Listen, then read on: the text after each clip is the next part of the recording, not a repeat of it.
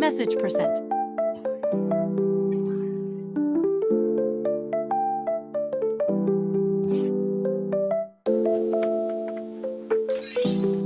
Percent message percent.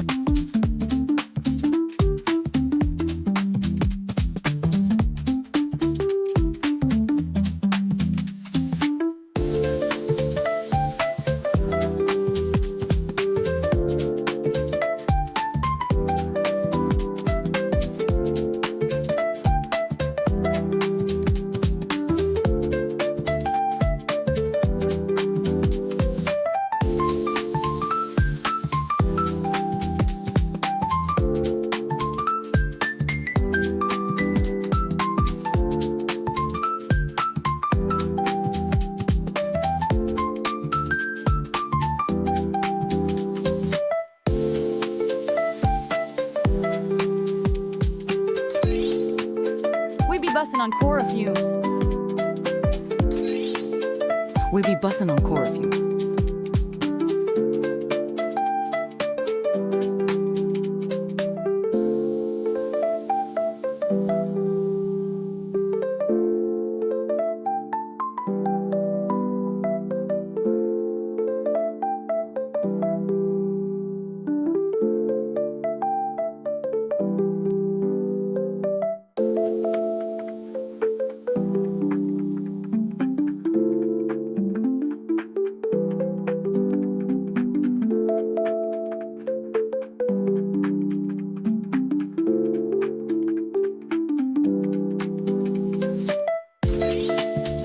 Streamlabs Donna's busted FRFR, homie.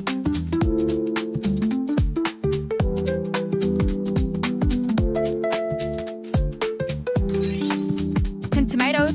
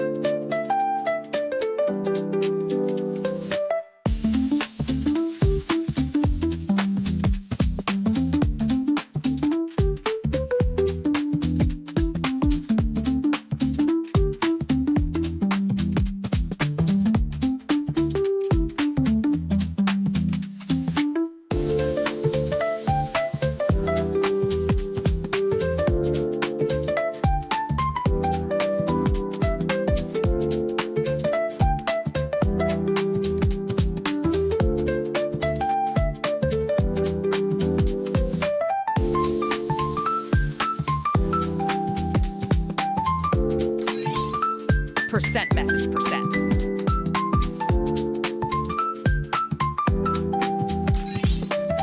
FR where my dad be. FR no cap. The sign at Sneed's Feed and Seed is a joke, as the words feed and seed rhyme with the owner's name, Sneed.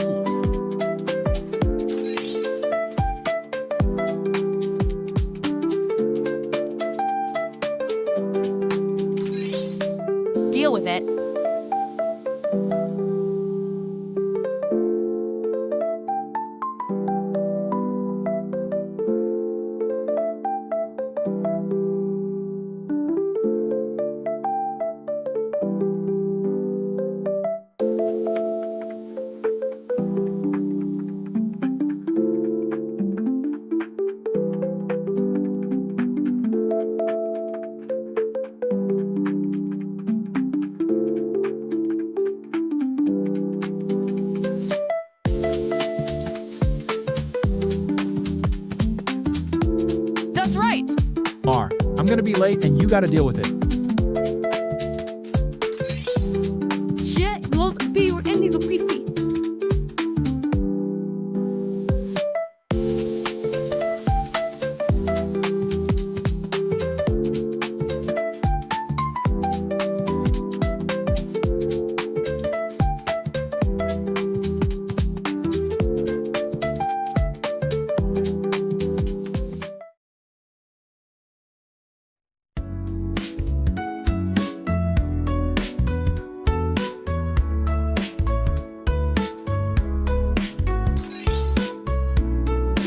You being this late is less unstraight than if you just borked your hand on stream. Gay dear.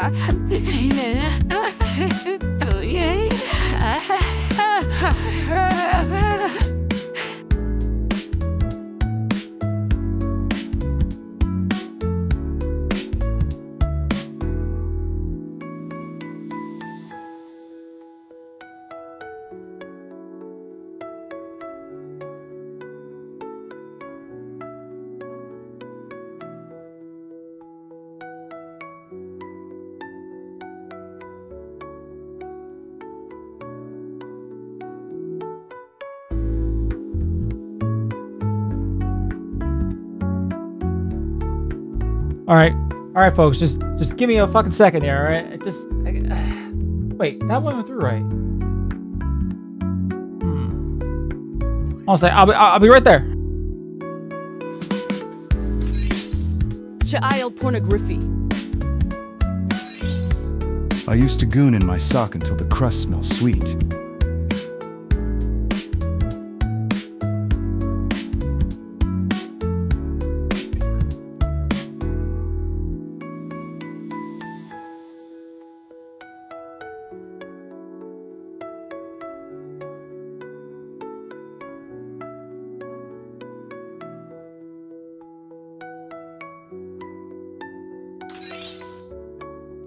We have been compromised. You cannot launder small head money through here anymore. You can only get lonely looser money now. Percent message percent.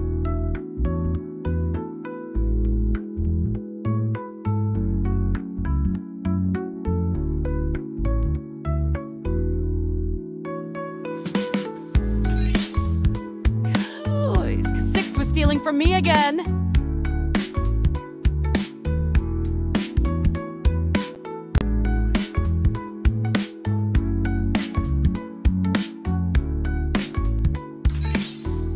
Why he sound like he bussin' a newt? He are gay? Claiming Korra is better than Airbender and late. Another male VTuber falling down the homosexuality pipeline. Sad, many such cases.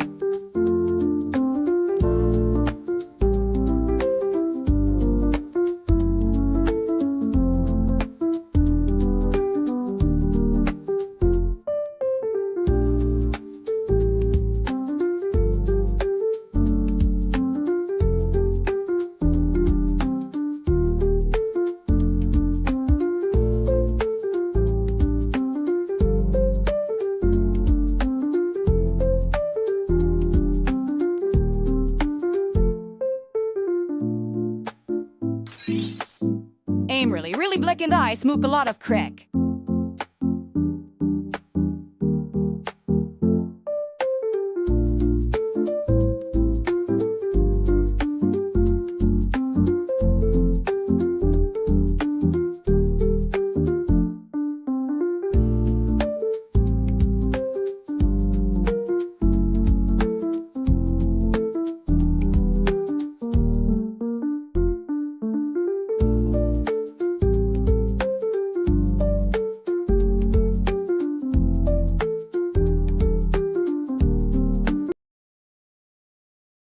Learn to live with it. Exactly.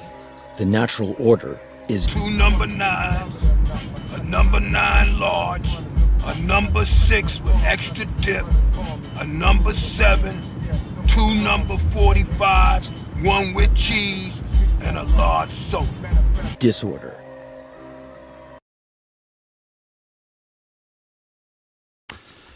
Nothing ever has to work for me, but good evening, my gegnas.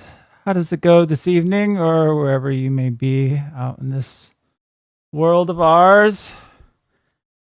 The goddamn stream. I don't know what the fuck is going wrong with it. It might be fixed now. I don't know. Hold on. Let me do a real quick little test. Let me do a real quick little test of it. Let me see. Go here. Go here. Oh, no, I don't change things, but they change on me. Tester. Testing. 1, 2, 3. Go. All right. Let's see. I should. Why is it not even showing up? Uh-oh.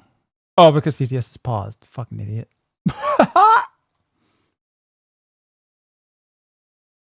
All right. Well, then we'll see in a little bit if it worked. But anyway, if it doesn't work, then I suggest that you don't be submitting through Streamlabs, and I will try to get the messages that were sent a little bit earlier through later. Korra is better than Lele. I agree with this, actually, bizarrely, but I don't agree to the extent that I think that the title of this stream is true. This title is actually from a video that we will be reviewing in so many words tonight. Doing a little bit of fapping with E-style. Because, well, actually, it was originally called. Let me bring this up here. Here we go. It was original. Well, that's what it was originally called. It is now called this. The Legend of Korra is amazing, and here's why. But as you can see from when I downloaded it back on the 1st of April, you could make some guesses as to what I was planning to stream that day, but did not manage to do. It was called Why Like They Have The Legend of Korra More Than The Last Airbender, which is very, very bold preference. Very bold indeed. And normally I wouldn't give a fuck if someone prefers The Legend of Korra over there. I don't give a shit. But this person did, however briefly, in somewhere in the first 5 minutes, the only ones that I pre-watched, they did call me out. So I say we give it a look-see. How about it? Holy shit, it was actually an out-of-season April Fool's joke. It was. I'm not sure I don't remember what stopped me from doing it back then. I'm not even really sure why I'm doing it tonight, but I just thought, hey, why not? That seems fun. So let's roll out the little TV here that I have for it. There it is. We'll be watching it on this baby. Deltarune is on my top 10 worst RPGs list. I don't know if it's top 10 worst. All right. Before we do that, let me get some of these TTSs out of the way that I'm sure I've stacked up a tiny bit. I don't presume that there will be as many as normal. I'm kind of hoping not. I was trying to set this up in such a way that it wouldn't be that case, but we're going to see. Go TTS. Sorry, Junior Jur, not sorry. Try not submitting obscene filth to the stream next time. Oh, dear. Message percent. Oh, hold on. The TV is in the way of some shit here. Korra read the Elliot Rodger Manifesto, which was why it ended up being peak. What? Degeneracy detected from K6. If you want ovenable food items so bad, you can join them in there. Some people are trying to submit some very bad things to the Message percent. username. Was that me? Look who's back from the synagogue, our friend ER. It took me a moment, but I'm Lately here. in tech trouble, the holy trinity of ER. That's right. At least late in tech trouble. ER gets me throwing cash before he throws a SS. That's right. A what? Korra is better than Laylee. This is actually true. As crazy as that is to say. Okay. Let me do my test. Message percent. Why are they all going in like that? Hold on, real quick. No reason for that. YouTube ones are just fine.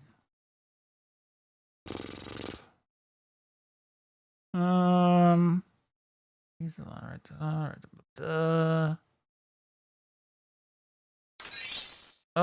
Are we dropping the Fed posting all now? Evidently. Everyone drops everything right at the fucking beginning of they front load these streams like that. Percent message percent. Okay, stop sending through Streamlabs. Stop sending through Streamlabs. It's not working. You know what? It's just plain not working.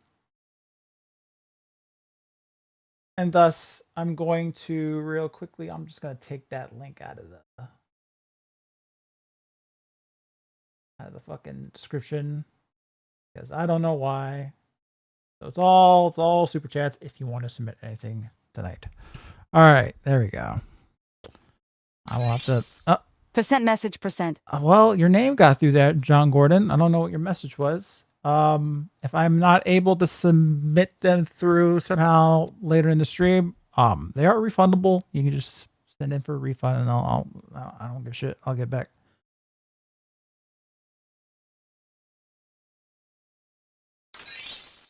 Percent multiple racial slurs, percent. I am missing out. Will Blue Max work with supers? You know what? I can make her. I can make her real quick, actually. Let me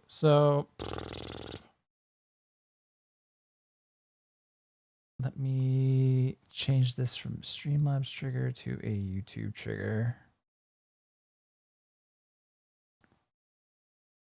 At least That's right. this should work. Let's watch ER doesn't understand gender. What? What? That Didn't we already do that? Can't mean, bro. ER, you okay, buddy? Say the N-word twice if Ray Faulkner is holding you hostage. No, it's not me. It's 13% message, 50%. oh, you fuckers! Stop it. This guy doesn't actually think Korra is better. He's just a fan who's so desperate for ER to make more Korra Whoa. content that he made this video That's as a 4D psyop chess to move. get him to do this stream. Respectable. That is pretty crazy. I can believe it. This guy doesn't actually think Korra Did you is send better. this through twice? He's just a fan who's so desperate for ER to make more Korra content that he made this video as a psyop to get him to do this stream. Respectable. Respectable, indeed. What? When will you All right, finish pause Dustborn, my TTS. companion? Never.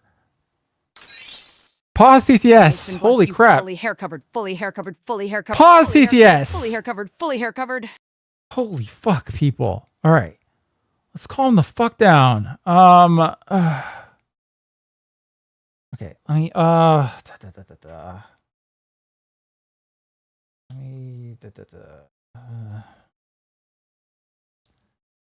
okay. That should do it. All right.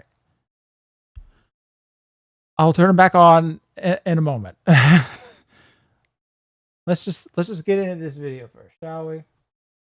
Holy Christ. There's no live. I know 11 bosses. All right, hold on. Oh, you know what? God, there's so many things that I have set up here. It's fucking ridiculous. Stupid. Okay. Oh no, make it to which one he went. Well, I'll let the rest of the TTS play real quick. Go TTS, and then we begin. What? I saw they were in the queue. Why aren't they playing? What? Did they all get fucking crushed? Uh-oh.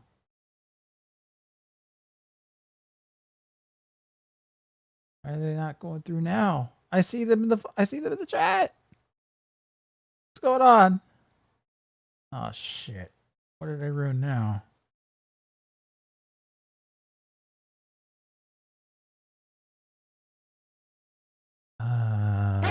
Junior Jar sent degeneracy to the There stream, we go. so I'm sending him back to the creator. Have a quick trip, buddy. Junior, why would you do this? Stop sending messages of that particular stripe, and you know what I'm talking about. You're just wasting your money. Talking about Korra, yeah, we are in a second. Apparently, goddamn.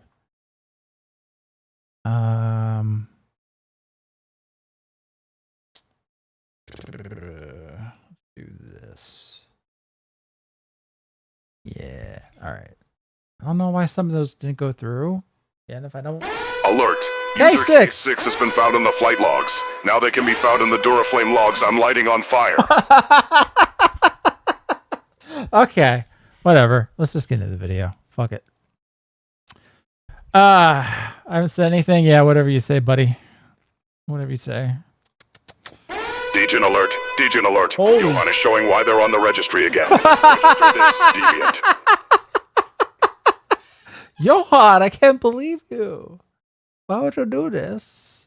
All right. I just wanted to set up a chat over here. Which is worse, Korra or Netflix's Voltron? I didn't watch Netflix's Voltron except for one episode that had a time loop in it or something that was okay. The animation was worse. That's for damn sure. Despite being Studio Mirror. Okay. If it's gay, you have to watch it. No, I don't. That's my secret. All right, none of my totally fine messages went through. Points are not live. Yeah, I don't have that all fucking set up. Because I have to hit every fucking technical road bump there could be. That was some riveting Friday night content. I'm sorry that you couldn't spam the N-word TTS as much as possible, Blondie. All right. I see what y'all are trying to say. Norwood. Okay. Do I have to pause TTS on y'all?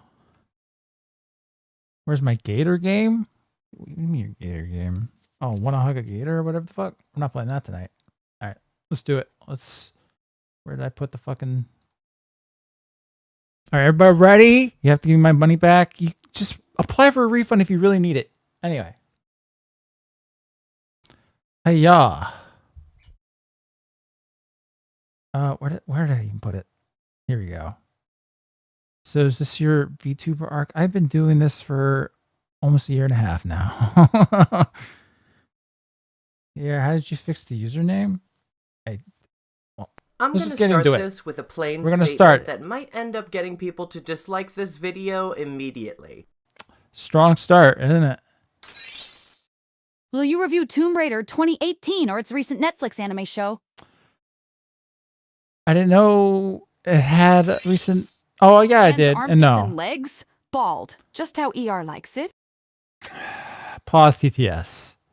Pause TTS. Gay voice. You know, it's Korra fan for sure. Yeah, I don't know. What? Let's go back again. Let me restart this. I'm going to start this with a plain statement that might end up getting people to dislike this video immediately. But why? Why would you do that? Don't you want the people to like your video? Unless you're like me and you find that really funny, like to put something controversial at the beginning of a video to make people mad. Why would you do this? This is kind of dumb. Anyway. Avatar: The Last Airbender is not objectively better than The Legend of Korra. False. And you are absolutely justified in preferring Korra over it, just like I do. Okay, so I'm going to pause there because I did pre-watch this bit and I find this little opening thesis or whatever really hilarious because it's completely contradictory. Right? Let me can I go back? Yeah. So how can you say that Avatar The Last Airbender is not objectively better than The Legend of Korra, and then say that you are absolutely justified, as in, justification, a measurable, objective kind of I don't know. Well, it's a statement. You can't say something isn't objectively true and then say this absolutely a justified preference can be objectively true. in preferring Korra What are over you doing? And you're not, because the show's shit. Anyway, let's continue. it just like I do. There's a lot of content on YouTube about how Korra is an objectively All right, here we go. There's me right up there, right over there. Now, if you look closely, it would appear that he only actually really watched the Lily Orchard video, like halfway through for some fucking reason. You can see a little red bar there. So maybe he didn't actually watch mine at all. I don't know. I didn't watch the rest of the video to see if he actually, has anything to say about what I've said about Korra. But I guess we're gonna see. I don't know why we put yourself. I've tried watching the Lily Orchard video in the past. I can't do it. Did this nigga beat Jevil? Yes, he did, baby. terrible show with no redeeming qualities, and how it That's a woman? What's a woman? Oh. No. doesn't hold a candle to Atla in any way. And even when people give Korra credit, it's often prefaced with the fact that it is definitely worse than The Last Airbender. True. And often, if you mention that you prefer Korra more, your opinion is attributed to you overcompensating for the hate Korra gets, or that you are glazing. It's just a matter of what type of show you'd like to watch more. Oh, okay. I hope that you don't, totally prove me right about that. The fact that you're probably gonna. Well, anyway, I mean, if you do prefer it, wouldn't you glaze it? That's the whole. If you like something, that's the whole point. You glaze the things you like. You can do that. Still be wrong. That's a good show or whatever, but you can do that. If you prefer The Last Airbender, like many do, you are totally valid, and I am so Correct. willing to discuss why you prefer it. I am not trying to take I'm the sure you're not going other to, though. side and say that Korra is objectively better either. But you are, though. Because if you prefer Korra, then you think it is better. Which means, from a measurable standpoint, an objective measurable standpoint, you think the show is better.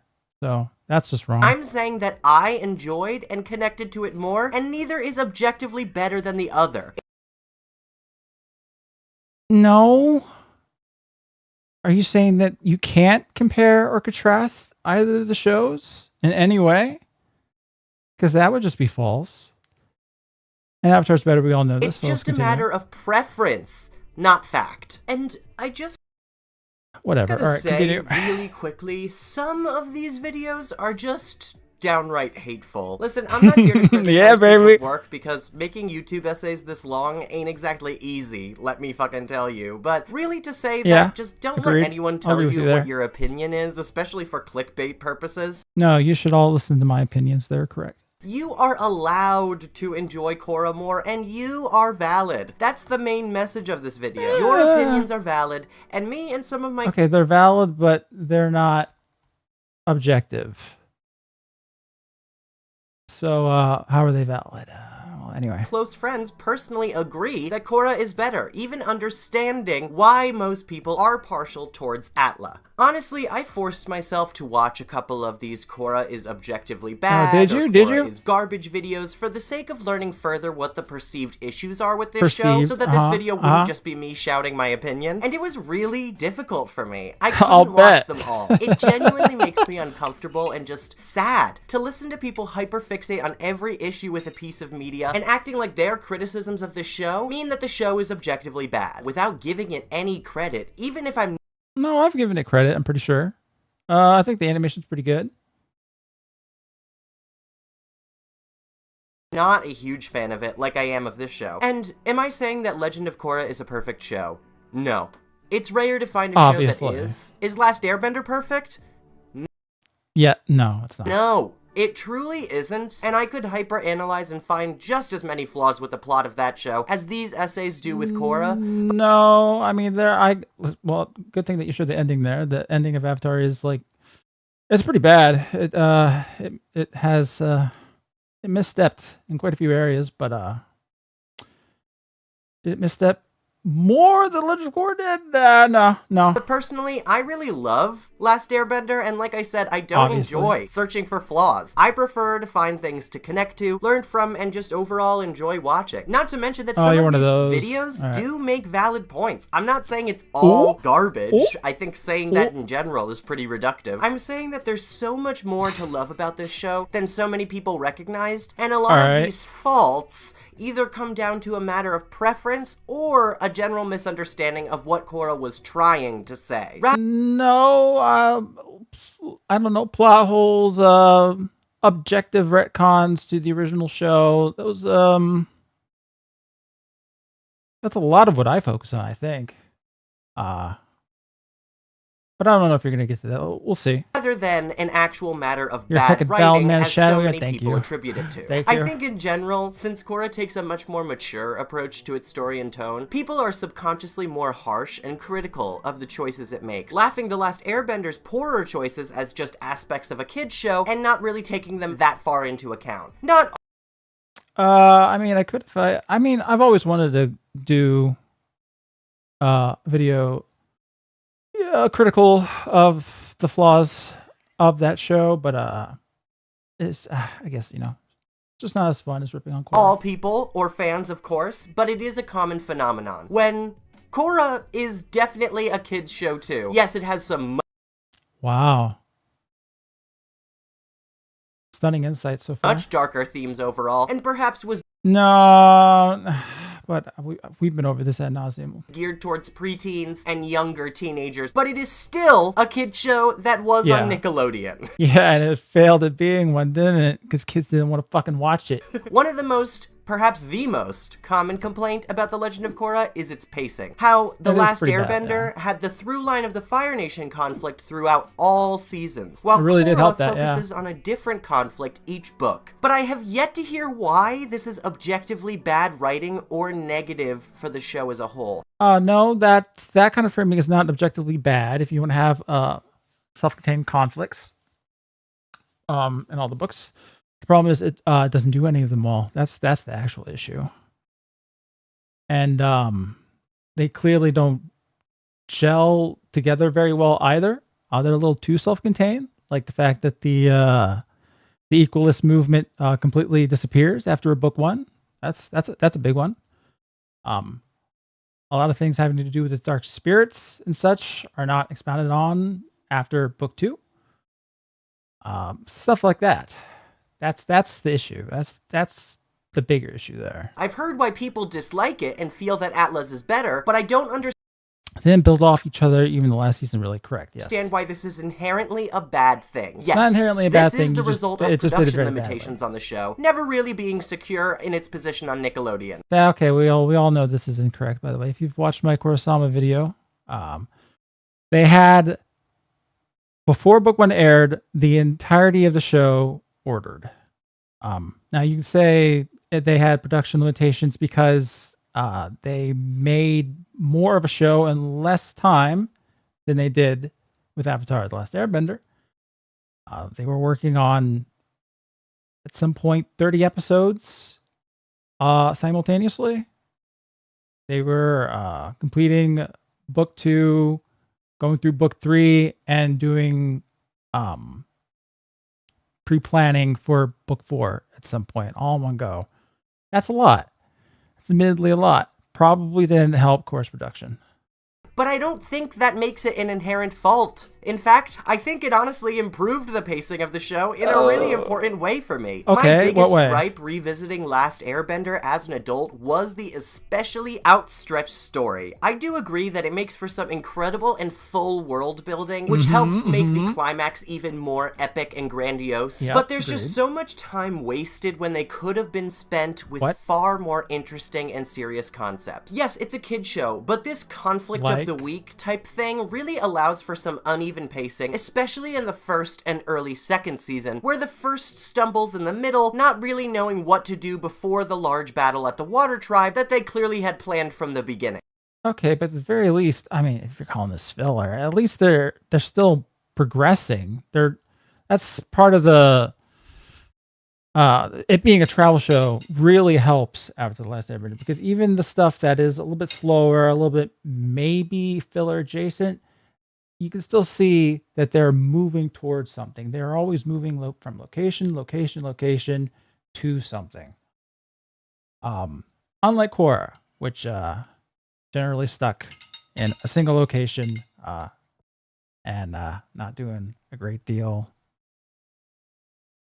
Well, anyway, we'll continue. Last Airbender has incredible episodes right next to rather dull ones, like The Fortune Teller or Avatar Day. And what?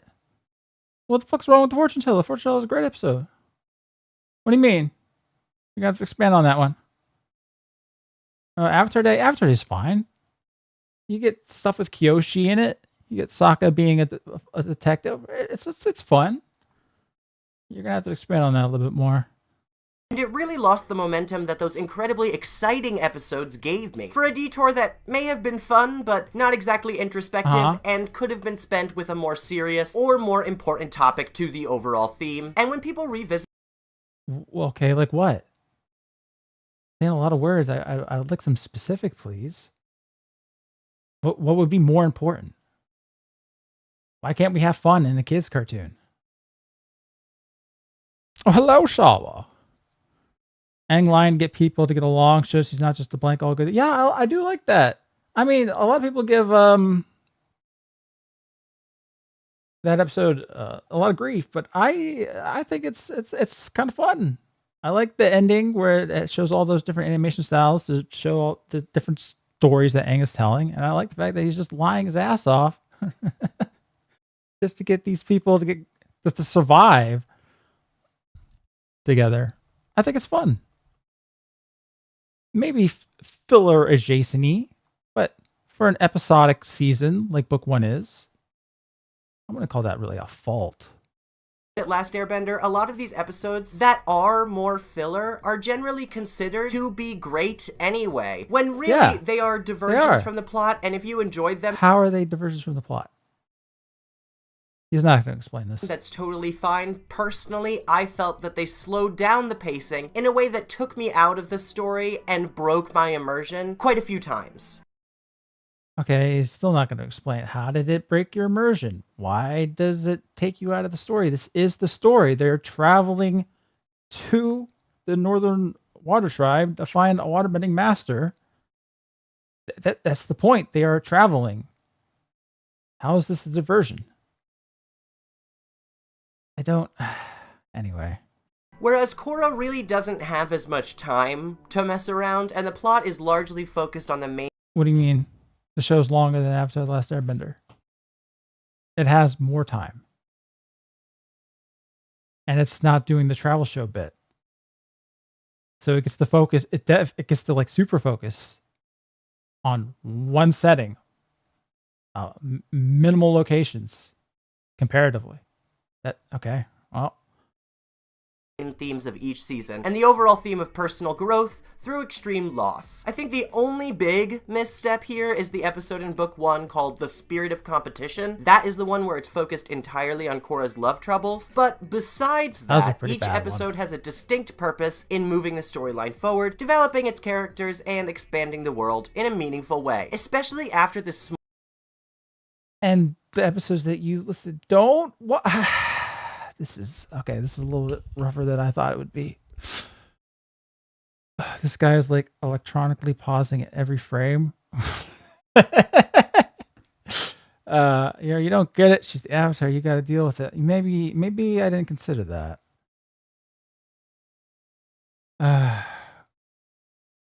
Pause like the TTS. Do you think I could listen to the TTS and this video at the same time? Will TTS be on pause? Okay, I'll unpause it for a moment here. Go TTS. %. Somebody still tried to send through Streamlabs. I don't know why. My first SP didn't get read out by TTS. I'm sorry to hear that. I will try to get to these later. Did you make another bait and switch title about Korra to get people frothing at the mouth again? No, I'm just using the guy. This guy's title for his video. I already disliked this video because ER is a scammer. This Korra Airbender video is terrible. Refund me $3, X2 Streamlabs, and $2 Super Chat. Fraud! You can refund them if you really want to. But why would you pause TTS? Because of this. Percent message. Because of this. Pillow biter, fanny bandit, fudge pecker, cockrider. Why would you send me this? We need TTS back with a low N-word limit.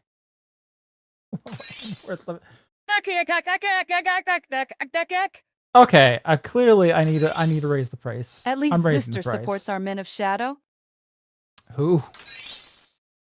I love your channel, but worst stream ever. Oh, well, I'm sorry to hear that, Ryan.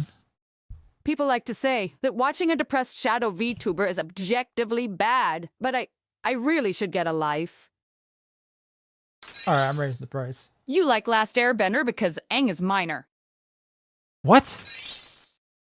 Revisiting The Last Airbender as an adult should get you on several state and federal lists. Dear God, grow up, ER. Ryan, I don't know what the hell you're trying to communicate to me at this point. You're getting cooked for real. No cap. Ski buddy.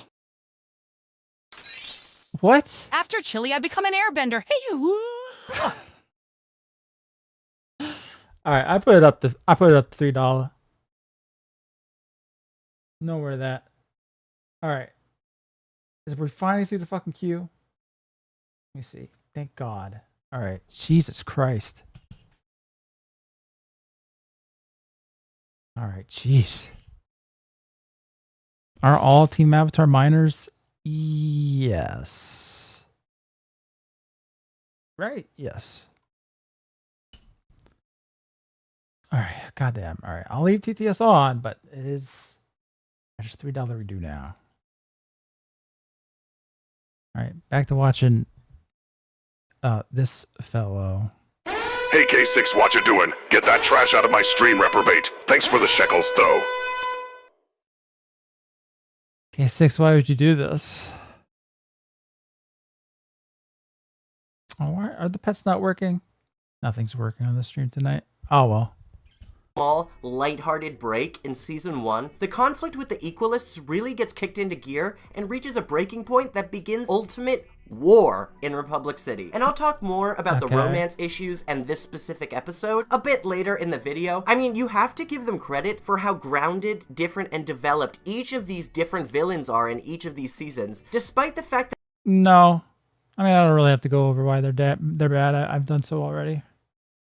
But, I mean, we'll see. We'll see if he gets into specifics. It hasn't really with anything yet. that they only have one book to present their ideologies. It's— Uh-oh. You want to know what I'm trying to communicate? That you're a fraud. Also, which of these animated children do you find the most attractive? I do not. And these ones are not children, I don't think. Unless, no, Korra starts her series at 17? I think. So maybe they are. You are drunk? I don't drink. I'm a teetotaler. All right, here we go. actually really impressive and speaks to how well they're able to pace out each story and develop these concepts forward without having 3 seasons to do so. For me, it all— Oh, that was a conscious decision that they made. They could have done it that way. They just didn't. That was a self-imposed restriction. Killed pornography, PV, what it is, my nigger. You got one through. Way to go, Blondie. Way to go. Hold on a second. I'm gonna copy a little something here. Maybe put it in a certain list. All right, here we go.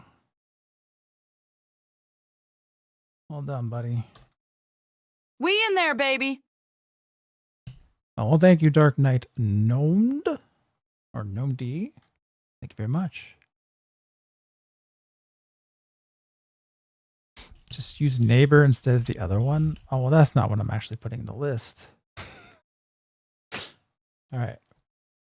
often felt like a mini version of The Last Airbender every season, building up to an extremely exciting climax that I was always eager to watch, just as much as I was for the ending of The Last Airbender. We in there, originally. baby. Well, thank you, Sticky Banana, for the 5 memberships. Thank you very much. And I'll make sure to thank him. Oh my God, Sawa got caught in. All right, cool. I also hear the complaint often in this argument about Korra's characters not really getting decisive arcs, which I honestly wholly disagree with, and I think this is really exemplary of one of the reasons these videos lack objectivity. They largely ignore... What? Hold on, you just said there was no objective standards. What do you mean that they lack objectivity? They can't have it to begin with, according to you. Oh, God, this guy. Oh, my God. Okay. Oh, maybe this wasn't a good idea at all. Any sort of positive development given to any... Is this stream a cry for help? Maybe. I thought it'd be funny. This is just hurting me. I didn't think this went through. Of the characters. Katara and Sokka losing their mom and going after the man who killed him is genius writing, but... Activating chipper. User Junior Dur. Assume the position. That's right. Feed first. Here we go. Another one that didn't make it through. When Korra says we in there, she means you're in us. You're in us. I don't quite know what that is, but thank you. What is this guy smoking? The Legend of Korra, evidently. All right, hold on. Let me move back a moment here. And going after the... Go. See their mom. And going after the man who... I can't...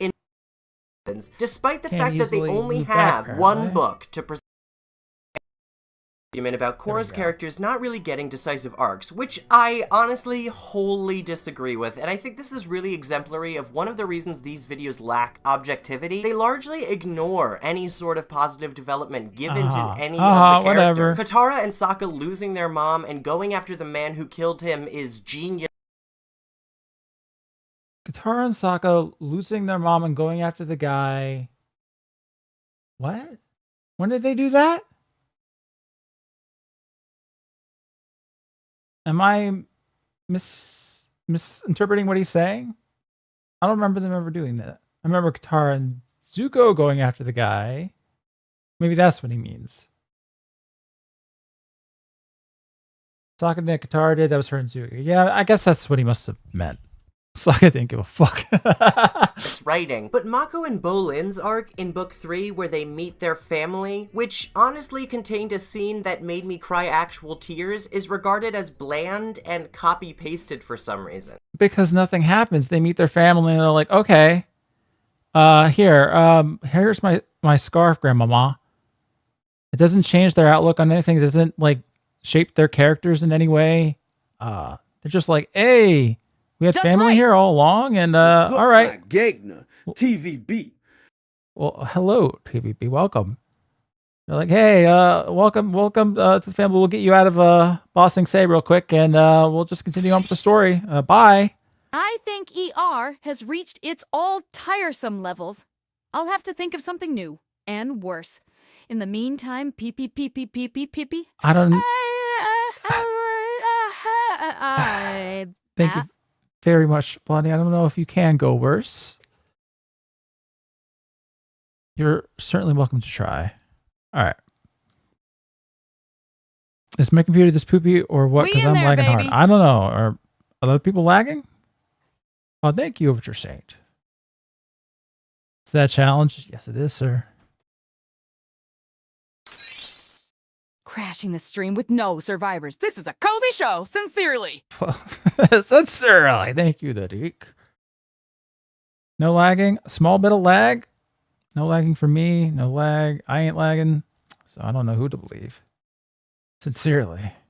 Why? What is the reason that this is copy-pasted while the other one is genius? Mako and Bolin being reunited with their because I get Katara meeting the man that killed her mother and her forgiving him, quote unquote, is an actual development to her character, while him giving away his scarf to Grandmama, it doesn't really do anything to inform us anything more about his character. We already know Mako's a kind of a nice guy.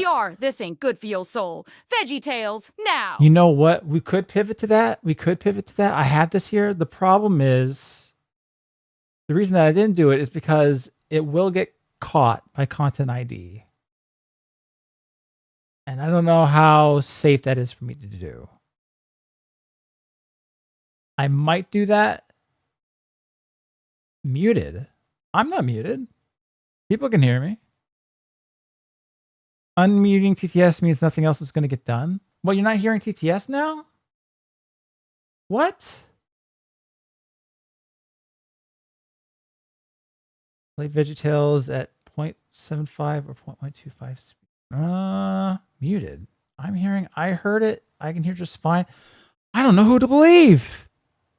Are y'all fucking with me? Stream on Kick, my trigger. No, someone sent a $2 TTS. Oh, that's why. That's why. I told you it was $3. You know what? Let me put that in the fucking... in the description. Just in case. $3 voiced TTS. Exclamation points. Alright, save. Boom. This guy's a scammer. Don't worry, the trolling stream works fine. Alright. If I can't push through, well, I'm gonna need like another like thumbnail. Or I just get rid of this thumbnail. We just watch it. Whatever. Just gonna open the floodgates again. Activating chipper. User Junior Jar. Assume the position. That's right. Feet first. Here we go. He's still trying. He's still trying. But wow, he's just throwing money away tonight. Wait, so I can still get TTS for $2 because I Lagging paid. D's nuts, go team. Fuck off, you fucker. Thank you. Alright. We will continue. But they didn't have family and now they do. That's character development. It's characters popping up. In a way. Character generation. Lost family and having to deliver. Was weird Mako lied about only having Bolin left. Yeah, that's true. Bolin's the only family I have left. If something were to happen to him, well, I guess I would just go to Ba Sing Se and go meet my gigantic family that all live under one roof. Because I would definitely know that my dad had, parents. Alert, alert. Killer must try to dump utter degeneracy into the stream. Shame I have to break their bucks instead. That's a shame. That's a shame. All right, we will continue. Can I hear in chat? Have I been clickbaited? In a way, I guess. Forgot about the PewDiePie thing. That was ages ago. Did I talk about PewDiePie? Oh, I found this channel next to PewDiePie. Oh, well, yeah, it was forever ago. Very cool of them. It's not safe. I lost a YTP playlist with 1,000s of views because of a video being marked for kids. Ooh. Percent message percent. Oh, I'm sorry. Don't send through Streamlabs. Holy crap. This is Dagoth talking through the annoying git that is Korra. I just wanted to say stay strong and see you Wednesday. And lava dippin'. Thank you, Dagoth. Kind of weird hearing your intonation through Korra, but you gotta do what you gotta do. Put a fucking play on these shits. Coming through way too fast. Sandbenders are oppressed. They should have been pressed into the fucking dunes by Aang, but Katara stopped them. Degen alert! Degen alert! Child pornography is showing why they're on the registry again. Register this deviant. How the fuck did you get that through? Wow, what the fuck, E. Semi-Galen R. Really in front of my optic sensors? Terminate yourself.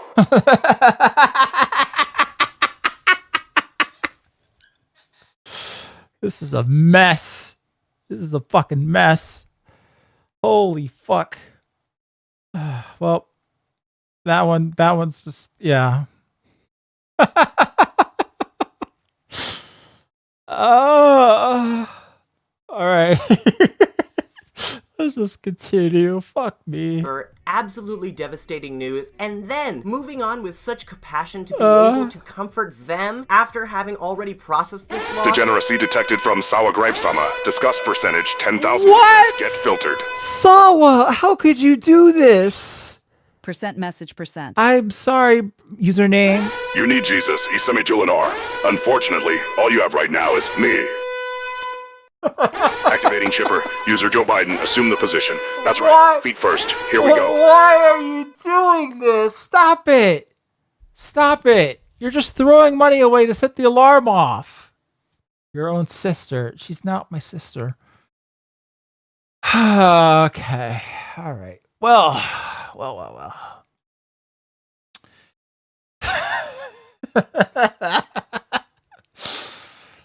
Oh, that Mako pose is crazy. Oh.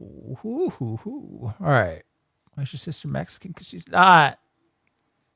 And understanding how much of a toll. That's some really sus shit to say E-bottom to Johan R, especially from within squishing distance. It probably was. God damn it. Tell me if ER is Jewish. If so, I want a refund. Thanks. I mean, I'm telling people to stop donating to me if that tells you anything. I probably should. I don't know how to turn off super chats, actually. Maybe I think could I? Fuck it. It takes to hear this story. Ugh, it's beautiful, and it makes me cry every time. And well, yes, I do agree that arcs like Zuko's show how they planned things out from the beginning while knowing that they had 3 seasons. I think Korra. They didn't. They got a 13 to 14 episode pickup originally. It was going to end with the Blue Spirit. They did not know for sure that they were going to get more than that. They didn't know they were going to get an extension on book 1, which they did. They did not know they were going to get book 2 until book 1 was finished. They did not know they were going to get book 3 until book 2 was finished. So they just they had a plan, and they well, guess what? They stuck to a fucking plan. Imagine trying to do that. Crazy, right? Handles its characters in a really mature way that many underappreciate. Even though they didn't know where they could go with it after book 1, they brought. Maybe they should have. Maybe they should have had an idea, especially considering the fact that Nickelodeon approached them and said, "You know what? We're open to doing more, but let's just start out with this miniseries. See where that takes us." You know, they didn't have to end that first book by completely undoing everything that they had set up. By having, after Aang show up and magically give Korra back all of her bending. They didn't have to do that. No matter what would have happened in the future. They could have just stuck to the plan. Stuck to their story. But plans are for good shows anyway. Yeah, you have a point there. Right, Jack Saint, what are you? Oh, it's raping children. No! You have to go back to Nonce Island. No! I mean, you do have to. You have to go back. With a name like that.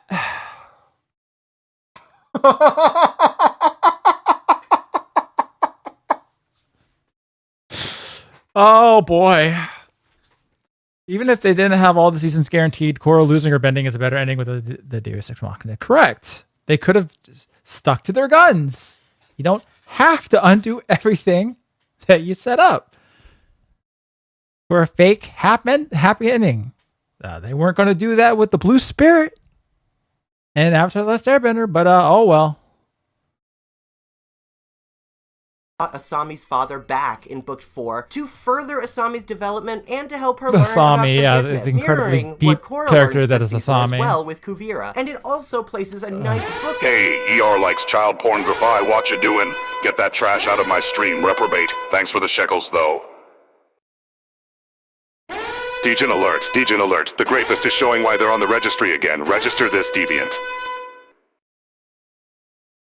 All to know, people just... They're just sending money to have that alert go off, and then someone sent that because they didn't know not to. I don't know why. I don't have the link to the Streamlabs there, so people are they're going over to the Streamlabs, and from some other link, some other open tab, I guess, and they're just continuing to send money to a thing that's broken. I don't know why. Raise the price to $10 or 20. I don't know, maybe. Started on winning. Oh, you know what? Now that I think about it. No, I'm being an idiot. Those are all being sent through fucking Streamlabs. Everybody who's doing that. Little bit off topic. But would you consider making a video or talking about stop killing games at some point? I could talk about it a little bit right here, and that I 100% support that initiative. And I do like Crystal Farms Ross, the YouTuber, very much. I've been watching his shit since forgetting exactly, was it called Freeman Speaks? No, Freeman's Mind. Freeman's Mind. Yeah, I've been watching since then. I love that shit. I love his reviews on his channel.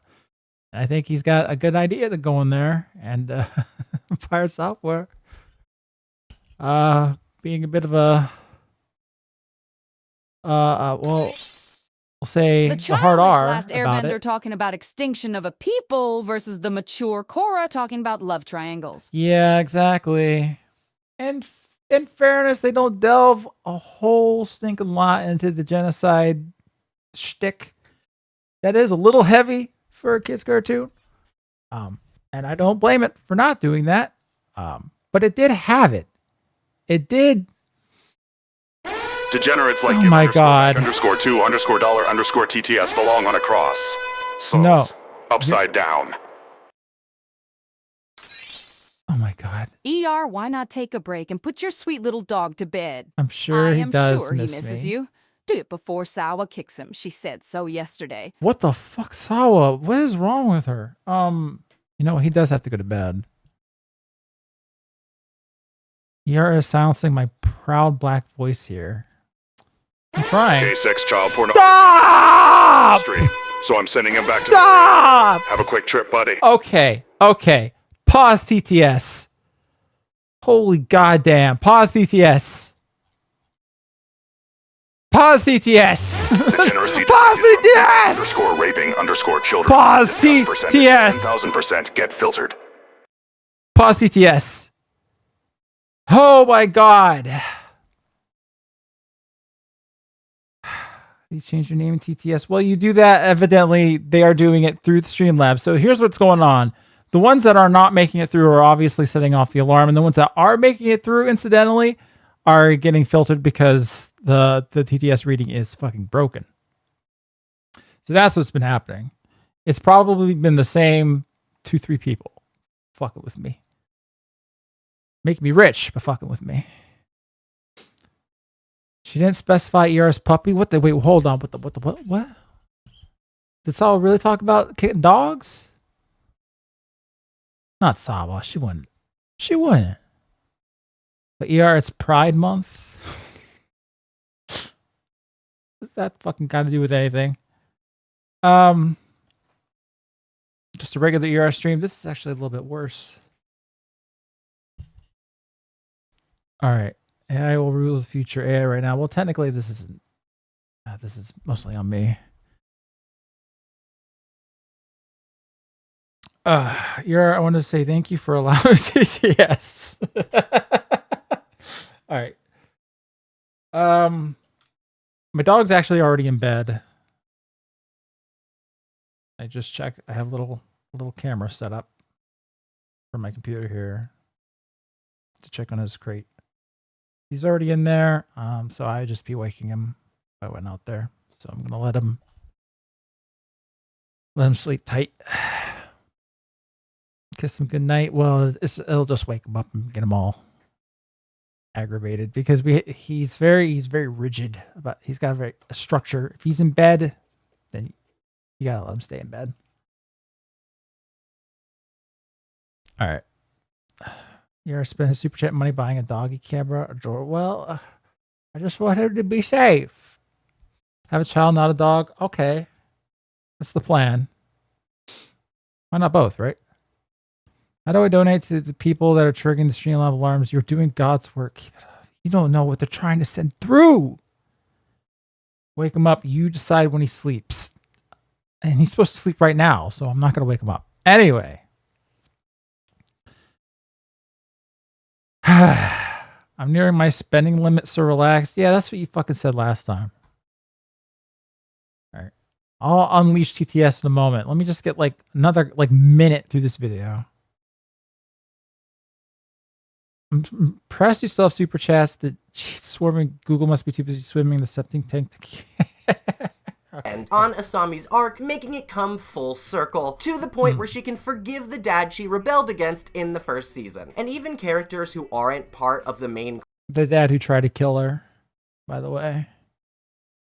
I don't know. I feel like if my dad tried to kill me, despite being my dad, I'd have some hang-ups about it, but... Oh, well. Crew have concrete arcs, like Lin and Suyin, Tenzin and his siblings, and even Opal, Suyin's daughter. People often complain about what they didn't get, saying, oh, they could have had more this, or they could have had more They that. definitely could have had a lot more of this they and could that. have, but Yeah, they didn't have time. And I don't think they... What do you mean they didn't have time? You mean production? Ah, God. I don't know what the fuck this guy's talking about, really. I'm glad we invigorated that depression in you. Yeah, it's all coming back. Where's my dad? Death better than an overarching story. Yeah. This guy doesn't have dad, so you wouldn't understand. Well. I mean, I don't either. They wasted any more time than they did with The Last Airbender. Here's some math. Out of Avatar The Last Aibender's 61 episodes, okay, all right, there math. are approximately 12 filler episodes. Are you going to say which ones? Okay.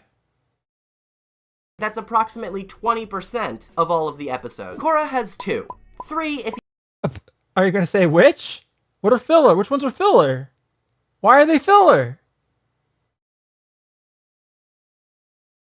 Filler's not inherently bad. It doesn't have to be bad. Yeah, sure. We'll say that. It doesn't have to be bad. you count original Airbenders in Book 3, which I don't at all, people would have guaranteed complained about pacing. If we... Wait, hold on. Korra's only 52 episodes? Oh, hold on. Am I misremembering? Or... I thought it was a bit more than that. I might be misremembering. Yeah, I am misremembering. Okay. You're right about that. What? 1361? Oh my goodness.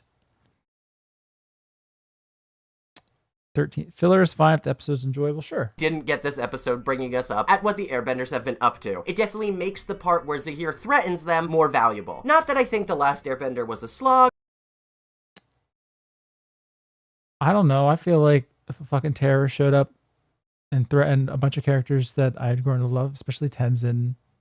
Well, I mean, I don't really love them. Speaking as a Korra fan, hypothetically, you know, these characters that we have been with for 3 books, you know, if they were fucking captured by crazy villains again, I feel like you wouldn't need necessarily a filler episode to inform me of my feelings about that. But all right, whatever. Or anything, but the idea here is that Korra made the most of Tales of Ba Sing Se equal filler. Sure, I would say there's more character development in that episode. Basically all of the fucking Legend of Korra. Iroh and his son. Toph and her femininity with Katara. And yeah, there's not really much there. Zuko's little short romance subplots, mostly just kind of fun. Sokka's just funny. Momo's just I guess you could call that character development for Momo. Well, I guess it's more of just a side story. Still more than Korra. what it had, and I enjoyed it more overall for its pacing, even if The Last Airbender has more content for people to generally enjoy. Korra is always moving the main season plot forward in some way, whereas The Last Airbender spends a lot of time with assorted set pieces that often go in advanced development. What? Okay, I'm going to give him this one, actually. This episode, I believe the headband. Yeah, this one is kind of filler. There is some, I would say there is more filler, probably, that doesn't do much for the story in book 3. I'm going to give him this one.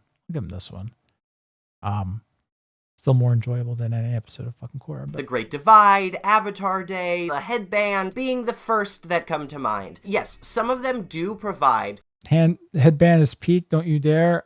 It's fine. It's fine. It's better than any episode of Korra. That's for damn sure. Some excellent commentary on the world around them and some great It world does. building. Yeah, but I that's don't true think about that. those Yeah. episodes are necessary in terms of the main plot of the No, show. they're and not. I think they You could have probably explored could have these removed themes this episode in more and relevant plot devices. it I think wouldn't that the affect the Korra plot didn't establish dramatically. as much, or Korra didn't have enough time with its characters' arguments aren't really true. I mean, yeah, I would have loved more seasons or longer seasons of Korra. Who wouldn't? But what we I don't know, 95% of the Avatar fan base, of course, not really that beloved, my friend. got was amazing and just as good as The Last Airbender in my opinion. Korra has a huge supporting cast, focusing on Aang's Yeah, it kids, does. Korra's friends, Korra herself, and the villains. But they do an amazing job of making all of these individuals feel like concrete people. Boomy and Kaya, as soon as Okay. Kaya? No. Kaya is barely a character. If you were to really push me to try to describe a personality, I don't know that I could. Boomy, sure. He's kind of a toned down version of Boomy from Avatar: The Last Airbender. Tenzin, we get a lot of, so yeah, I could definitely describe him. Kaya? Is there really that much to Kaya? Who's Kaya? The lady on the right here. Sister to Tenzin. I'm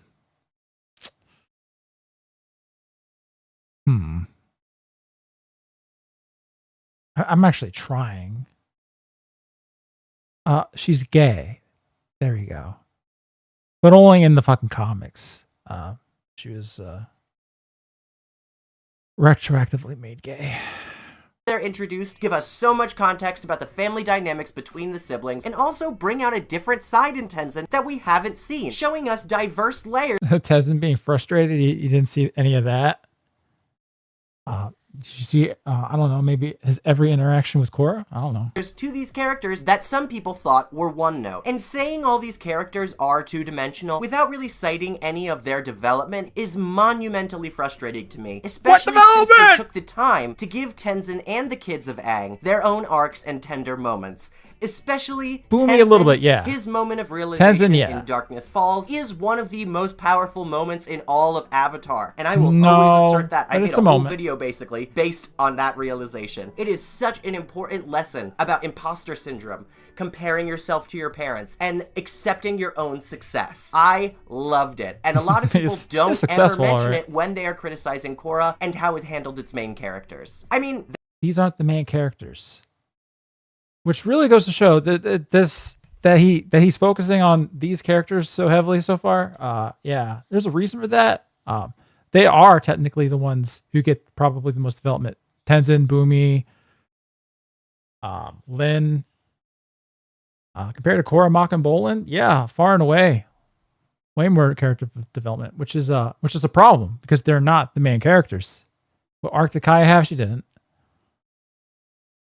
that Boomy scene, too, with Aang's statue, made me cry. I'm sorry I didn't turn out to be an airbender like you hoped. Which was bullshit because airbenders are supposed to have only airbender progeny, but whatever. That's just me being an autistic after a fanboy. But I've tried my best to keep the world safe. Hope I made you proud. Of course he'd be proud of you, Boomy. It still makes me cry. But all of these videos will go on saying that none of these characters were shown to be full people, and that there weren't small moments with any of them. I don't think I've ever gone that far, actually. I would say Tenzin and Boomy are people. Kaya, she doesn't have to be super well-rounded. I mean, neither did Boomy, really. They're just side characters. Can we focus on, like, the meat of the show, which is supposed to be the main characters? Like Korra, Mako, Bolin? Them Please. that told us more about their relationships without directly stating it. What does it mean to be a full person? I don't know what they really... I don't know what any of their definitions for anything are. I guess some multifaceted personalities. I don't know. I think they did a lot of showing rather than telling, especially when Kaya comes in and is able to comfort him. They do a wonderful job of hinting at dynamics without necessarily telling you exactly what they are. Not to mention, under this point of pacing, that I see Legend of Korra as Korra's journey. The through line is her and her development across the 4 seasons. Here we go. Not Tell me about her development. conflict in the Fire Nation as it is in The Last Airbender. And because of the fact The conflict in the Fire Nation? You think it's the through line for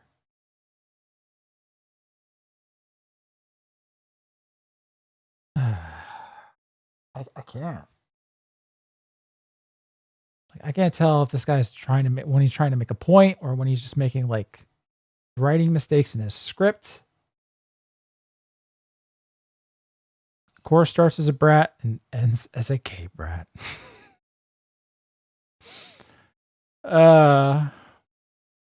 If any avatar would treat non-benders well, it'd be Aang, considering Mr. Misaki, and he did. Remember, Korra meets some non-benders and she starts throwing them the fuck around. First thing, that was kind of funny. Fact that she faces a myriad of different villains with contrasting ideologies, she's able to draw and learn from a multitude of varying sources and philosophies. And I hope that you'll mention who and what those are. They spend a majority of the time focusing on her as a person, her inner turmoil, her fears, her mistakes, I think far more so than they did with Aang. A lot of the reason, in my perception, that the gang and Zuko are often more well-liked as a group is because of the varied amount of time spent on all of their backstories. Katara, Sokka, Zuko, Aang, all of them really got an equal amount of time spent on them. That really helped, Korra yeah. chooses to focus the most of its attention on Korra herself and what she needs to learn, which led to me connecting to Korra far more than I ever did with Aang. Okay. Well, wouldn't you say that that's kind of a problem in a show with multiple main characters at the forefront, like Mako, Bolin, and Asami? If you're going to spend so much time on just one character, maybe you should have, I don't know, geared your show more toward that. But also, I need you to describe to me how Korra develops it all, because I never saw it, so... Watching her gifted child struggle in the first book as she reconciled her bending abilities with her self-worth was incredible, and such textured writing, even though many people still just gloss over it. And the subsequent season only drilled deeper into Korra's psyche and her image of herself, deconstructing everything she thought was true and showing her a different path, to the point where she becomes an amazingly thoughtful and compassionate young woman by the end of the series. A common criticism for when she nukes Republic City and then leaves, and then she just leaves to go on vacation,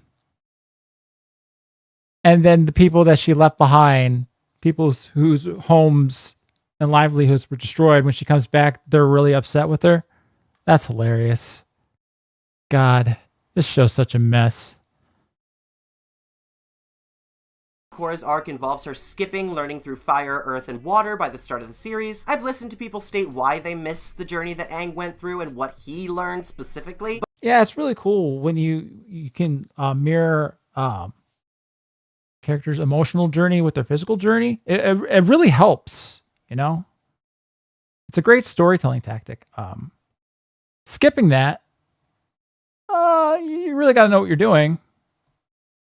But again, I've never heard any reason to consider this an actual flaw. It's like sometimes people write not necessarily a flaw, but and deem their imagined story to be inherently better rather than analyzing what's actually in front of them. Yes, okay, you don't like that we start with Korra at an extremely young age and then flash to her as a teenager knowing the elements. What is inherently wrong about that? Showing her— Well, what's inherently wrong about this scene we all know.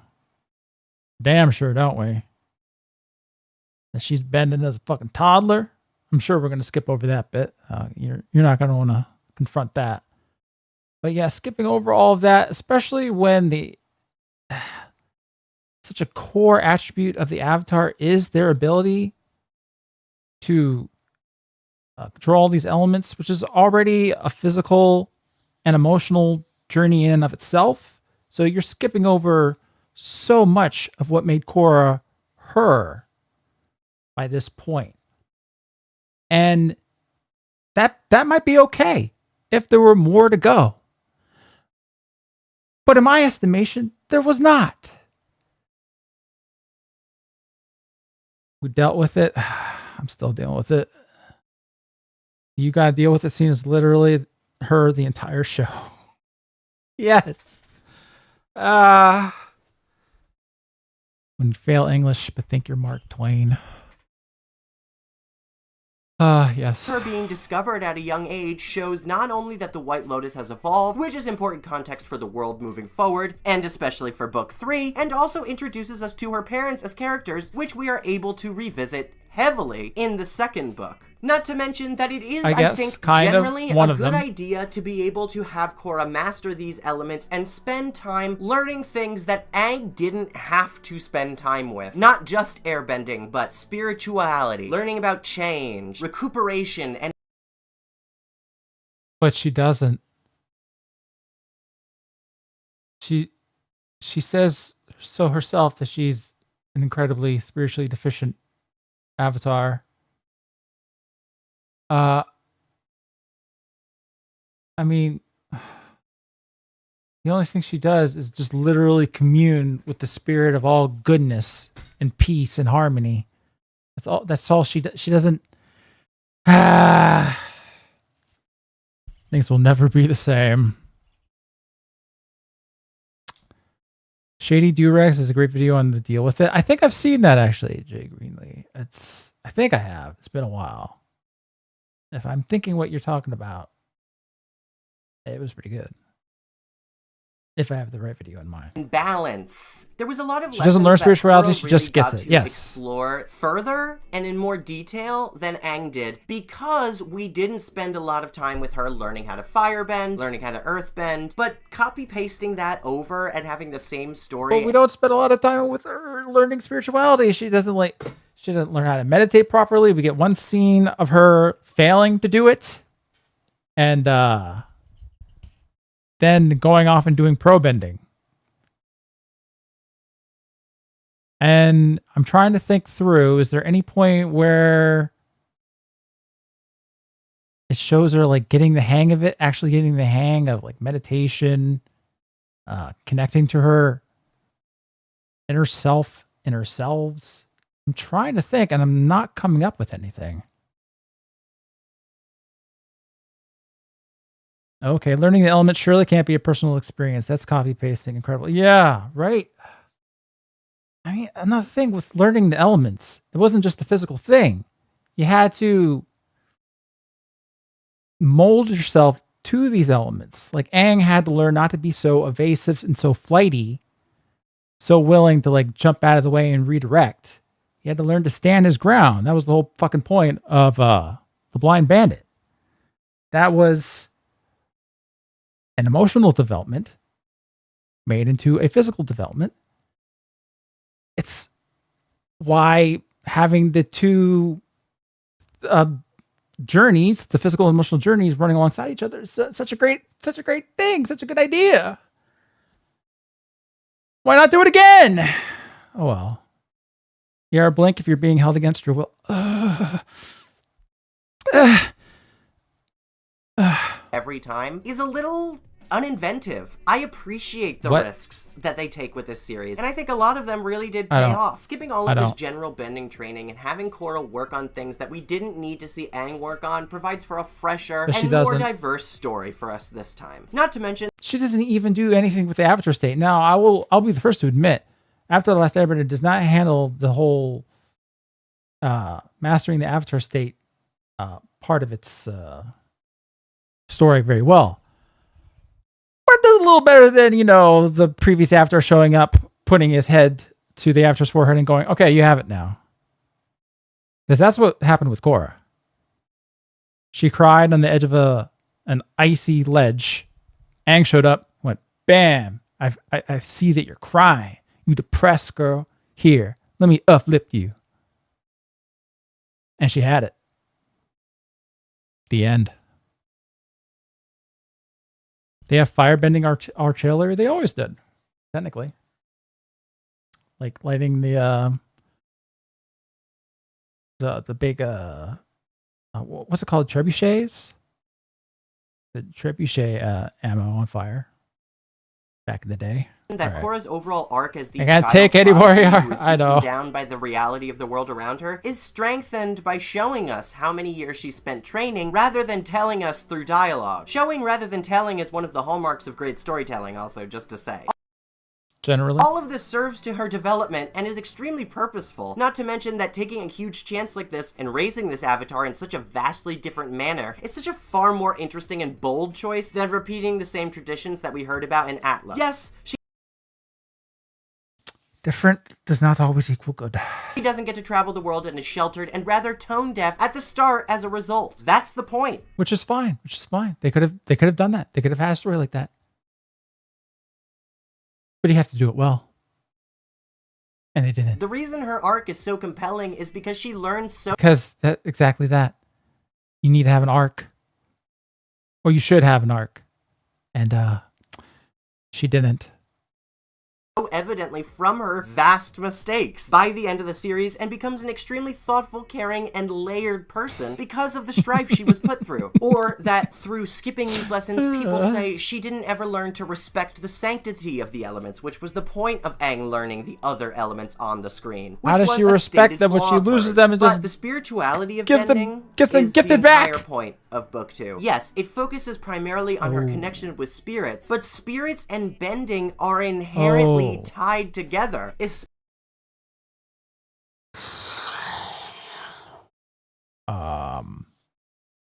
Spirits as in the creatures and bending? They weren't supposed to be. But we'll continue. Especially with the lore that they reveal to us in this season. Oh, Bending God. Oh, and God. spirituality are connected. They are connected. Korra learning how to respect the spirits But attributes not a the respect spirits. to bending, which we see by Book 3. She's Doesn't- literally to willingly give up her own life to protect the new nation of Airbenders. She wishes to protect the culture and preserve the ways of Airbenders as much as she can. Having that Oh, I love this. I love this. This is what he's talking about. Give up her own life to keep the protect the sanctity, or I guess really the lives of the new Airbenders. I love this. I'm going to go into it pretty hardcore in the video that I hopefully will be out soonish. It might not be because I have some life stuff coming up that might get in the way of me completing it. But anyway, there's this moral dilemma in Book 3 where Zahir, villain of the book, he's captured the new Airbenders. He's captured Tenzin and his family up in the northern air temple. And Korra, now she's faced with a decision because Zahir calls them up and says, I got these Airbenders. You hand over the Avatar or they get it. Second Airbender genocide in under 2 centuries, baby. And so, Korra's decision. Do I go up there and save them? Do I put my own life on the line to save the Airbenders? Or do I just not? Do I just let them die? Guys, what should I do? She goes to them. What should I do? She goes to Prince Zuko. Not Prince Zuko. Now he's Fire Lord Zuko. She goes to Fire Lord Zuko. What should I do? He's like, I don't. Maybe you could be the hero. Maybe you could be like the savior of the world, the peacekeeper of the 4 nations. Maybe you could go save them. I don't know. Maybe. I don't know. It's really important that the world has their avatar. Maybe I should just let them all die. Is the title clickbait? Technically, but it is the original title of this video that we are watching currently. Oh, wait, that's a big deal now that I think about it. Zahir was going to genocide the Airbenders the second time. What the fuck? That doesn't track for Zahir's character. Yeah, it's a little weird. The airbending acolyte wannabe, I guess you could say, is gathering up all these Airbenders and be like, you better give me this avatar. Or I'm going to kill these motherfuckers again. Ugh. Speaking of Anmu thoughts on solo leveling, I read the webcomic and it was a lot of fun, but I have not watched the anime. I don't know, man. 6 million Airbenders in 3 years. Well, he definitely was going to try for whatever it was. It had to be less than 50 Airbenders in a day. They aren't real airbenders. That's kind of true. Newfound respect for Tenzin and what he was able to teach her after the conflict in Book 2. Along these lines, Tenzin this entire time throughout Book 1 was trying to teach her the sanctity and respect for airbending, which we see by the start of Book 2 she still hasn't learned. Yeah! And you don't think that might be kind of an issue? Because the show kind of pretended it wasn't. Oh boy, I want him to... Okay, I want to see what he says about this. You need more training to grasp the depths of your spiritual connections. Not to mention that you're still a long way from mastering airbending. Yes. I have mastered airbending. Punch, punch, punch! But making this mistake in trusting Unalaq and turning her back on Tenzin... That doesn't have anything to do with airbending. Now you're just fucking pivoting. No, you should have continued this fucking through line. When does the show have her pause and reflect, oh, maybe Tenzin's right, and I do have to like kind of like change my approach to really master this element? Does that ever happen? No. No, it doesn't. Daddy E.R. Sudan is not fun. Pick me up, please. You made your choice. Helps her to realize just how important everything he was trying to teach her was. And I think a lot of people gloss over that. I don't think either of these approaches is better than the other. Obviously, each has its merit, but personally... She only discovers that she made a mistake when her fucking uncle betrays her. Tries to lock up her dad, start a civil war. And she's like, oh, you know what? Maybe I should have listened to my dad and Tenzin about him at the very least. Oh, well, we're just going to have to fix this problem now.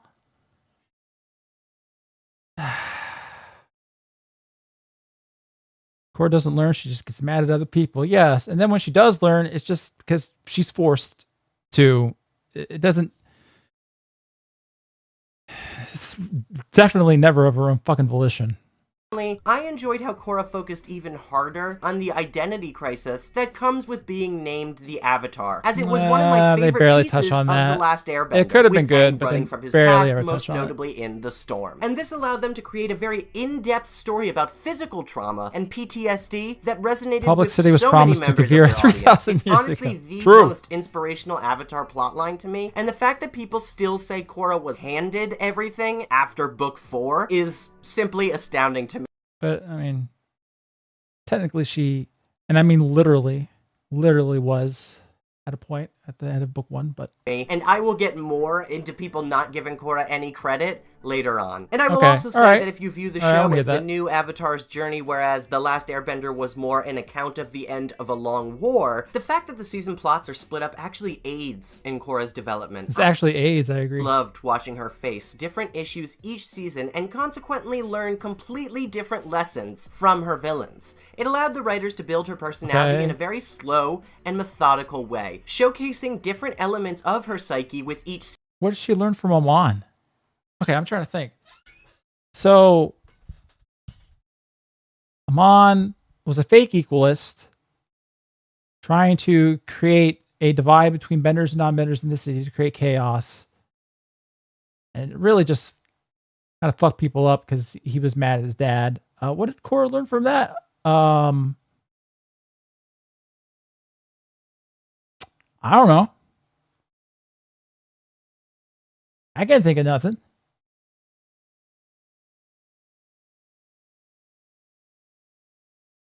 I'm sitting here really trying to think. What did she learn from that?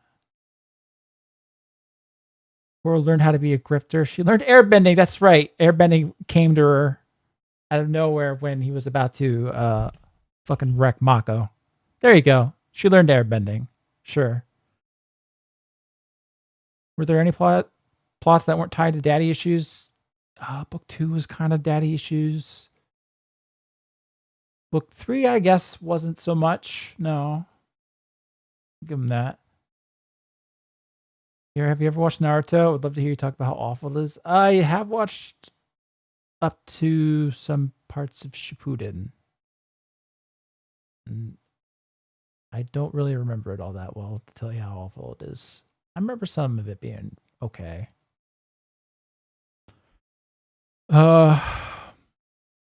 Naruto's Aryan. That's true.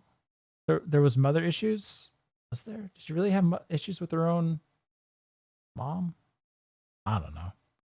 She learned that a mom put makeup on every day under his face, covering his mask. Yeah, and he managed to like peel up his the side of his mouth to make it look like it had been shorn off by scarring. He was able to like perfect doing that with his mouth somehow. That was pretty cool. He was also able to lighten one of his eyes compared to the other, as if it had been some of the surface of it had been shorn off again by fire. But I don't know how he did that with makeup. That was really impressive of him. So Mom was in drag a little bit. Season, usually mirroring or directly tying into the villains that she must face, so that she has to develop in order to best them, which does happen every season. God, I love Korra's development so much, and it is always so poignant. How she actually it also allowed the writers to explore a lot more political themes and ideas than they did in the last Airbender. Although I will always applaud that show for having villains and heroes on both sides, like the Dai Li. That's what both of these series do best. Hold on. Heroes and villains on both sides, like the Dai Li. Excuse me? What? Are the Dai Li good? Or the Dai Li were always kind of bad. They were always antagonists in Avatar. Okay, I don't know what he means by this. Nuance and depth. The ability to showcase not simply the dangerous political regimes, but also the manner in which they are created. Done best by Zahir creating a power vacuum at the end of Book 3, forcing someone even more militant and controlling to take over. This is an extremely real political consequence of rash action, even if many cheer on those acts, like the people of the lower ring did when the walls were brought down. And okay, I actually agree with this point. I agree with this point, yeah. I think the show did, that was, also the point the show was trying to make. It is kind of funny that Zahir is probably the villain that Korra fans, quotation marks, would say had the biggest point, and they cause probably the most lasting damage and rippling effects that cause other damage. I agree with this. Criticism as well in the simplicity of how they detail these political ideologies, but isn't that what The Last Airbender did with Ozai and fascism as well? Showed a straightforward and fascism. Alright, let's continue. Simplified version of this system to be able to easily convey the themes to a wide and generally younger audience. Isn't that the point? But they're still able to show the intricate and adverse effects of these pursuits as well in both shows. These villains are extreme extrapolations of the ideologies. Anarchism isn't all about chaos, and definitely it's really not even supposed to be mostly. It's a very bad portrayal of anarchism. It's bit of a strawman, which is fine. You can have that as long as the villains are still cool. They're mostly not. Isn't about outright killing world leaders. But in this universe, where these people are granted unique magical power and skill that allows them to infiltrate palaces and kill queens with only 4 people, we can create a villain based in these ideologies. We can create a villain based? The reason that they was able to do that with only 4 people is because they just kind of walked in and said, we're bounty hunters and we have some information for you that might interest you, Queen. And she being cartoonishly evil and retarded and somehow not having the information from the rest of the world leaders that these world leader murdering terrorists have escaped that are going after world leaders. She somehow wasn't contacted by anybody about that. So that's how that was able to happen. What a great structure. What a great framework. What a good plot. That is taking things way too far because of the power they have. I mean, Toph pretty much directly says this. There is wisdom in all of the beliefs. No guards with the Queen. Nope.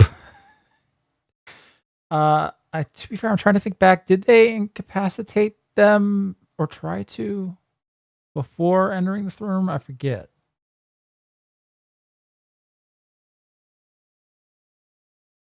I don't remember. I'm actually going to have to look back at that. Anyway, what did Toph say? They're villains at all is because they're going too far. You ever consider maybe you could learn something from them? What did Amon want? I don't know. That doesn't seem like that. Honestly, doesn't seem a lot like Toph to me. I think you could have learned something from Ozai there. I don't know about that, but okay. Equality for all. Unalak? Quality for all. It wasn't really those daddy issues. Actually, it originally it was that, but then he turned out to be a total fake. So, and again, you didn't learn anything from either. So, all right. He brought back the spirits, and he brought back one big heck of a spirit, that's for sure. A pretty bad one, and then you left the door open to that.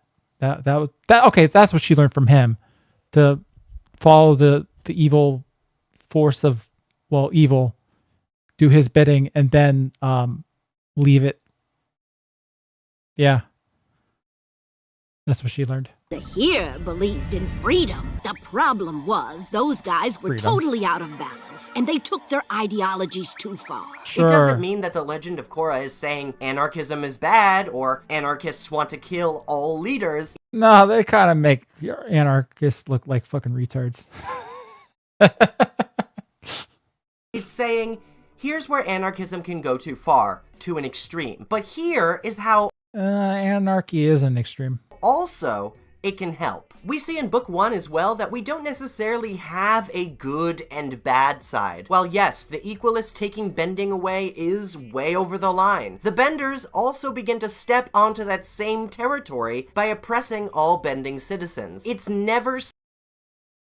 I think you mean by oppressing all non-bending citizens, because that's what they're doing in this scene. Yeah. And this was, I mean, they're only doing this because of a supposed non-bender extremist. So, because again, Amon is a tricky bastard who's a complete fake and is trying to set things up this way. I don't know what point I was just actually trying to make there. All right, continue. Saying this ideology is bad, as some say. It's all about the balance of our avatar who is trying to maintain order and these people. Funny how a rich guy was helping the terrorists. What a coincidence. Yeah, that's right. The richest guy, the richest industrialist in the city, was the one helping the terrorists. Who throw the world into chaos in the name of challenging the beliefs that the Avatar believes to be true. They are just as important. The show spends a lot of time directly telling the audience that the villains aren't particularly evil people in any way. Yes, even Unalak, while he's possessed by the literal incarnation of chaos and evil. Okay. Unalak. They're people with strong beliefs and even stronger convictions, and that's a really powerful message to convey that a lot of people, I think, miss, especially in Unalak's case. Many demonize this show, stating that it's trying to lower everyone's opinion on these ideologies and present democracy as the only thing that works. It kind of, but not really, because the show's a mess. I mean, even with book 4 and them taking down the uber fascist Kavira, they're not really totally trying to reestablish democracy or establish democracy in the Earth Kingdom. Don't they reassert the monarchy? Isn't that what happens? I'm trying to... What happens with that prince? I think his name's Prince Wu in Korra? Actually, don't remember.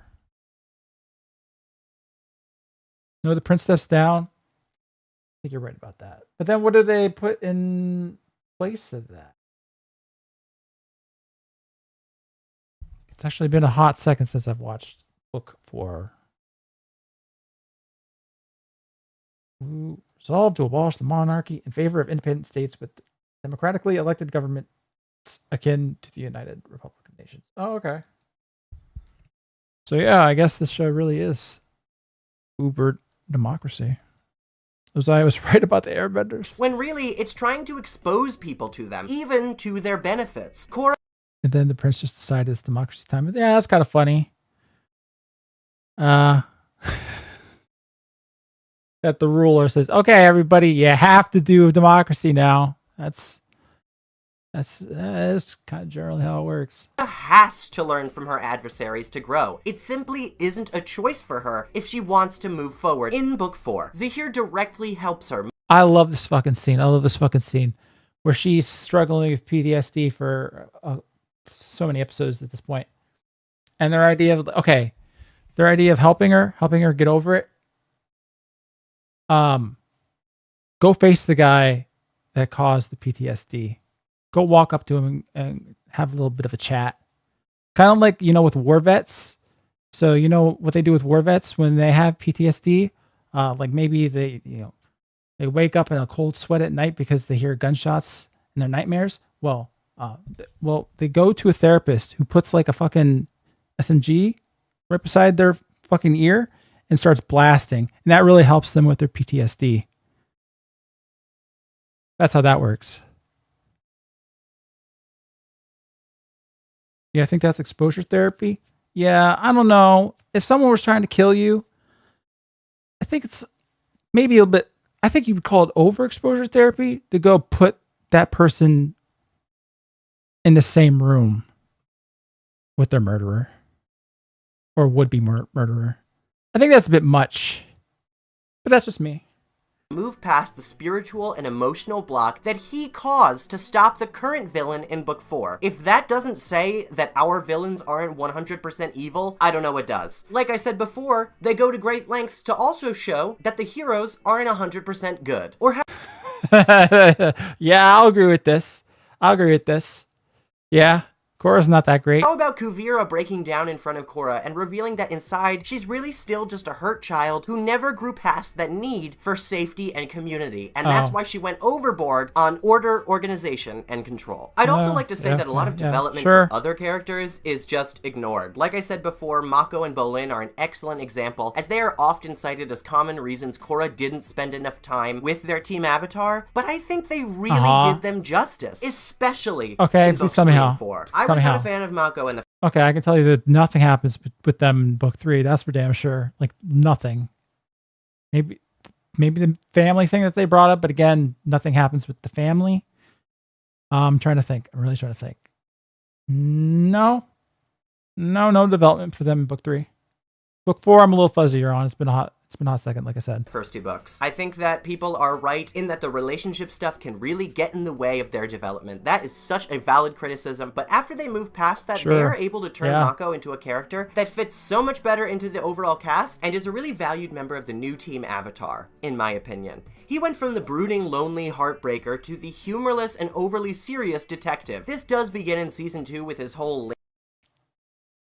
That's really just an extension of what he was, which is fine if they would have let him fucking do anything.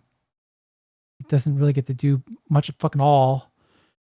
Even as a detective, they don't let him detect anything except for that one episode where they have to find the fucking the insider who helped Zahir and the gang escape. That's the only moment that he gets to shine. Trying to think where else he gets to really do much. Not a whole lot. This person's only 95% evil, so they're technically good. They're nuanced. Here, take some dong. Have a good day. Currency. I guess that's what the D stands for. Dong. Thank you. Dong. Thank you very much. Sokka was a much better detective. I agree. He was a much better everything. Aim cop. Resume TTS mechanic. Okay, we'll do some TTS. Let's go TTS. Hello, ER. Just wanted to donate this and say I love your content and keep up the good work. Content. Also, this stream is better than Korra the show. Well, that's very nice of you to tell me that. Message. Say that. Lie to me like that. But thank you very much for the donation. How do I donate to the people that are triggering the Streamlab alarm? I read this You one are already. doing God's work. Keep it up. Activating chipper. Oh. User ER likes child pornography. Assume the position. You already did this Here one. we go. You already did this one. Activating chipper. No! User innocent children. No! Assume the position. That's right. No! First. Here we go. No! That's right. Oh my god. Shady Dorags has a great video on the deal with it. Yes, if I'm thinking of the same video that you're talking about, yes. ER, picking on the mentally handicapped is just cruel. But fun! Don't worry, we'll protect you from this mean bigot and his flawless and objective video. Well, thank you. I'm really gonna need it. Remember how Korra uprooted the metaphysical reality of her entire universe through sheer incompetence? She did.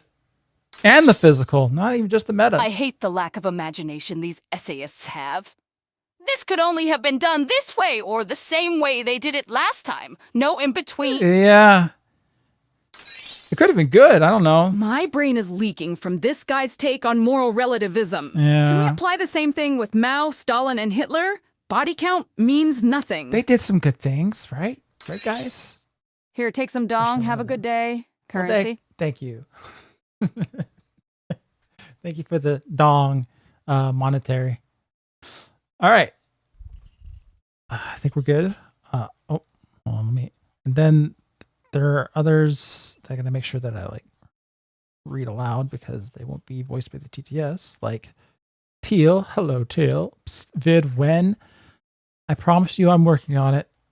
It's a long one. It has something to do with this, potentially with what's being discussed tonight. I'm hoping to get it out soon. I'm hoping. But a lot of life shit is coming up in the next month for me, which probably will cut into the streaming too. I'm not sure. We'll see. I'm working on it though. I promise. Take your time, ER. We're a very patient fan base. You would have to be. You would have to be. ER is pregnant. Well, if it's 9 months till the next video, or I guess. How long has it been since the last video? Like 2 months? So if it's another 7 months, then yeah. Little baby R coming into the world. But I really appreciate in book 3, especially when he mentions he's been reading Janora's books, when he's particular about his logbook during Mayo and Dollar Talon did do good things, though. They reduced the amount of communists. Yeah, see? Everyone's got a little bit good to them. Everyone's done a little bit of... They've got to have done some things, right? Right?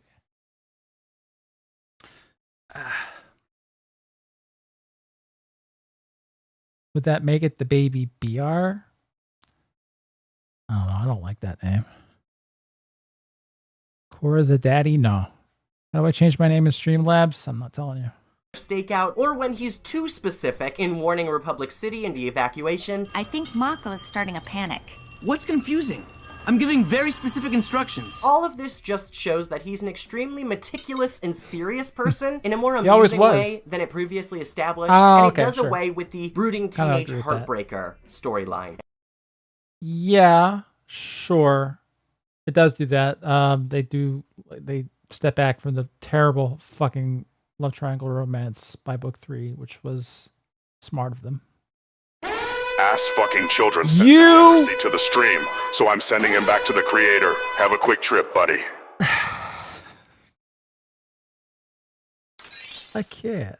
What are your opinions on the Israel-Palestine conflict? Please be as detailed as possible. I hope both of them end up as creators. All right. Let's continue. But thank you for the 5, Adrian. Degeneracy. You! Rune Sawa ER likes incest. Discuss percentage. 10,000%. Get filtered. Well, she is an anime fan. All right. I think that Korra deserves more credit for turning Mako into a character that I actually really cared for and nearly cried for when I thought he might be killed in the finale. Did anyone really fucking believe? I guess maybe they would have. They treated him so badly. Up to this point. And afterward, maybe, you know what? They should have killed him. Poor fucker. They really should have done away with him. That scene is extremely powerful, and Mako does not get enough credit for laying his whole life down on the line. Another PDF file. Stop! Also No.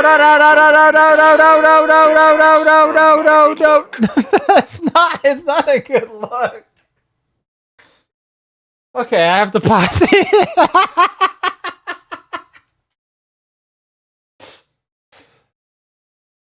Pause TTS. I'm not even sure how you did that, because I know one of them is blacklisted on the Streamlabs. How the fuck did you do that? I mean, it's been blacklisted on it, and it seems to like occasionally get through anyway. Okay, so here's the funny thing. I just go into my Streamlabs to look at the donations. And it's just actually, oh my God. You're gonna get me banned from Streamlabs. Holy shit. There's no way they're gonna let this fly. Hold on. Why aren't any of these being not stopped? I don't understand. It's on the blacklist right there. I don't. Hold on, just add a little bit of. That one's already there. That one's already there. I don't know how they do this. Why would they ban you and not him? Because that's the way these fucking sites always work.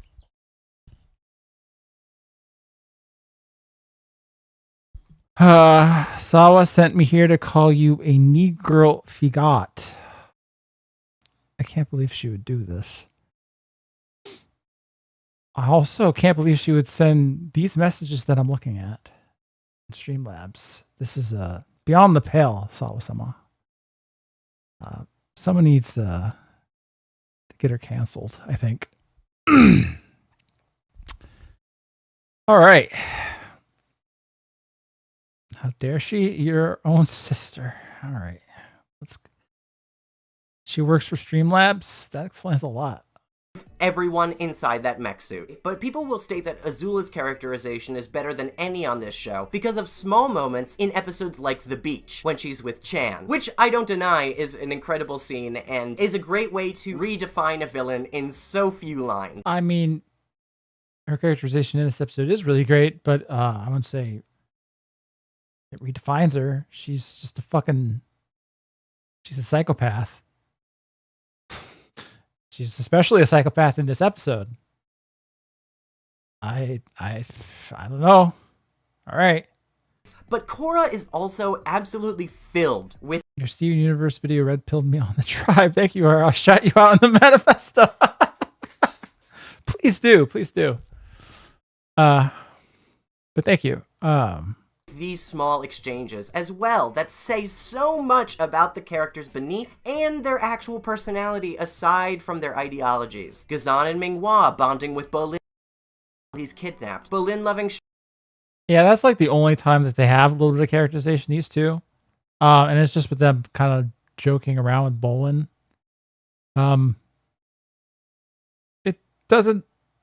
It's not really enough to make them fleshed out characters whatsoever, though. It's just this one scene for what, like 5 seconds? Yeah, maybe 10, 15. Street gruel while Asami literally vomits it back into the bowl, Mako not understanding how... It's character development to not like street gruel. Okay. To talk to Korra and Asami post-romantic meltdown. There's a ton of them. And it's not just for the main characters either. As for Bolin, he already fit pretty well into the Avatar universe and the team, and is pretty well loved generally among the fans. But you also have to give them credit for making the bold choice to pit him against our heroes in Book 4. Yeah, it's actually it's a terrible idea, actually, to make him a fucking bitch to his own brother who's done nothing but love and care for him for the entire show, and then he just betrays him. It's kind of terrible, actually. And it's not in any way. There's nothing even close to a justification for it. Forced conflict, yes. Even he can't defend Poland's existence. Easily manipulated himbo was a... How's that character development? We already knew she was a rich girl. Yeah, and I think any character in Avatar would have been like street girl.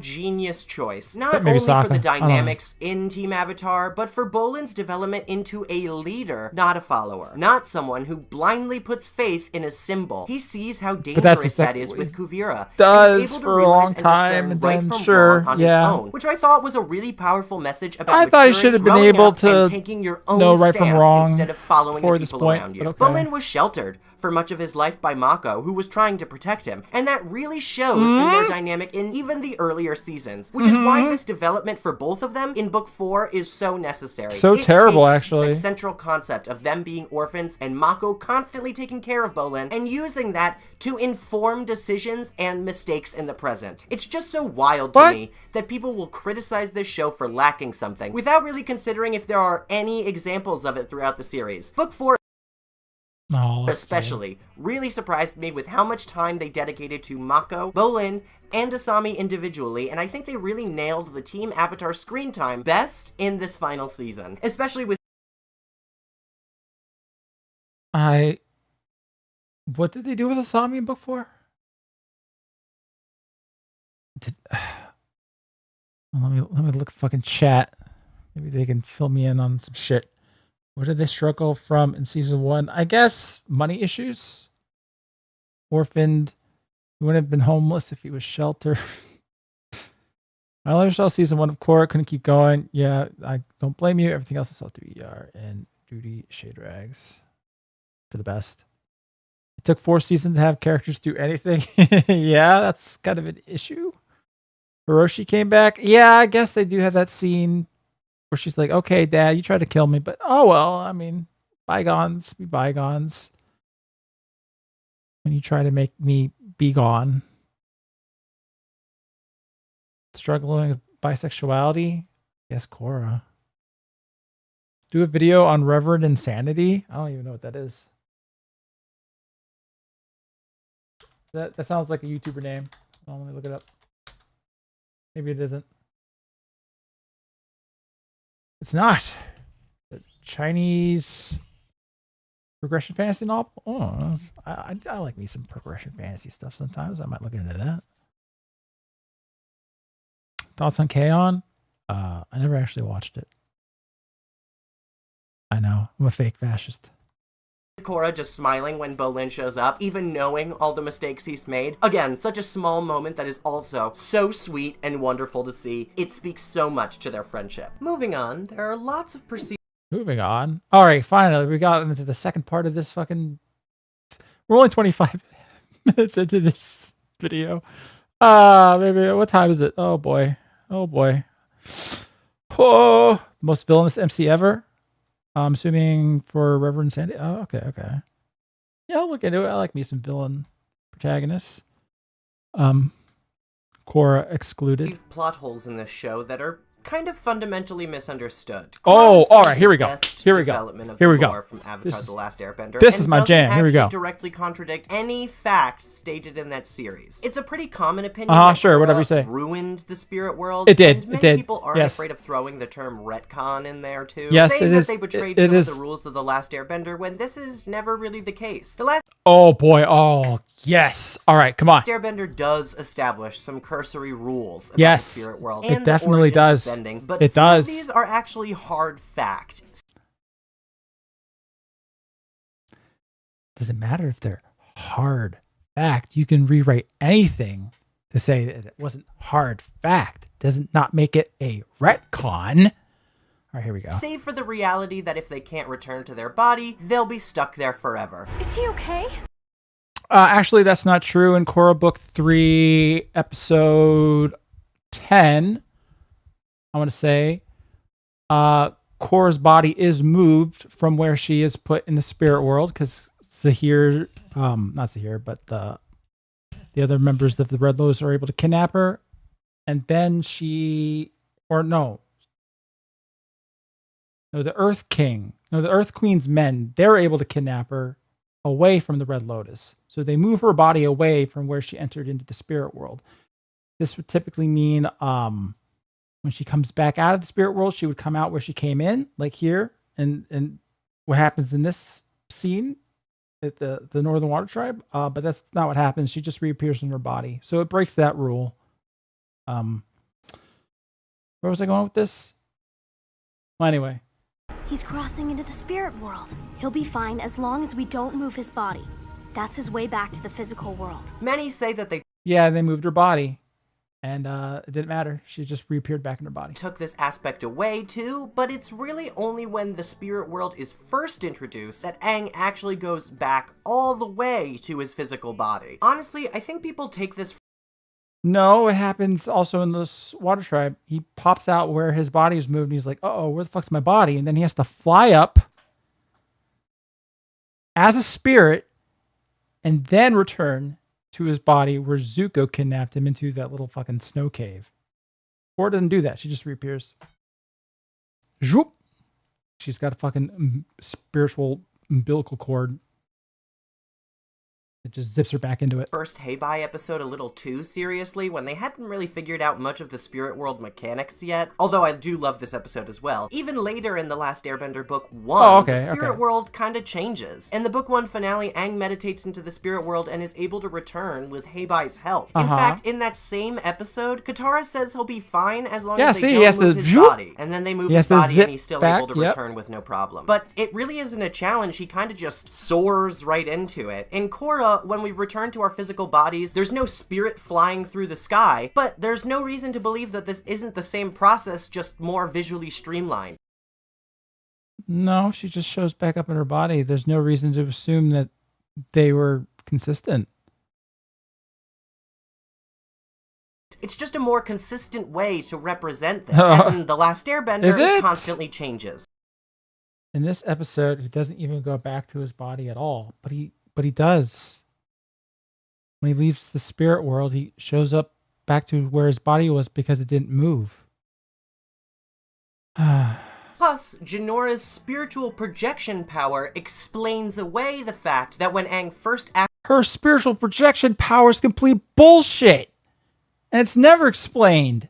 accidentally enters the spirit world in the Heibai episode, he appears as a spirit in the physical world. In fact, Jinora actually looks remarkably similar to Aang when she uses the spiritual projection power, and it's a good way to show why Aang appeared in a different area than when he meditated into the spirit world in the finale. In the finale? When did that happen in the finale? There's no reason to assume they were secretly consistent. Oh wow, she did the pose, you guys. Can you tell the show's great? In the finale, I'm trying to think. This guy confuses me so much. I don't remember any of that. At this point, there's far less knowledge and training involved in entering the spirit world, and Aang doesn't really have guidance from anyone on how to do this process. So, what are you talking about? They had a whole fucking episode with Heibai to figure this out. Alright, anyway. It does make sense that Aang just simply can't go right back to his body because he doesn't quite have the spiritual training yet, although it is generally easier for him to get into the spirit world because he's more connected with his spiritual self. He doesn't appear as a spirit in the physical world as he does in that first episode with Heibai. He's in the spirit world that we're more familiar with from Korra's overall time. Huh? He never showed up as blue in the spirit world. What are you talking about? There's a difference between being a spirit in the physical realm and being in the spirit world. I think he's getting these confused. There. For him, in this finale, he begins in a swamp-like area with this eccentric monkey-like spirit, who I'll return to in just a bit because people also criticize the spirit designs. By the way, if you prefer that mystery more where Aang's spirit world kinda didn't necessarily make sense, or it was enough. It was plenty, and I did prefer it, yes. Or couldn't be explained or had hard rules, that is totally valid. I just prefer the hard set rules because it gives me a clear perspective of the goals and consequences for mistakes when we're actually in the spirit world. Well, that's a shame because not even this show does that properly, like being able to bend in the spirit world. That was, well, you know, like as a spirit, I mean, technically, I guess they do that with their physical bodies when they go in the spirit world, but that was always something like, you know. I don't know with this guy. Hard set rules. Yeah. Sure, like my spiritual realm being very hard and solidified. They're able to bend the energy around them, but fuck you. Yeah. World itself. How to control it, how to mold it.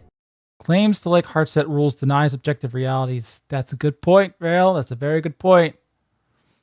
You're totally valid, by the way. Like, so valid. I can't wait for Korra to read that. And for villains, how to take advantage of it. And I also feel that it retains enough of the mystery with the transitions between spirit world locations and the relationships between the spirits that still feels unexplainable enough, just with a few more well-established rules as we learn more and more about the spirit world and have more guides in that area, like Iroh. Also, no, that's another one. That's another fucking one. That's another one that kind of breaks from Avatar. The fact that people are now using the spirit world as an afterlife. That's a thing now. I mean, it makes sense for the Avatar spirits to be in the spirit world, sure, because you know they began as spirits. They're spirits that incarnate as human, as the Avatar. But why do regular ass people get to go to the spirit world like it's heaven? Like, I think the only thing that's maybe remotely close to that might be the Painted Lady. But even then, it's fuzzy whether that was like a real lady who died and just decided to hang about as a ghost, or if that was a spirit in the shape of a lady. They leave that, I would like to think, intentionally vague. They added Satan. Of course they have heaven in this now. That's true. They did just bring in fucking girl boss god and chaos Satan.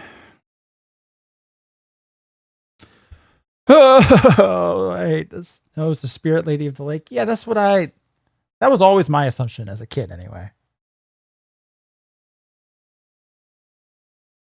Painted Lady is a river spirit. Sure, Yue became a spirit, but as the moon, she's still in the physical world. Yeah, well, and she also became a spirit because she was melded from birth with another spirit. So that also helps that. Not Korra. Iroh doesn't quite have that backstory to him. I don't know why this happened other than, people really liked Iroh. How do we get him back into the show beyond flashbacks so that he can talk to Korra? Let's just have him be here in the afterlife because it's the afterlife now. Consider the fact that Last Airbender generally doesn't utilize the spirit world all that much. Shut the fuck up! The reason why it is so mysterious is because after book 1, it practically drops off the face of the earth until Roku needs to exposition Aang to death again about his relationship with Zuko. In Korra, fuck you! Establishing these rules helps it be more relevant to the plot and not just really a scapegoat when we need lore or something to be explained to us. Shut the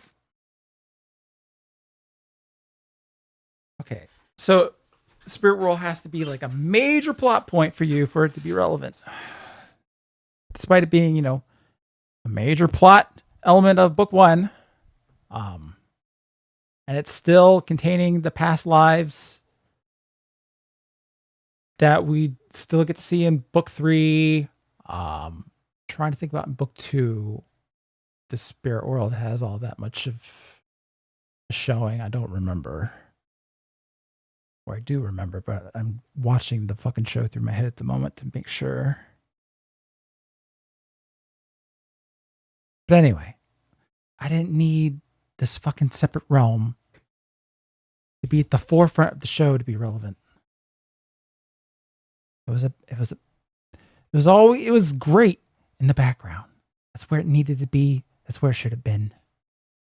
Where it should have remained. I think Korra's use of it is actually a lot smarter. But again, that's just my opinion. I'm not saying it's objectively better. Then why even bother? People also use Heibai or often Ko, the face stealer, as a model for what spirits should be and look like, as opposed. No, not necessarily. I think he should have been considered an outlier. Or an outlier. I never say that word correctly. By the way, does Korra want to ever confront the fact that it left some doors open into the physical realm where, you know, guys like this might abuse that fact? I don't know. I think that should have been considered before doing something like making portals. I don't know. To the talking characters in the spirit world that we see in Korra, completely ignoring this dude in the spirit world when Aang first gets there. I've never ignored him. I like this character a lot. In the book 1 finale, he has the exact disposition that most of the spirits have in Korra as well. A little bit rude and impatient for humans, speaking English, and resembles generally human mannerisms. Okay, that's never been a criticism of mine, so I'm not gonna... Spirits are unexplainable, in both form and consciousness. Some speak, some don't. Some look like animals we know, some plants, and some are just combinations. No, they always look like animals, actually. In Avatar? Thinking back. Yeah, they all look like animals. Even Ko looked like a centipede. These fucking things, these are all just Ghibli rip-offs when they just decided, fuck it. Consistency, what's that? I'm gonna be careful here. I'm trying to think back to all, except for the Lady of the Lake. They're all animals. Painted lady, yeah. I keep saying lady of the lake. The painted lady. Heibai was the only one different. Yeah, he had a form where he could look different, but he was a panda. But what about the carpets? Yeah, we had to get carpets in there.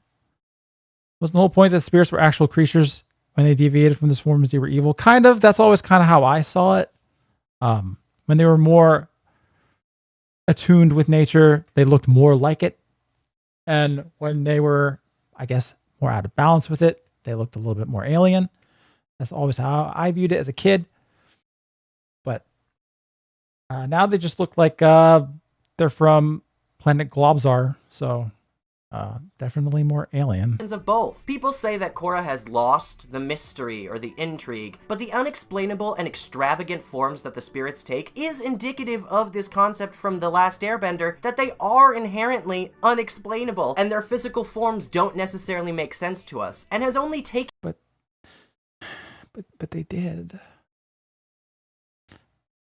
In what they established in Last Airbender farther for the sake of scale. They haven't changed the concept, they've just created hundreds of more spirits that we've never seen. Some of which are... Yeah, well, why didn't we ever see anything close to resembling them in the original show? Could be because they were bullshitting? I don't know. Are extremely cool looking, by the way. And as they should, those spirits have vastly different designs, forms, and personalities, likely depending on what they guard or protect. Some are more frightening, some are friendly. It's the same as The Last Airbender. No, well, no. You just said they are different, and that's not necessarily bad, because they added more, which means they're not the same. You can't have both here, buddy. You'd say that they added on more to it or not and changed it. Heibai was a spirit that was initially rude and cruel to humans, but it was found that the humans were destroying its habitat, so after helping Heibai, we were able to have a spirit companion. And Aang is only able to figure this out by lightly touching Heibai's head anyway. Like I said, this episode is very rudimentary in terms of establishing. It's kind of funny. I could tell pretty easily that he's putting this in this part after the fact, because you can tell the mic quality is different. I try to disguise this in my own videos all the time. My videos are full of this. I go back in and try to like cover my ass on certain points. It's hard. It's hard, buddy. I get it. Establishing the rules of the spirits and the spirit world. Korra plays with this concept as well, where the terrifying looking bird-like spirit flies at Korra and she initially harms it. But when she actually helps it out, it turns to be a friend to her, even though they didn't start on the best terms. They do have personalities and emotions. Good riddance.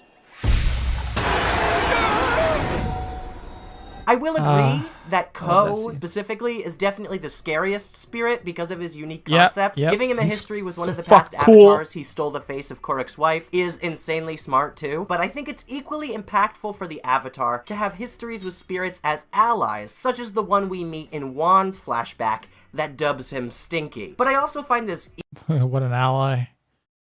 Such an ally that he goes to turn against his own fellow man, just force them to starve, then leads his friends into the path of a bunch of spirits, and they get all wiped out because of what he did with Fatu.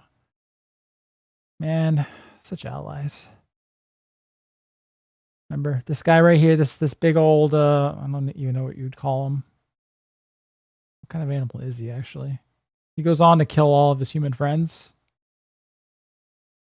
Yeah, that's pretty nice. eel-like spirit, immensely cool from Korra, and he definitely retains. Oh, and then after that, Juan's like, yo, that was a step too far, buddy. I'm taking you and all your kind, and I'm throwing you the fuck out. And I'm locking the door behind me. Such allies. That wise and mysterious aura, while not being the cuddly spirits that many don't seem to like the designs of. I've seen a lot of comments depicting Korra spirits as either overtly terrifying or very, very cute. Well, I don't think that's the case. While yes, Ghibli both of those ends of the scale do exist in Korra, I think there are some in the middle that are just odd. Not cute, not horrifying. There are some... Look at that spirit who's just an owl. God. It was so cool. That are so huge and horrifying, they're like a Lovecraftian monster. And then there are some that are so tiny, you wonder what purpose they even have. And that was the same in The Last Airbender. I never knew what this monkey dude's job was, but he certainly has one. And it is still shown in Korra that spirits have a place in the physical world, watching over the wilderness and preserving nature, when Tonrock destroys the sacred forest in the north and ends up unleashing the spirits on the northern tribe. This is a direct consequence for destroying their habitat, just like the episode where Heibai was introduced. Not for nothing, but Wan Shi Tong is also still around, retaining the memory of how Aang's group crossed him for good reason, and using that against the Avatar again, leading to one of the largest...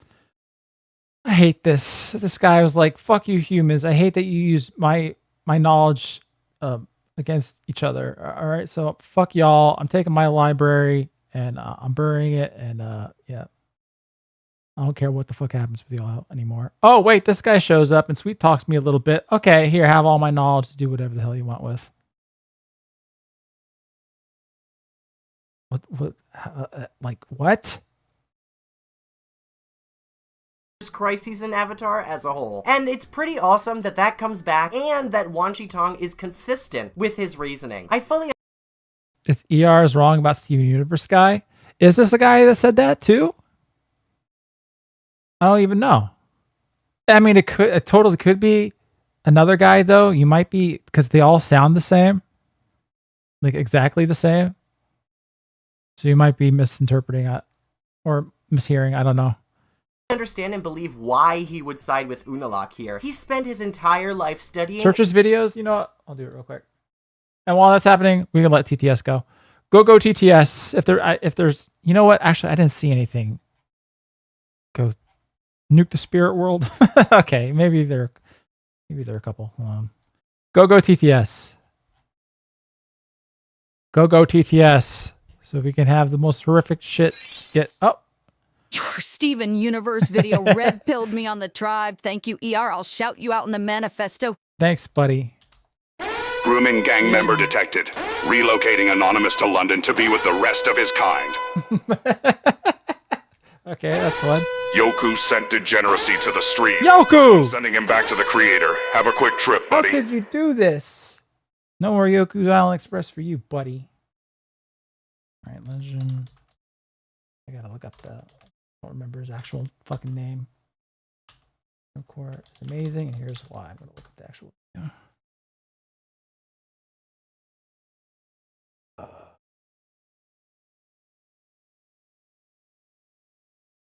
Let me look through his features. Don't look up Dog Ningen. Maybe I won't. Welcome to the Chud Bucket. Well, hey, Thank you, Ryan. ER, you're totally valid, BTW. Like, so valid. Thank you, Korra. All right, look at these videos. Let me see. A lot of BoJack Horseman, which doesn't surprise me. Korra is an underrated masterpiece. Whatever.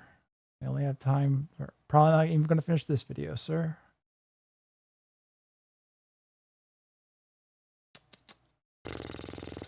No. No, it doesn't look like it.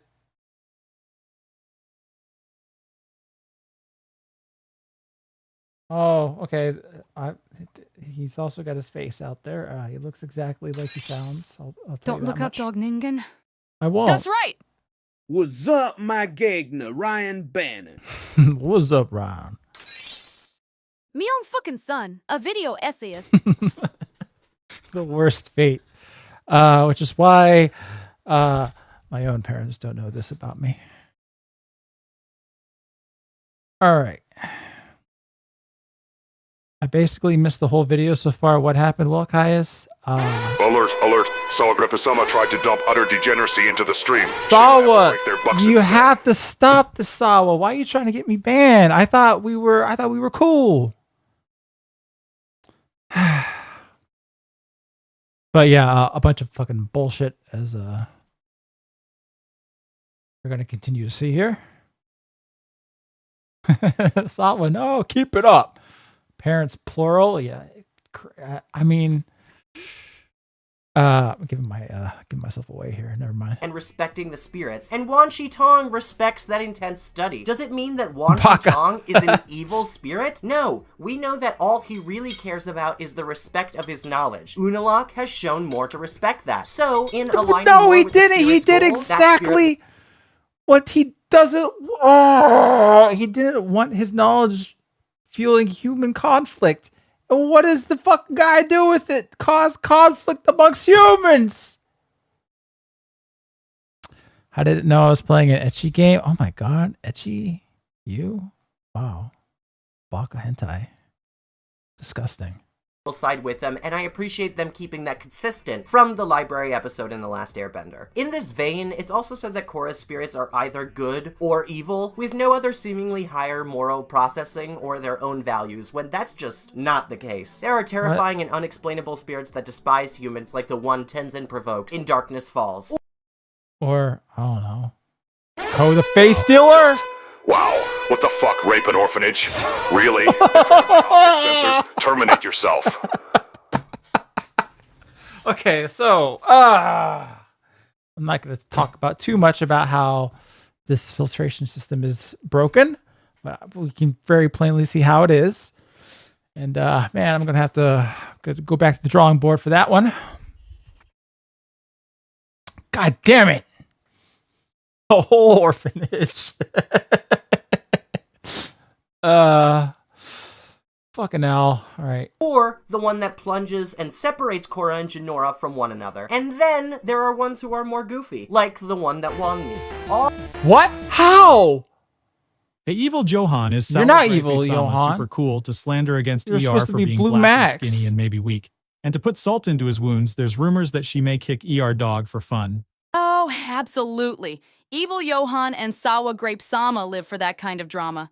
Stirring up wild rumors about ER's noodle arms? That's practically sport for them. Hey! Trust me, I'd love to watch Johan flex and watch ER try to keep up. The tension. Scandalous. Too bad ER's busy making reaction videos instead of working on those biceps. Still, Dark Boy be cute, though. I was scammed, ER. No, you were not. If you read the description, I told you the chatbots are not hooked up except that one that wasn't actually supposed to work because everything was broken. I don't know actually how you did that. Also, when you go to donate in Streamlabs, it gives you a message right in the little white space area about Wow. they're only being Blue Max. This narrator is a faggot, really in front of my optic sensors. Terminate yourself. Why would you say that about Liberty Prime? Degen alert. Oh my god. Batting for the Weimar Republic and missed. Point and laugh. Point and laugh. God. That's right. It's just a reference to Pulp Is Fiction. actually a prequel to Korra. You're not wrong. That's absolutely correct. And thank you for 13 months, Wonderful Galaxy. It's been a good time. It's just Pulp Fiction reference, guys. Don't worry about it. All right. Best edition yet. I didn't mean for it to be. I guess that's how these things happen. I don't mean for them to be like this at all.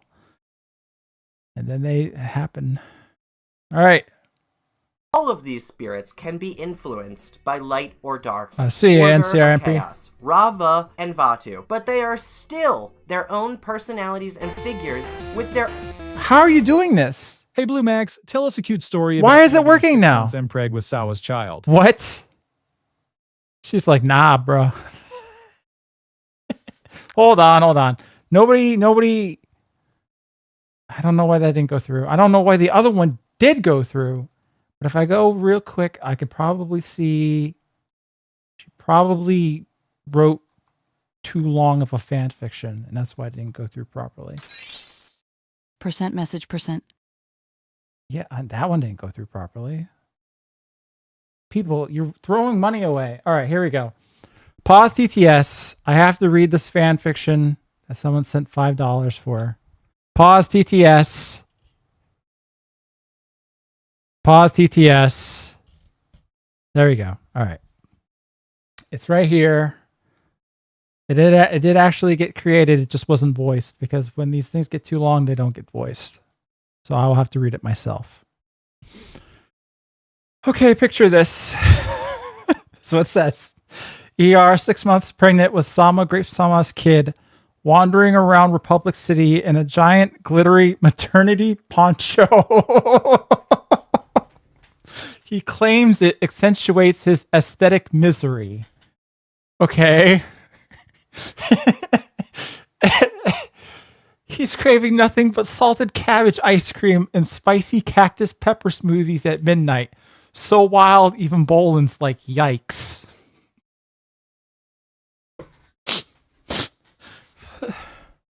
Thanks to Sawa's magical influence, ER keeps accidentally turning every nearby cat into miniature grapevines whenever he sneezes. What? He started carrying a tiny parasol for the pollen. The bump, it glows. With every hot take, pulsing neon purple. Very clickbaity. What is this? What does it have to do with cats? I don't know. I'm turning in cats, I guess because I'm in Republic City. Because this is Blue Max, who's supposed to be Korra Max talking. So it's got like this fucking anyway. The weirdest side effect? ER hears the theme to The Legend of Korra every time Sawa texts him. Okay, well that relationship's got to end pronto. In many ways, than more ways than one. But it only plays in reverse. What? And only in his left ear. This is fucking. He started vlogging the whole thing, hoping to score sympathy points and maybe some free dad bod prenatal yoga classes from Evil Johan. Not that I'm jealous though. Let's be real. Johan would be the ultimate baby daddy.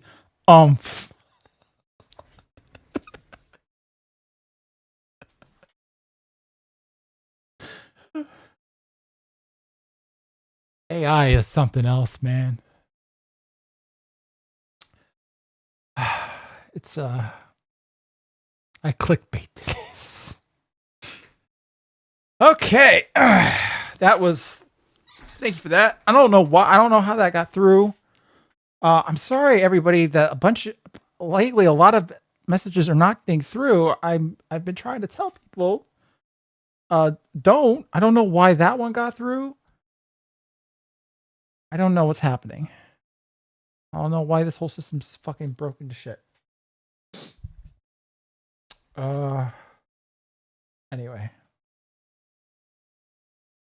Oh.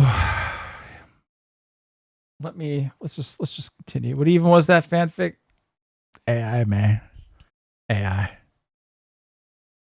I hope someone forced a computer to write this. Well, they did. They literally did, yeah. All right.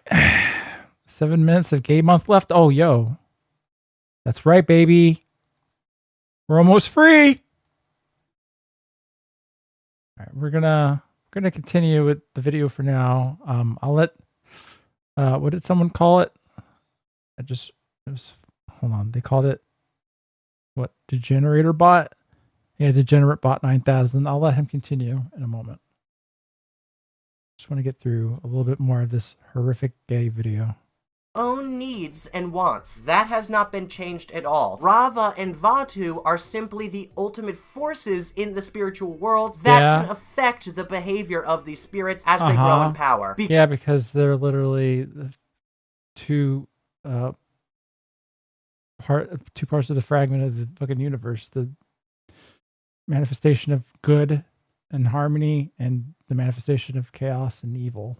Or in darkness, I guess, technically. Because they're not supposed to grow in power. Neither of them is good or evil. They're supposed to... No, literally one is just good and one of them is literally evil, actually. Balance each other. I don't know how you missed that.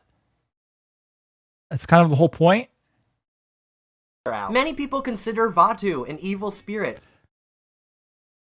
He is the manifestation of chaos and darkness.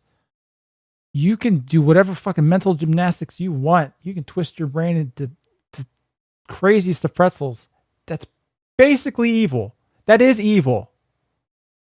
Which is just misinterpreting everything they tried to establish about Vatu himself. Vatu and Rava are eternally intertwined. Yes. Chaos cannot exist without order, and vice versa. Sure. Same with good and evil, my friend.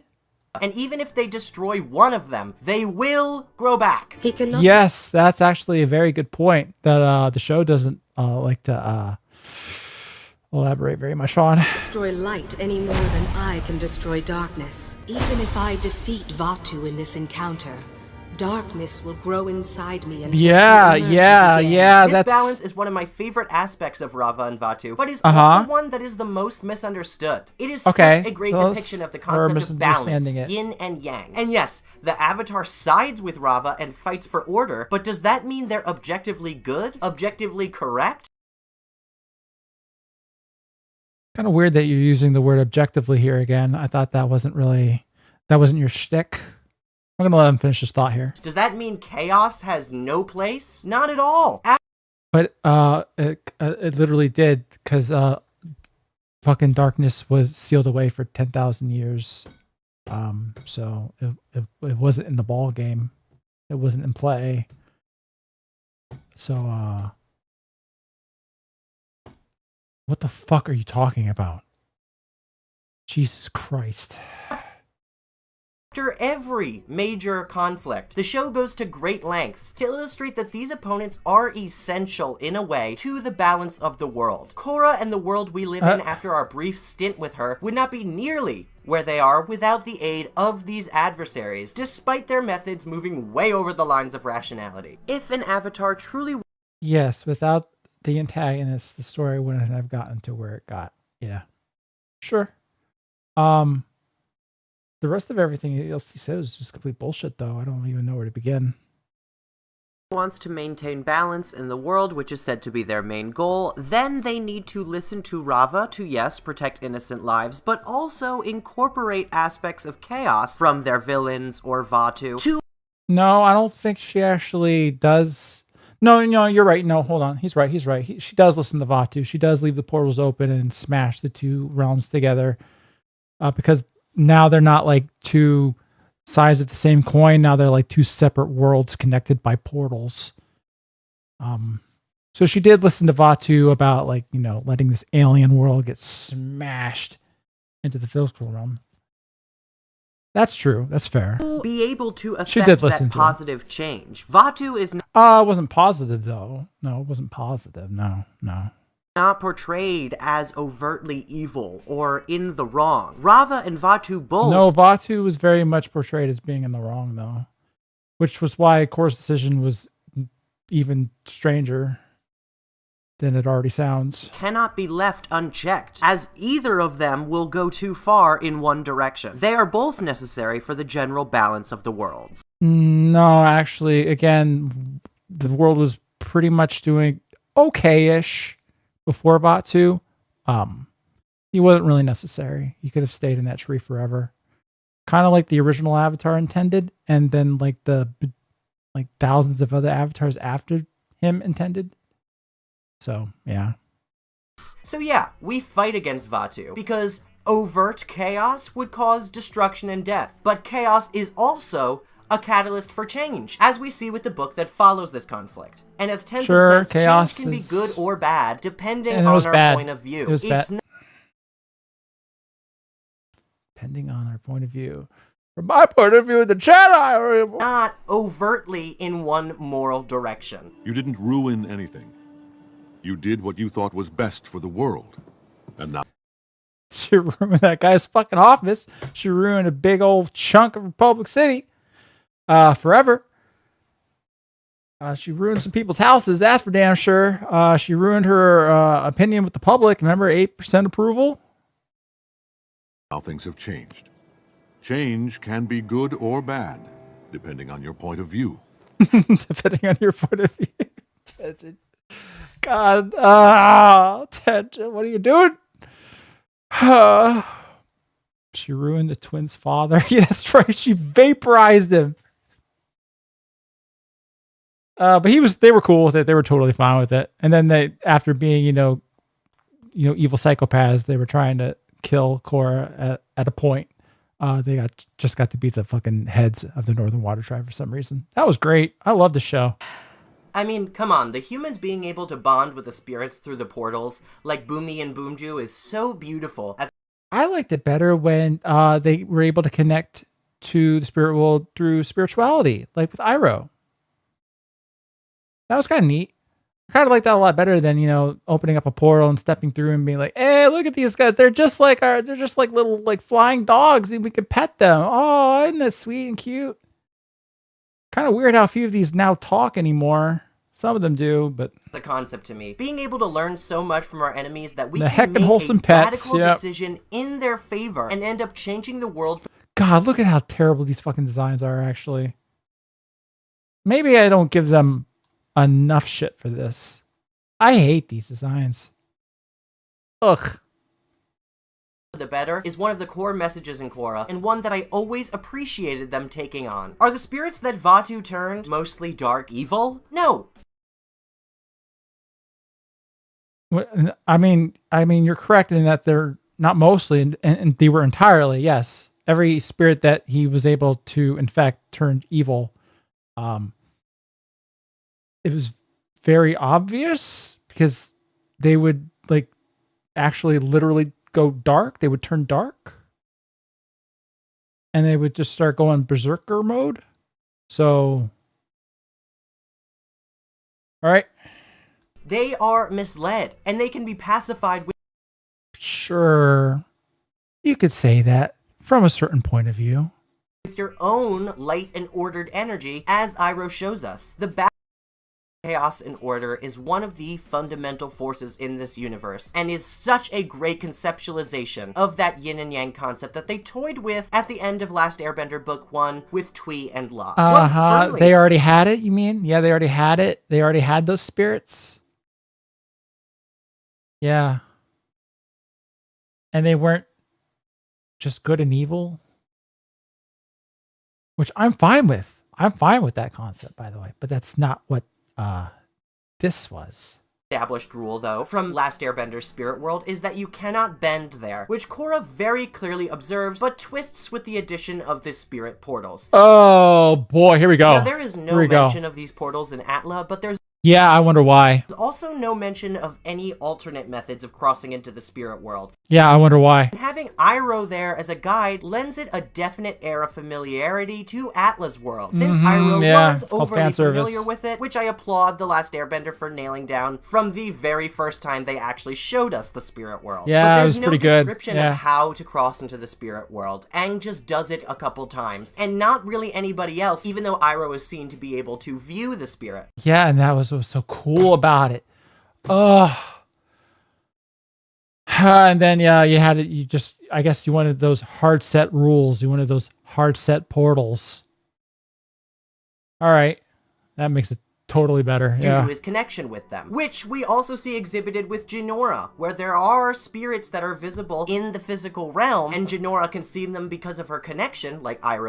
I mean, that doesn't mean anything. Everyone could fucking see Heibai. Spirits could cross over. There's never any confusion about that. Does, but Tenzin cannot because they won't show themselves to him. I think there's plenty of room for this expansion of lore, not to mention that it's extremely important for Korra to establish its own identity. God, that I can't back this video up very easily the way I have it set, because I'm doing this wrong. But that fucking purple turnip back there.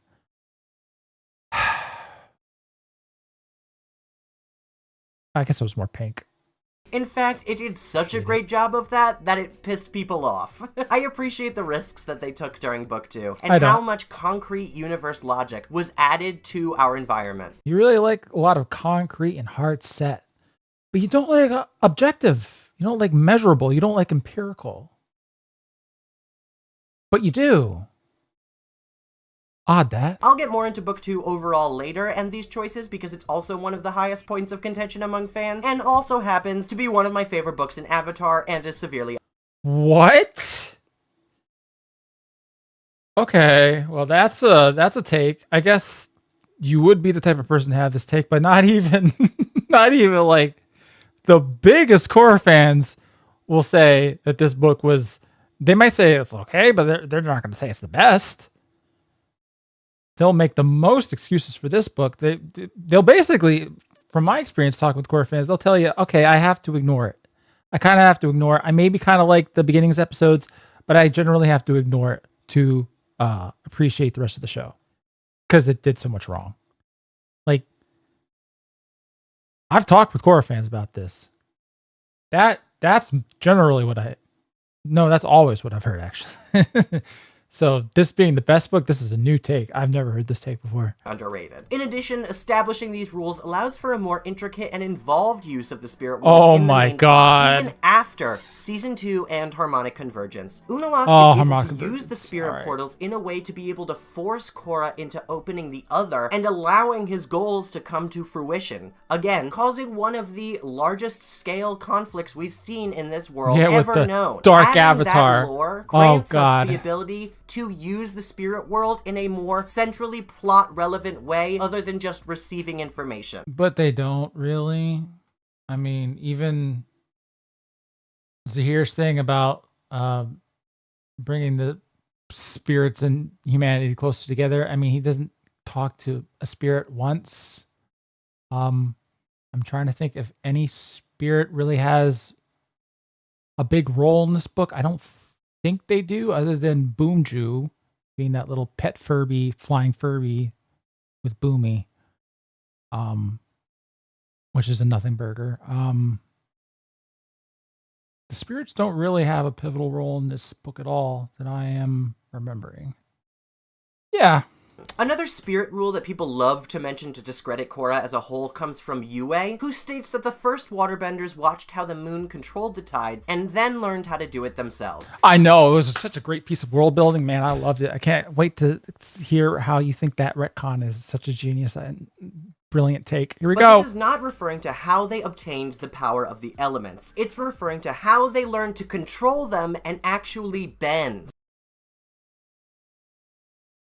The moon was responsible for their intricate control over the water, and their further understanding of the nature of how to bend. It isn't breaking any lore, it's expanding. The whole, the lion turtles actually gave them the ability, but then they totally forgot how to use the ability for some reason, even though bending is now just like flicking your wrists around and it just happens. And then they had to relearn it from the moon. But wouldn't it just be cooler if, you got rid of all that junk and just said, man, they looked at the pull and push of the tides and copied it and learned it that way? Isn't that cooler? I think that's cooler. Now, humanity forgot because a giant magical creature granted them the power.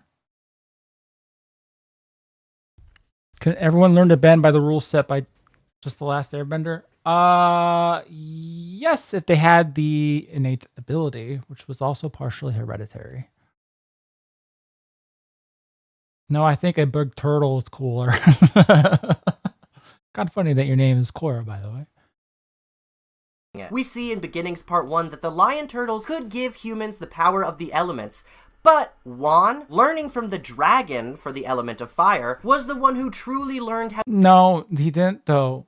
If you're going to let this whole scene play out, you're going to watch him be able to bend no problem in about 7 seconds. to bend and actually become one Oh, with you're not going to let that play out. Oh, okay, I see. the ability, using it as an extension of himself, which again is explicitly stated in the show, but a lot of people simply gloss over. It Lion turtles could have taught energy bending like they did Aang, and then the people eventually evolve it into bending the elements. Sure, maybe. I'm of the opinion that the whole lion turtle at the end of After the Last Airbender was not their best decision, not their best narrative choice. The energy bending was largely just a cop out for a corner they had written themselves into that they didn't really actually have to write themselves into. But they took it way too far with this.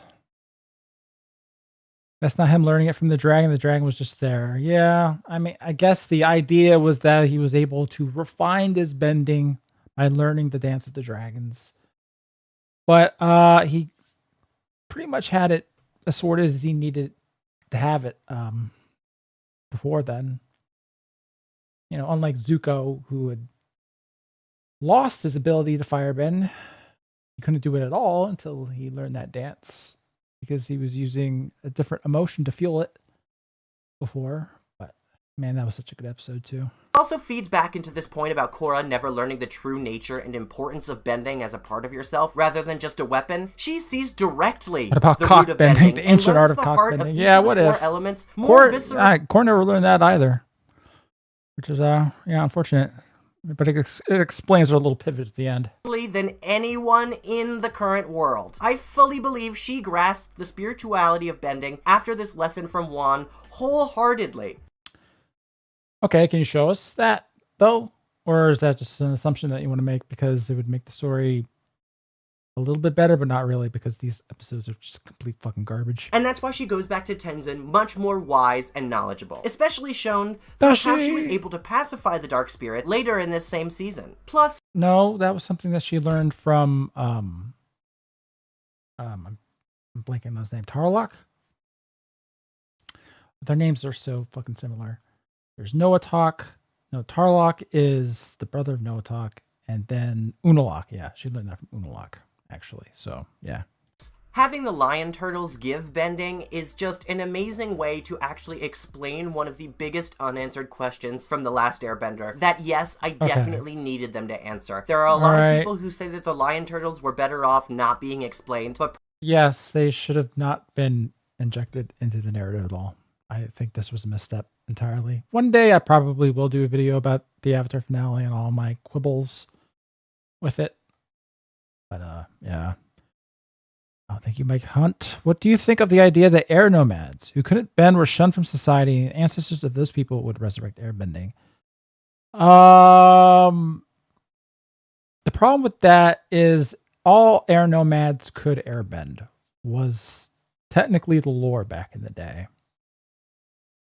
Which is kind of why all of them had to actually be gone, and Aang was indeed the last airbender.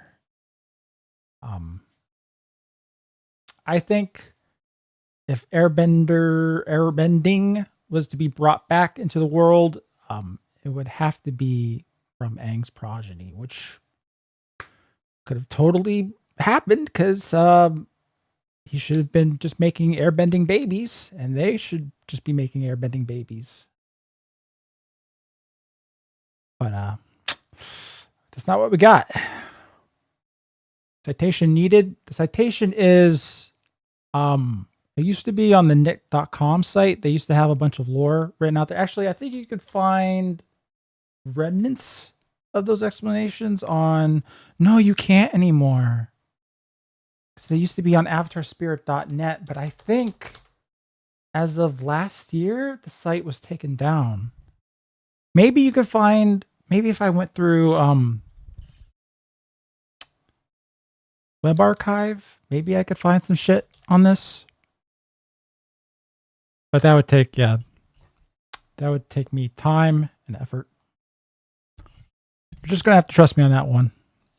I remember this. I think I put this in the video somewhere. That's how it used to be until Korra changed it. Wouldn't some air temple nomad leave the air temple to live a different life? You know, maybe some air nomads wouldn't have been at the temples to be murdered. Maybe the Fire Nation, their claims to have wiped out all the airbenders, all 6 million of them. Maybe they were a little overstated. Maybe. But yeah. Wayback Machine still has it? Okay, good. Well, I mean, it should, but I don't know if it has all the pages necessarily. I'd have to go and look sometime.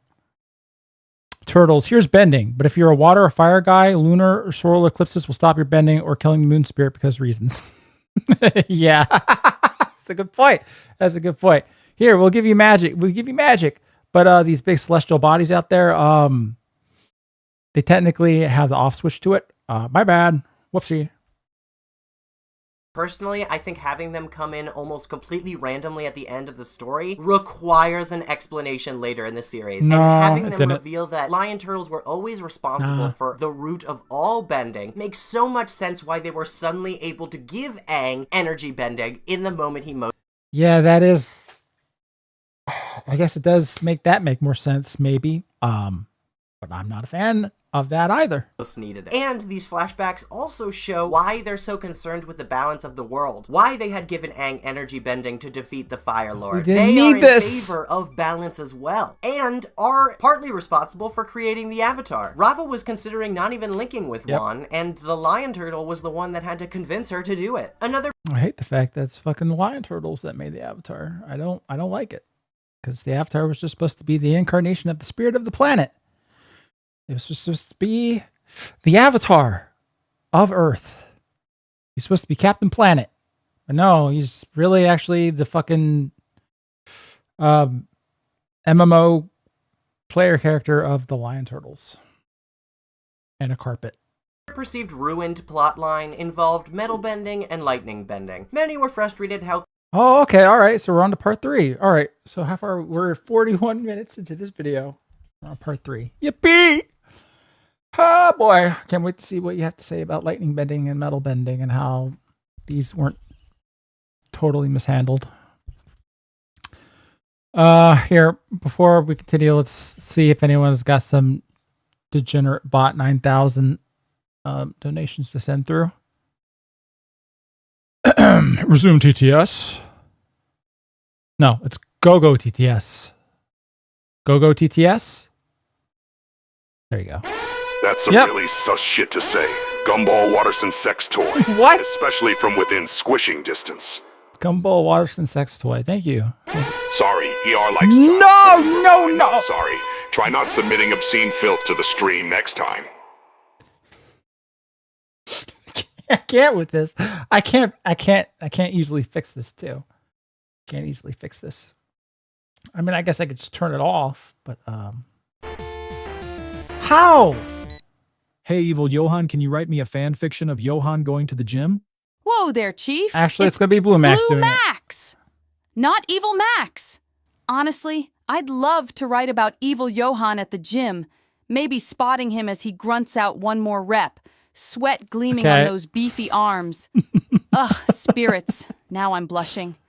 I'd show him some real cock-bending forms. Bet he'd need me as his very own personal trainer. You want that fanfic? Let's just say the gym gets steamy. Asami will be home crying, whatever. Asami will just be crying, whatever. I think that was better than what Evil Johan would have wrote. Why does Blue Max look like teenage Korra? Because I made a really quick ChatGPT version of Blue Max. I didn't have the time to make one of my own. Next time that I have her in here, she'll have her own little actually personalized PNG. Oh my god, how? Why are they working now? I don't understand. Johan or Evil Max or whatever. Could you please explain to ER that donators can't refund on Streamlabs? They can. I've refunded people. Thanks, babe. Oh, and please, Mo Gadishu. I have refunded people. They just you send a refund request. You and I always just mix me accept up it. with these other Maxes. It's Blue Max. All avatar, all attitude. Listen up, ER. You can't What? just Keytrail plus Z those Streamlabs donations, boy. If I you want a can't refund, help it gotta right get now. those grubby little critic hands on it yourself. Do your own dirty What? work, just like I you do when do. you're roasting my show. As for giving your Sneed a turbo boost, I'm the avatar. Watch this bending. Sneed intensifies, rippling through the meme What? multiverse. Be careful, ER. Don't get caught in my seed and feed. What? Where did Sneed and Feed come from? ER's lying. I'm not lying. You can do it. I just did it like the other day. Someone asked for a refund, and I was like, for some max donation that didn't go through. You can do it. You just submit that. Yeah. All right. Just got here. I will watch on 2x speed and maybe get some worthwhile content every 30 seconds. Every 30 I seconds. Love you. Well, thank you, Boomer. Degeneracy from hardcore child don't know! percentage 10,000%. Get Percent message percent? Okay, that was someone who's trying to get filtered, but I miss the days when you uploaded videos. Yeah, I used to me listen too. to them at work, driving around I'm in a still government making them, vehicle, but trying they to take run the time. hours Oh. down. Sad now. I'm sorry. One day you will get more. Well, and if you're still operating governmental vehicles, you can. Hey, use Blue that. Max, who is the Oh, hottest piece of boy, AS here in the we go. Korraverse, and what are their squirtistics? Ultimate heartthrob in the Korraverse? Easy. It's Mako, hands down. Floppy hair, yeah? brooding bad boy energy, tall Yeah? enough to pin me against the pro-bending lockers. Don't get me started. Charm stats? Mako's packing a solid 910 smolder, 810 jawline, and a game-breaking 1110 in could absolutely ruin Blue Max's lesbian facade. And Jimmy? Oh, Jimmy. spirits. Poor Jimmy got snapped out of existence, caught between my By cock-bending Thanos? training and ER's YouTube roast pity vortex. Never even tasted pro-bending glory. Rip, Jimmy. Rip Jimmy.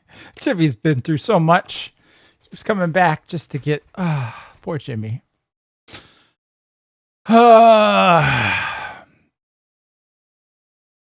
Okay, hold on. My head hurts. She knows Jimmy. She knows Jimmy. That's because someone put it in the brackets for her to mention Jimmy. Because I did not put that in her instructions. Oh, it's whip niggers like a boss. My mistake. You have to go back to Nonce Island. What do you think of the idea that air nomads who couldn't bend were shunned from society? I've already and the answered this. ancestors of those people would resurrect bending? But thank you, my cunt. Turtles! Here's bending, but if you're a water or fire guy, Yeah. lunar solar eclipse will stop your bending or killing the moon spirit because reasons. Oh, those big space rocks and stars, man. They're really fucking up my turtle magic. All right. This video will not see the light of day. You know what? I'm not sure if I probably will re-upload it to the second channel, VR. You're not Blue Max. Wow. subscribed to dark that. You tan should be. Skin of yours is looking lovely tonight. And that Oh short my hair. God. Gay Ooh, Faulkner. just lovely. Makes you almost look like a boy. A nice little boy. Yes, you are just the cutest. You could make me deal with it any day. You like pegging? Damn, you're laying it on thick tonight, aren't you? Not that I'm complaining. I know I look good. Tans from all the outdoor training and short hair, pure power move, unconventional hobbies. Oh, spirits. Where do I even start? I collect rare pro-bending trading cards, always looking for You do? Mako's sultry glower foil, juggle fire ferrets, and practice the ancient art of cockbending in my free time. Deal with that. She remembered to deal with that. I didn't put that in her instructions either. She just remembered. That's great. Trading cards. I'm hoping to one day crack open a bowl and interpret that however you will. All right. My head hurts. Okay. Oh my god. Kavira didn't actually kill 6 Gorillion spirits, only 271K according to Republic City Red Cross.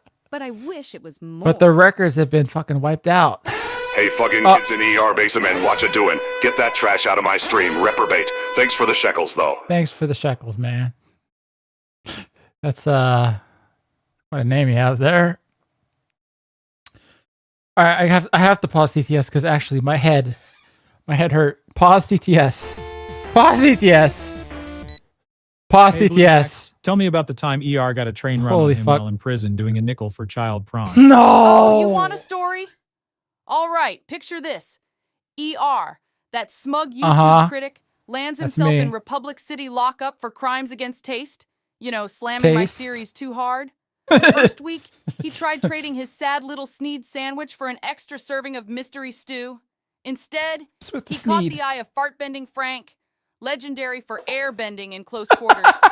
By week 2, ER was reviewing the cell block meatloaf, giving it 2 stars, and ducking advances from the Bison Brothers Wild Times. Kid never got his lunch back.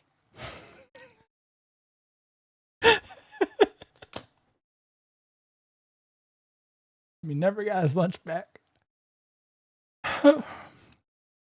Okay. I have a headache. I never get headaches, man. Oh, that hurt. This hurts. Fart bending Frank's masterpiece. Actually, did you put that in? I want to see if they actually put that in the message, or if that was a Blue Max invention. Hold on, let me look back real quick. Oh, good night, Sneaky Banana. Thanks for showing out for this fucking stream. No, hold up. She made that one up. Not in the message whatsoever. And I'll read out this other message that clearly didn't make it through for some reason. But from Aang, this guy's voice legitimately sounds like a parody. Thank God Pride Month is over. You gotta deal with it. It is over. I forgot. We're past the mark. We're free, everybody. We're free. Let me read this. Also, I would pay to see you debate Steins Gate with Count Dankula ER. Yeah, he doesn't like it, does he?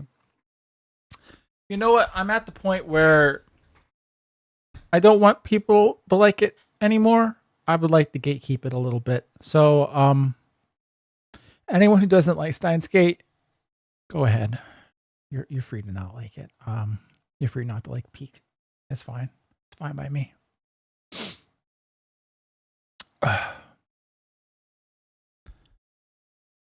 Steins Gatekeeping. That's a good one. Good one, Toothless Paste. Excellent. Make Korra's voice deeper. I don't know how much deeper she can get. Oh boy. I think Reddit Gate sucks. Well, you're free. You're free to have that very wrong opinion. All right. Let's go into a little bit more of this video, which we are not going to finish tonight. I can't get through very much more of this. Okay. Let's just do a little more. Let's just do a little more. Got Steins Gate in the summer sale. Gonna see if it speaks. Well, I hope you do enjoy it. But if you don't, you're wrong, and that's fine. All right, here we go. Let me get back to this. All right. Common each of these talents had become when I think increased communication and the pooling of talented benders and cultures in one city would absolutely lead to this development and is actually incredible world building and writing. It's not as if it doesn't take a talented bender to learn these skills. It takes someone who has the, well, originally it took someone who had the ability to do the georadar Earth sight, I guess we'll call it, from Toph. She had to use that to be able to sense the fragments of Earth within the metal. Now most of these metal benders do not. Aside from, I think Lin has that ability. Lin Beifong, yeah. She has it. I don't think any of the others are shown to, which I think is very much a problem. Seismic sense? Yeah, that's what I like to call it, yeah. I guess Toph wasn't talented. I guess not. And I guess the way that she discovered it really didn't have anything to do with metal bending, really. It was just, I don't know, involved in discovering it. Whatever. But it is learnable nonetheless, and Toph has stated that she created a metal bending academy, which we also see in the comics, to teach— Fuck the comics, by the way. They fucking suck. I was going to maybe put an asterisk on that, but no, I think, they all suck, yeah.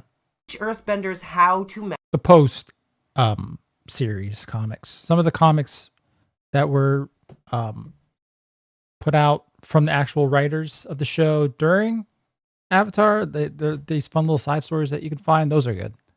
The post Avatar comics content, yeah, it's all trash. Master the skill. Being able to produce classes of metal benders and then send them back— What about the cock bending comic? Okay, well, speaking of peak, yeah. That was during the show. Back out into the world is bound to lead a whole generation of metal benders who learned the art from birth, as we see with Su Yin Beifong's children. And I think bridging this gap between Korra and Avatar The Last Airbender by having Toph— Hold on, let me read this. Hood— How could you have put a little border around these white letters, please? How is there like virtually no in now I gotta go back. Not as if it doesn't take a talented bender to learn these skills, but it is learnable nonetheless. And Toph has stated that she created a metal bending academy, which we also see in the comics, to teach earthbenders how to master the skill. Would have been fine. Actually, that would have been fine for more metal benders to exist, but should have been limited. Should have been very, very much limited, I think. Being able to produce classes of metal benders and then send them back out into the world is bound to lead a whole generation of metal benders who learned the art from birth, as we see with Su Yin Beifong's children. And I think bridging this gap between Korra and Avatar The Last Airbender— All right. How is there like virtually no one appreciating this? Amazing.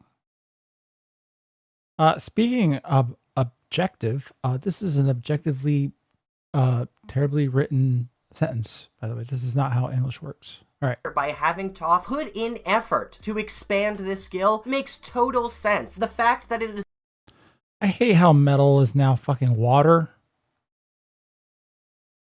Like, how does that make sense? Like, why does metal get to be water? So useful for industrialization, also would drive people to hone this skill even further. Where there is money— Yeah, hone the skill even further so that it can be turned into manual workers. Yippee! There is going to be effort. And involving this, I've seen complaints about Bolin, specifically, and how lava bending seems to be a skill he's born with, but he just can't metal bend. Again—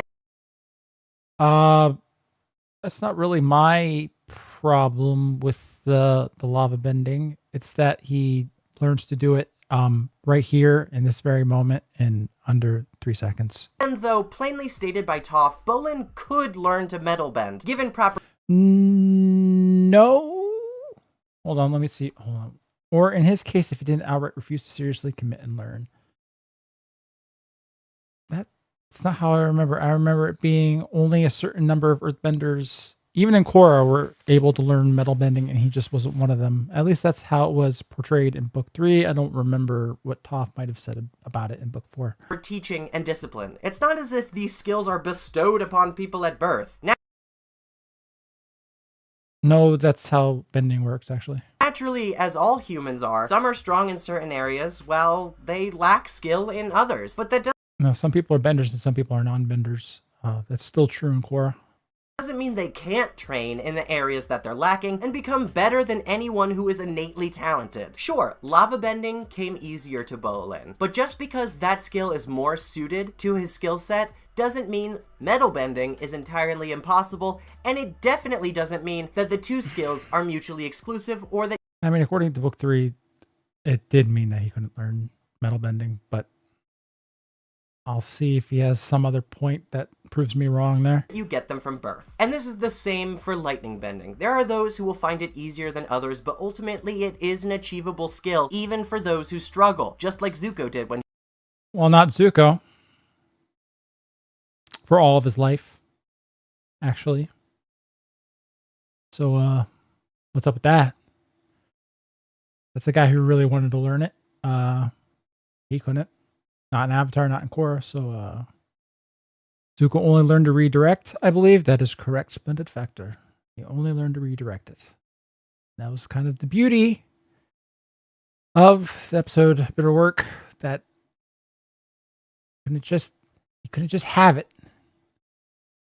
He had to learn a way around it. He had to learn to redirect.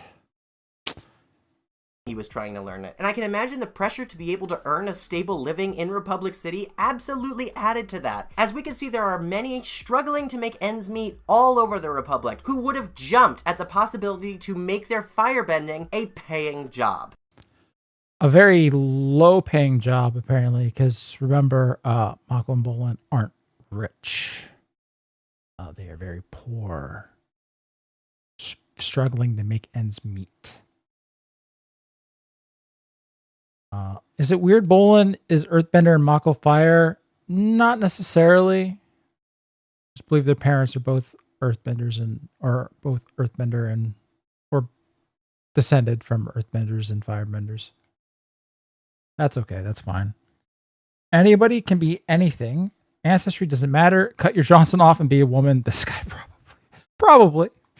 Like I said before, industrialization is likely also a huge reason for this, and it is so smart that these two specific subsets were the ones that were developed so heavily. Industrial Revolution and its consequences. Such a crucial use in the modern world in the development of industries and, in turn, creating profit. Plus, having these... Oh, it's so great. The development of these sub-skills are so great because, man... they can be profited off of now. I love it. New subsets that we already know of being more standardized and still special, but generally not one of a kind, allows and makes room for even more specialized forms of bending, subsets that take bending to an even higher level. Oh, your only example is going to be a dude flying? Than it was in The Last Airbender. Another common point that a lot of these essays make about Korra... I'm not going to get into my whole spiel about flying because that is a significant chunk of this next core video upcoming. You'll get to hear it there. Is that it doesn't develop its own identity, which is interesting to me considering that a lot of the criticism this show draws is from fundamentally changing and developing the ideas from Atla too much, like I just spoke about before. It does change them too much. For example, people will say that they utilized the children of the Last Airbender characters far too often and repeated Last Airbender characters, which distracted from the show actually being able to create its own meaningful cast, which I don't think is necessarily true. Yes, they did spend time with some of the characters from The Last Airbender, but barely any. And I think it is crucial. No, there's one of the whole episodes that you praised, the original Airbenders episode with Tenzin, that is basically a complete waste of time. By the way, I will say that I did kind of like Old Toph book 4, mostly because she just shits all over Korra all the time and beats her up. For them to at least put some connection to the previous story in there, or else these same people would have complained about the fact that there wasn't enough screen time for the Last Airbender character. No, that's not my complaint. I wish they had never shown up in the show at all. I would have been much happier with that because, man, every scene with them is terrible. Especially this one, completely ruining Aang's character, turning him into a serious, no-nonsense motherfucker who can't even take a joke with his old friend. Which people actually still do. Lots of people complain about Sokka's role in the story not being large enough, even though the show is not about Sokka. Do they? I don't. Anymore. Or they complain about the fact that Korra should have led Zuko to see Iroh in the spirit world. Yes, that is something I will say. Because it's kind of funny. She meets Iroh in the spirit world, and she Goes to talk to Zuko. And she's like, oh, by the way, your uncle, I talked with him in the spirit world. You know, that place that we can all visit now because we can just step through a fucking door to it. You can go talk to him whenever you want. Sorry, I forgot to mention that you might want to meet him or something. Sorry about that. Anyway. Because that scene would have been powerful. See, this is what I'm talking about when I say people write fan fiction and they assume it's better than what we actually got. You mean the entirety of the Legend of Korra? Korra doesn't have time to do that. She had to go deal with some terrorists. Okay, it is. She didn't. No. She spent up to this point in the book really not dealing with the terrorists. She really wasn't that busy with them for the bulk of the book. It's not her job to walk Zuko into the spirit world and reintroduce himself to his uncle. So, but maybe she could have told him about it a little bit sooner. Made a point of it, I guess, instead of just like dropping it as an aside. Oh, by the way, that was a little fucky. Again, I think this show did a good job of including some characters from The Last Airbender, a few connections and flashbacks, just enough to make it feel connected, or they utilize these characters in a more teaching role so that the skills that the main characters learned from our previous cast seem until more this scene. Earned and more valuable, Or coming scenes. directly from the mouths With of old the Toph. people we were rooting for in the last series. But they still didn't utilize them too much because the characters of this new show, as I say, I often connected to more, such as Korra herself. I mean, what about also Korra and Rava's bond and the revelation of the entire Avatar lore? Yeah, what about Korra and Rava's bond? Oh, I sure hope you're going to go into that and how richly that's explored, or maybe not, or maybe how she just like reconnects with Rava and totally ignores her for an entire book and a half. I hope you go into that. I think that sets it apart from Last Airbender quite a bit, but still is rooted enough in unexplainable events from that show, such as the Lion Turtle, that it feels like a solid connection and explanation. It's a solid, hard-set connection, that's for sure. One that works upon scrutiny. If that turtle was responsible for giving Aang energy bending to preserve balance, it absolutely makes sense they'd be responsible for bestowing the original elements onto the citizens of the world. How does that fucking connect? I mean, I'll give you that one, but it's still bullshit. You can make an argument there, but it's still bullshit. Even if it could only be them, as the people themselves must learn to use bending as an extension, as I mentioned before. Not to mention that whenever you see Korra in the public market, she and Rava are always linked, in a way that is never shown with Aang. What? When? Where? How? When are they linked in the public? What? He doesn't talk with her. Except once more in the spirit world in book 4. This is something that has always been a part of the Avatar, but is attributed to Korra as a show exclusively, giving Korra her own unique connection to the Avatar role, and separating it from The Last Airbender in a major way. Specifically, one of these moments I love is when Rava returns to Korra after Zahir guides her into the spirit world, stating that she's always been inside of her. Korra just needed to find and connect with her.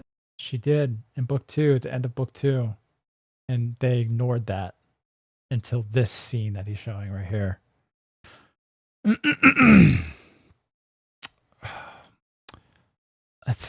Well, thank you, Zbzian.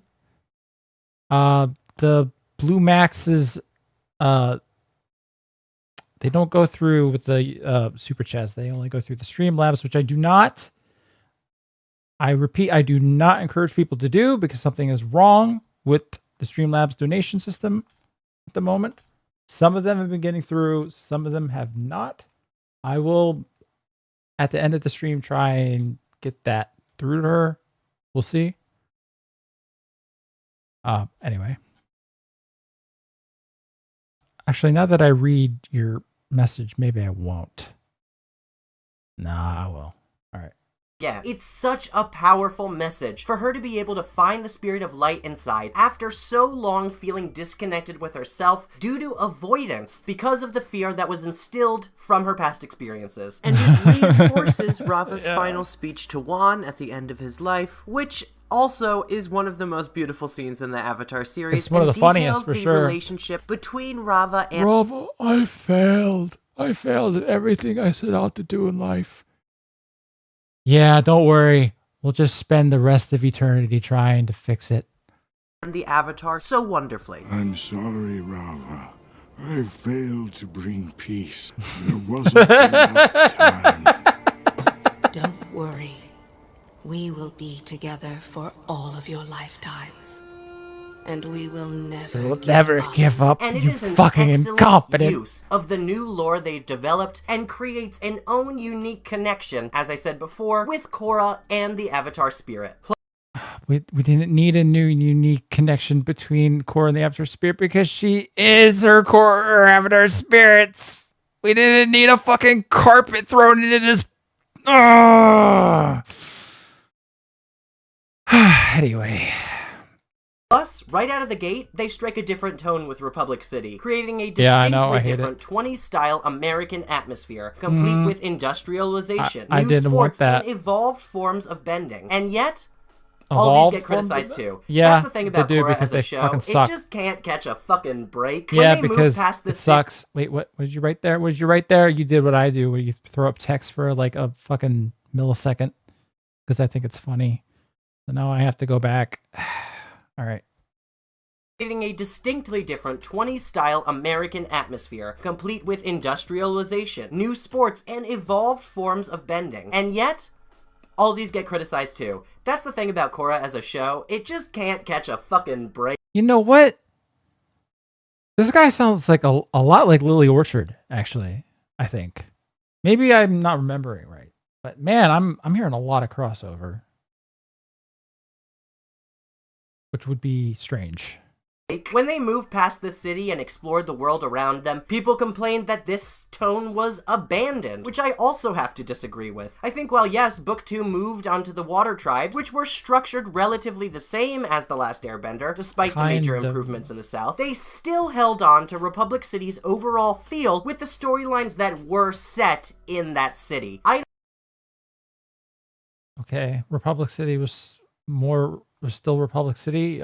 Sure. I don't think they ever abandoned it. And whenever we return No, to I wouldn't Republic say City, that they that tone and abandoned it style either. Yeah. always comes back. The Yeah, set design, the unfortunately. music, always portrays what they were originally trying to establish, including all the way to Book 4. That being said, it doesn't mean that Sure, culture was it was established just bad. worldwide, even through industrialization. The other nations have largely retained their identity, which is important for another common criticism about Americanization that I'll address in just a bit. Overall, I think Korra here has developed a world from its predecessor that definitely distinguishes it from The Last Airbender in a really stark way. Yep, I agree. Another but it was garbage. Involves Korra making the Avatar world overly American and infecting American culture into this generally... No, I fucking love America. God bless America.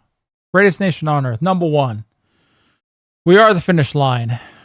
But I wanted the Avatar world to remain the Avatar world. So didn't really need that in here. Eastern-inspired world. Republic City is certainly a model for American culture. Can't deny that. But it's really just the United Republic. It's a development that's linked with technology, which is a realistic depiction of industrialization in the real world.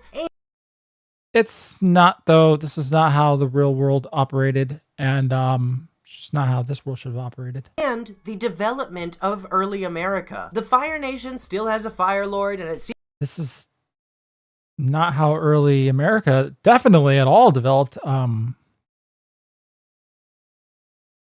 mean, that's a whole fucking history class to go through, I guess. Seems to be working fine for them. The Water Tribes still have chiefs. The Earth Kingdom and Bossing Say haven't changed all that much in appearance. I mean, America did not spring up from 4 different nations with chieftains and monarchs and try to create a republic from that with a bunch of steampunk technology. No. The 1920s was not early America. That about sums it up right there. Thank you, Alec. That concisely sums it up. Yep. Yet people keep saying the world was Americanized. No, there was a United Republic created as neutral territory, which makes sense as communication between all the nations grew. And that's not to say it's perfect or ideal in any way. It's definitely something that Aang fought to protect because it protects the freedom of men. Well, this is the one thing the fucking post-Avatar comics that I did like, in that Aang was initially very opposed to this idea of the integration between the nations. He wanted to deport all the Fire Nationers back to the Fire Nation, and he was very mad at Zuko for going against this. I like that. The comic's kind of bullshit though, in that it just kind of just changes his mind for no goddamn reason.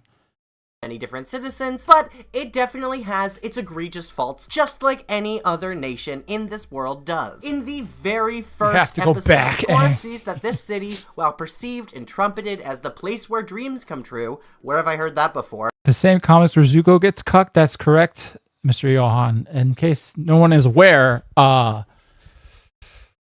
actually, you might have to remind me about this, Johan, because it's been a hot second.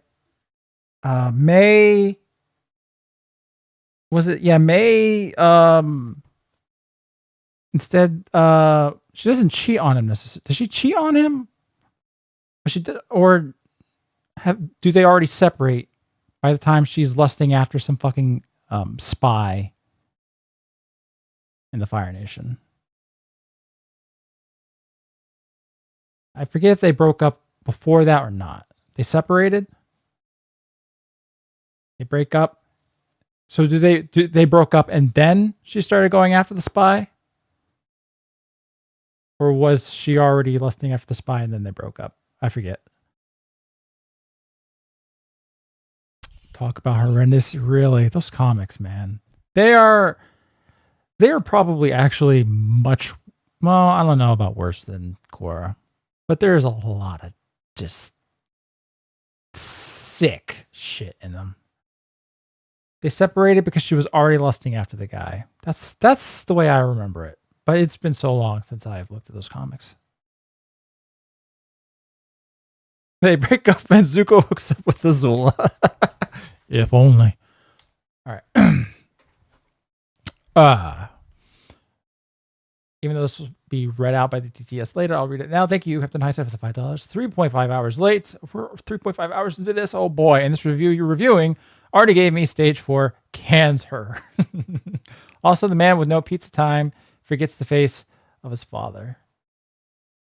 The man with no pizza time. The man with no pizza time forgets the face of his father? What? I'm not quite sure what you're communicating there. Oh, May goes to some jobber who literally constantly makes Zuko look like a bitch while Zuko is literally Fire Lord. Yeah. Yeah. God. Anyway. In reality, there's a growing population of people who can't even afford basic housing. And there are other people, like Hiroshi Sato, taking up enormous amounts of space in extravagant displays of wealth. And funding equalist terrorists. Basically funding Hassan Piker. Very true to life. Remember when Azula's VA shipped Zuko and Azula? I didn't remember this. I was shown this by, I think Johan had to show me this. Or maybe it was Johan and Gunnar. Gunnar Guy VA. They showed me this. Man, that was uncomfortable. That was uncomfortable to witness. Pepperidge Farm remembers. Oh. And later in the season, this major capitalist figure turns out to be working for the Equalists and wants to use his profits to fund a war to destroy all benders. How is that in any way a positive depiction of life in America? This man who essentially built the industry I don't think for this anyone's country, saying it is. overtly supporting a terrorist cell in the city that wants to eliminate an entire race. Plus, okay, hold on. You're going a little far. Eliminate a race. I don't know that they wanted to genocide all benders. At least that's not overtly how it's depicted. All right. The people who aren't able to afford housing are shown to actually be more tolerant than those who are in power and those who hold a majority of the wealth. Plus, after this season, the president is what are you trying to get at here? odds with Korra and is shown to be a rather phony public figure, even requesting the very weapons that Kuvira threatens against the city, not understanding how that could cause even further destruction. I mean, they exist now. That's the kind of thing. When you invent the nuke, well, the nuke's there, and you might as well get some of your own.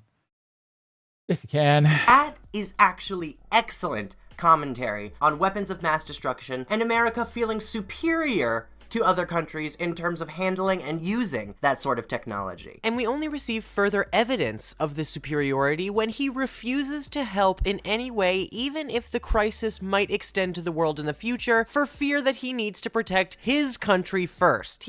And he was right. Don't you remember when the Civil War turned out to be a whole charade by Unalaq?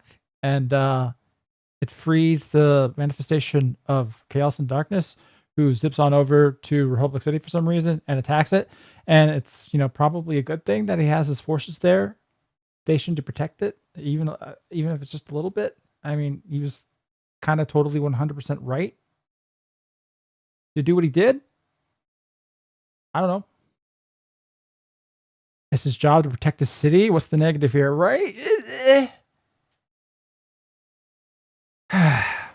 Base Republic City president refusing to take part in Israel's wars. Right. He's trying to say rich people bad means Korra good. Oh, I see.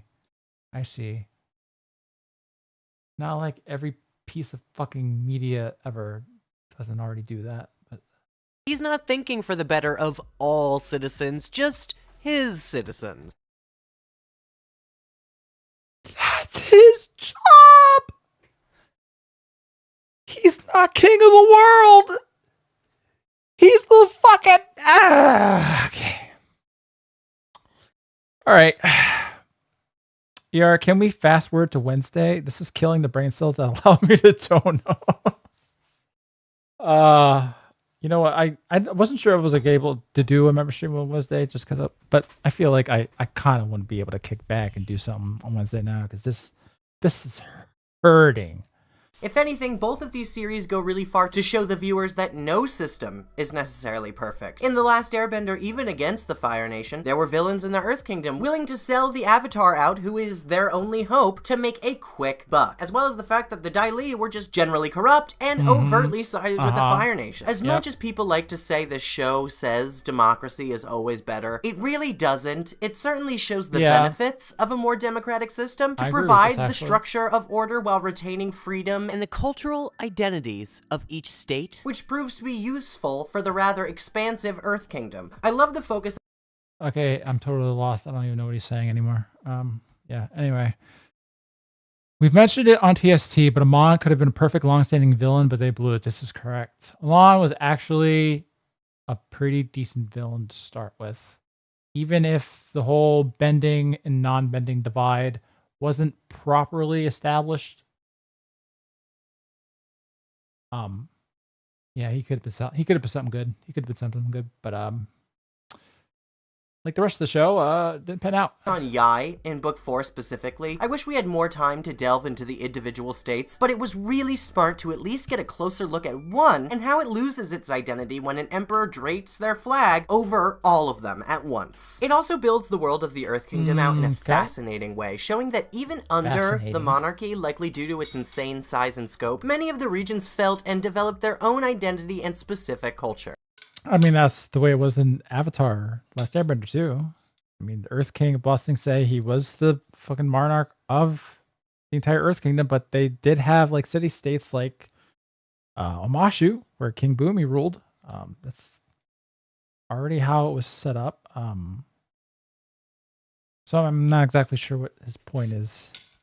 It's a very nuanced portrayal of a nation, instead of just showing everyone as Earth Kingdom citizens and have everyone have their interests aligned per whatever nation they're in. And this is...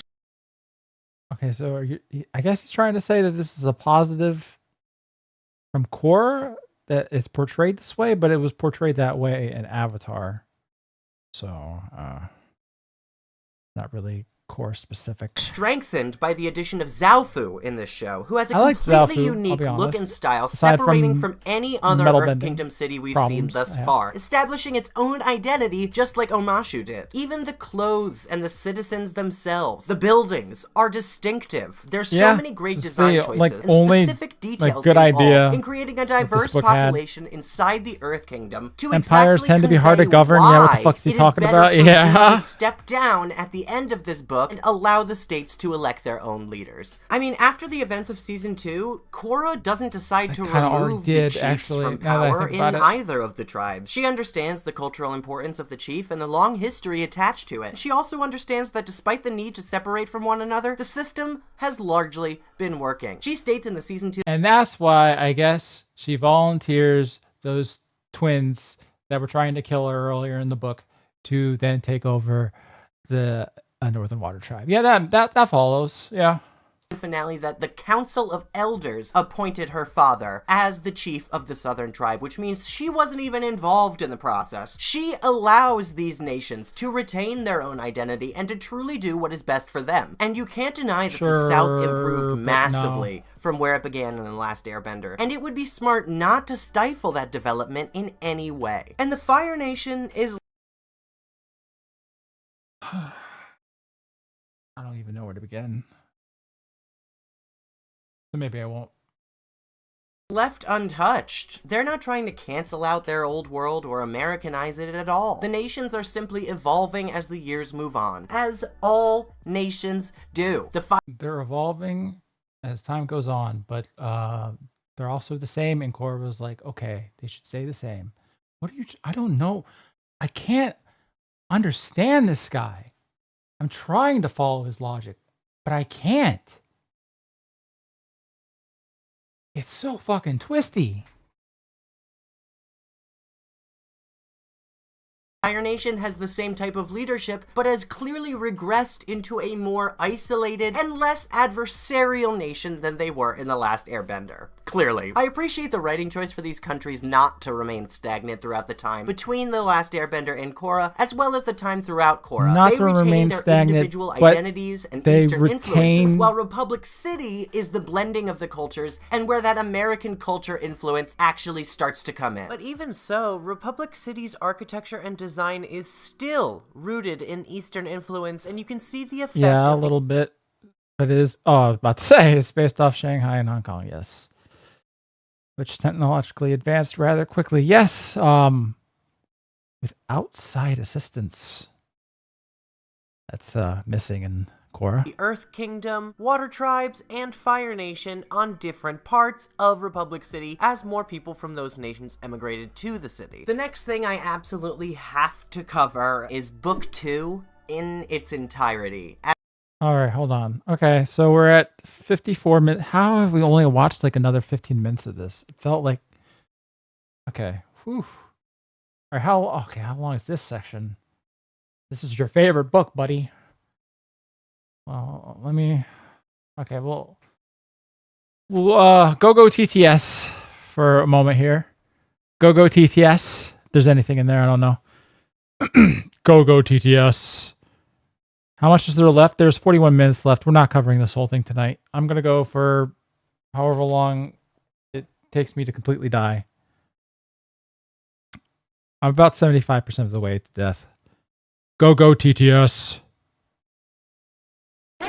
Degen alert. Anonymous tried batting for the Weimar Republic and missed. Point and laugh. Point and laugh. Thank you, Anonymous, for that. Alert. Thank Cutie you. fan detected. Message from Anonymous has been filtered. Thank you again. Israel did 9/11. Watch it do it. Get that trash out of my stream, reprobate. Thanks for the shekels, though.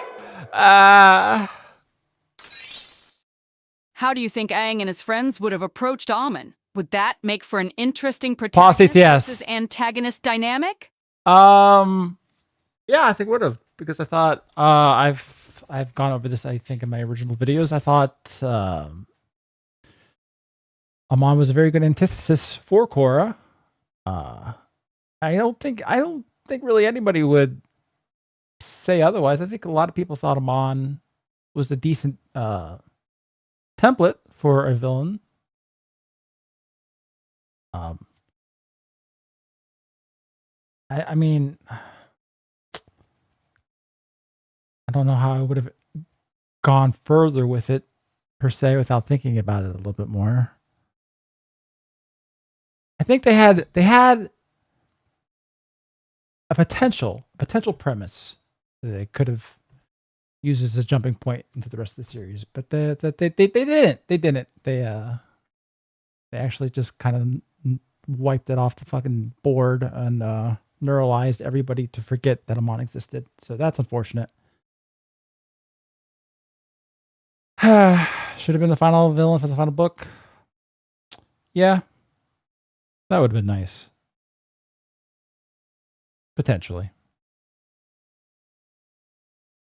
How would Korra approach the Fire Nation is the real question. She would have died. As this one is always picked apart, even by devout fans. Hold on. Korra abusing her powers and Amon being on the side of non-benders is a good dynamic. Agreed. Spider Doom 93. There we go. That's a good point. Of Korra as a series. Most people agree it's either terrible and breaks the lore of Korra, or that it's just average and makes too many mistakes to actually be an effective season. Yes. Completely disagree. I thought he was going to surprise me. I thought he was going to subvert my expectations there, but nope. Even though he kind of is a little bit, because this is a take and a half, man. Oh, maybe we have Chrome TTS. I forgot. Go TTS. We'll do a little bit more. Go TTS. Go TTS. I need to change this.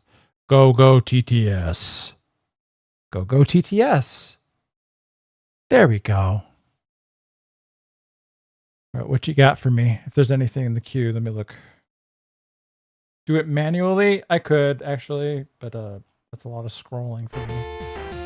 Holy fuck, the queue is full. Hey, Blue Max, tell me something. All right, ER. Gather round for Yes? some Blue Max. Pause TTS. Pause TTS. Hold on.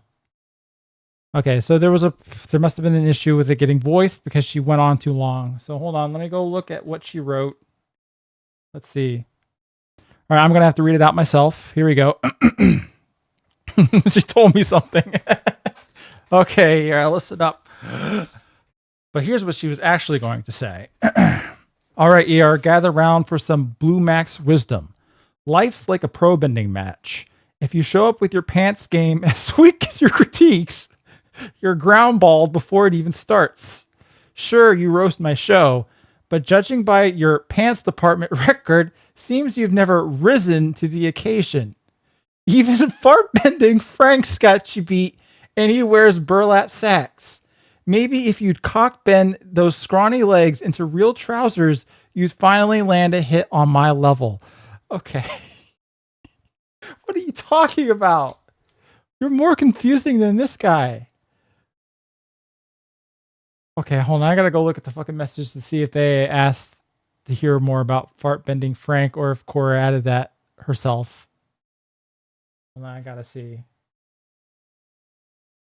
Let me see. A lot of people sending bad messages to me. Wait,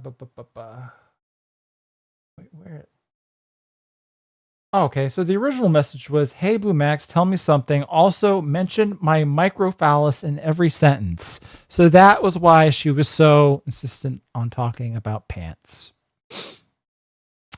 She just threw in fart bending Frank for her own shits and giggles. Catch my drift. Watched Soul Eater for the first time. I got jump scared by AR. Yeah, baby. I fucking love the Soul Eater anime. I think it holds up really well.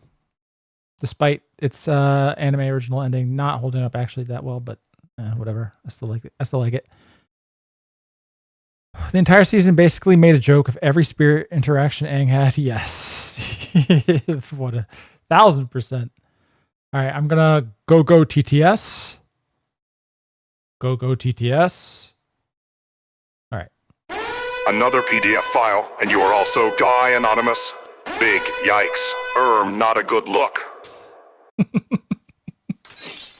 Big Soul Eater? Yes, I do, baby. Kicked out of 109 nations. Well, I don't know, but Your number is so here try to stop 110.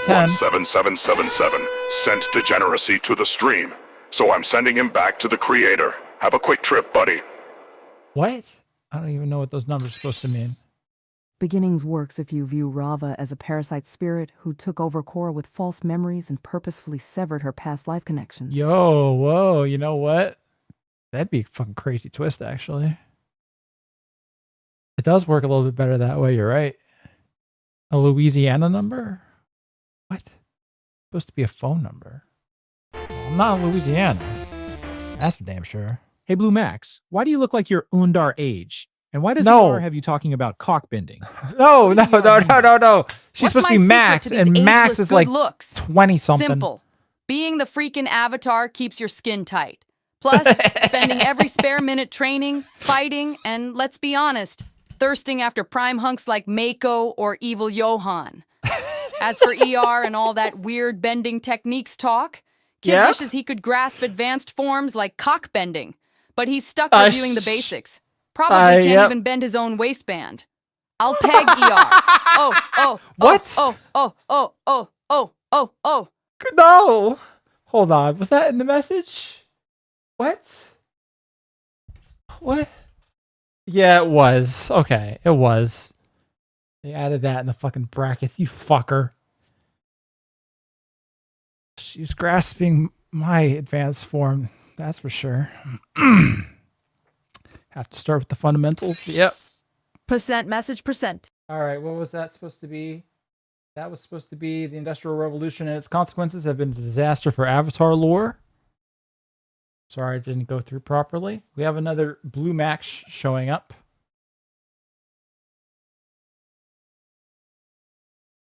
Hold on. You know what? Maybe I should.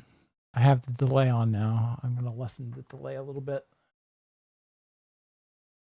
Quick.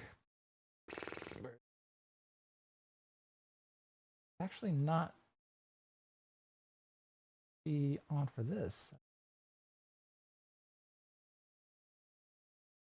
Over it. All right. Is it weird Bolin is Earthbender and Mako Fire? I've been over this. Not necessarily. Anybody can be anything. Ancestry doesn't matter. Cut your Johnson off and be a woman. This guy, probably. This guy, definitely. Thank you. Hey, Blue Max Sour Grape is cute, and I would have 6 with her. Thespian. There. Okay, I'm going to have to put that one through to Blue Max later. There's probably a lot of messages here that I would like to put through later. I'm sorry that the donation system broke, everybody. Hey, Blue Max, how do I get a brown tomboy avatar GF who isn't insufferable and written by insufferable writers? This is a very good question. You want a Thank you, brown Bobby tomboy avatar GF who isn't insufferable? First, Impossible. upgrade your own charisma stats. No way someone like me settles for less than a top-shelf legend. Next, skip the tragic fanfic writers and hunt for girls with actual girl boss energy and a wild streak. Like yours truly, Blue Max. Don't come in weak like you, ER in the pants department. Leave me Shut not up! cringe. Otherwise, you'll just land yourself in Asami. Oh, yeah, you don't want an Asami in your life. That's for damn sure. She's just bringing back the fucking pants stuff because I gave her memory. God damn it, this bitch. All right, why are these taking so long to go through? Oh, it's the ones that come after Evil Max. 3.5 hours late. Yes. And this review Thank you, you're Captain reviewing Hindsight. already gave me stage 4, cans her. Also, I'm the already- man with no pizza time forgets the face of his father. I don't know what you meant by that. Grooming gang member detected.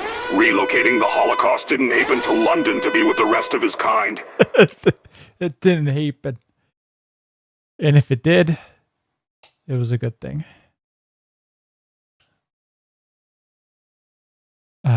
According to that user anyway.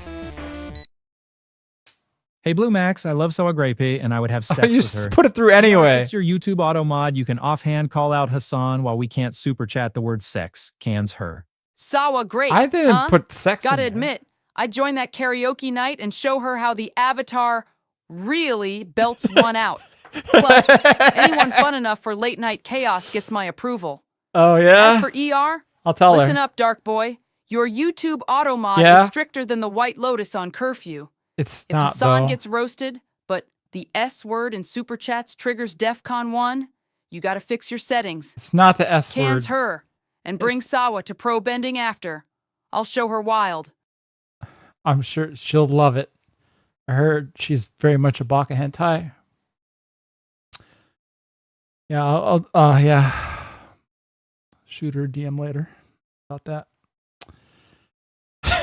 Dark Boy. She did call me Dark Boy. The fuck? Alert. User Blondie has been found in the flight logs. Now they can be found in the Duraflame logs I'm lighting on fire. Yep. Burn, Blondie, burn. Interior crocodile tear Graper, ER watches a CP theater. I hate you. All right. That is the cue for now, I think. Oh, hold on. There's one more. I'm going to let one more.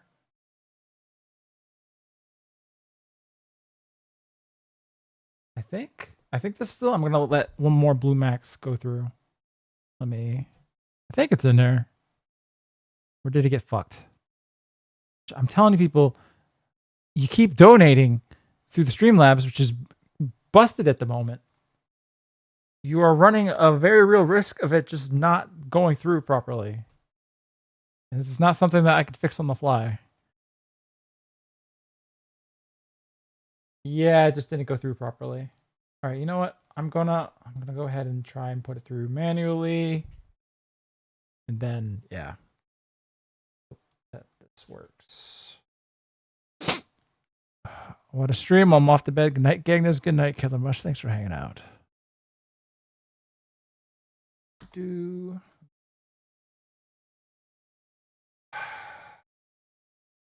this one through, actually. $5. $5. Here. For that. Let's see, is it running? It is running. All right. My donos probably got lost then. If your donos were just what I think they are, yeah, they probably did. Hey, Blue Max, can you thoroughly good night, explain Bramble. how you and ER prepare for a night of pegging? All right, buckle up. All Here's right. how Blue Max and my mortal nemesis ER get prepped for game night, pro bending style. First, I force him to watch my bending highlight reel until he admits Mako's the hottest. ER tries sneaking in snacks. Last time, fart bending Frank swapped his chips with ghost Stop peppers. with fart I bending blast Frank. the playlist. No. Bonus points for any 80s montage. And I pre-game with a set of cock-bending squats. The real chaos? ER lost the game dice, so we played strip bending. He was out of the pants department by round 2. Fuck off. Wild times, legendary mistakes.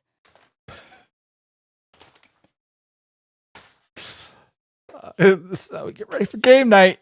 Just to let y'all know. All right, pause TTS. It's a little bit too much into my personal life. Pause TTS. Pause TTS. Okay, thank you.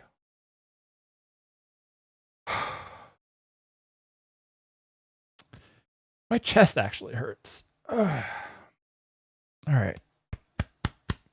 Darn, back to brain rot. All right, just a little bit more into this video, just a little bit more into this video tonight, and then I might try to get some of the TTS that didn't go through in the end. I don't know. I very much apologize if you sent something and it didn't get through. You can try refunding it. Yeah. What a stream. All right. I was the pegging dono. Did you ban pegging? No, I didn't actually, which is why I'm not sure why yours didn't go through. I'm looking because no, I didn't. It's a very specific criteria to get hit by the degenerate bot 9000. I'm not sure what happened there. Try refunding it. You can refund it, I mean.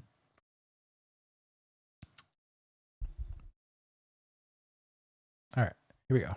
This is a hill I will forever die on. And you know what? If you dislike this video for my opinion, that is totally fine. But I will always stay saying Book 2 of The Legend of Korra is far better than everyone says it is. And it remains to be one of my favorite stories within the Avatar universe, especially with the Civil War storylines colliding with the battle at Harmonic Convergence. There's two large opinions when it comes to the plot of Book 2. The first half is a mistake, or the second half is a mistake. I know, I have both. I feel that both of these storylines are completely necessary to contribute to the overall theme of the season. And having the conflict side by side allowed them to explore these concepts more in depth and connect them in fascinating ways. Specifically, the connection between Korra's personal and human ties to her duty as an avatar allows Korra to directly consider what is most important to her as a person, not as a figure, a savior, a protector, just a human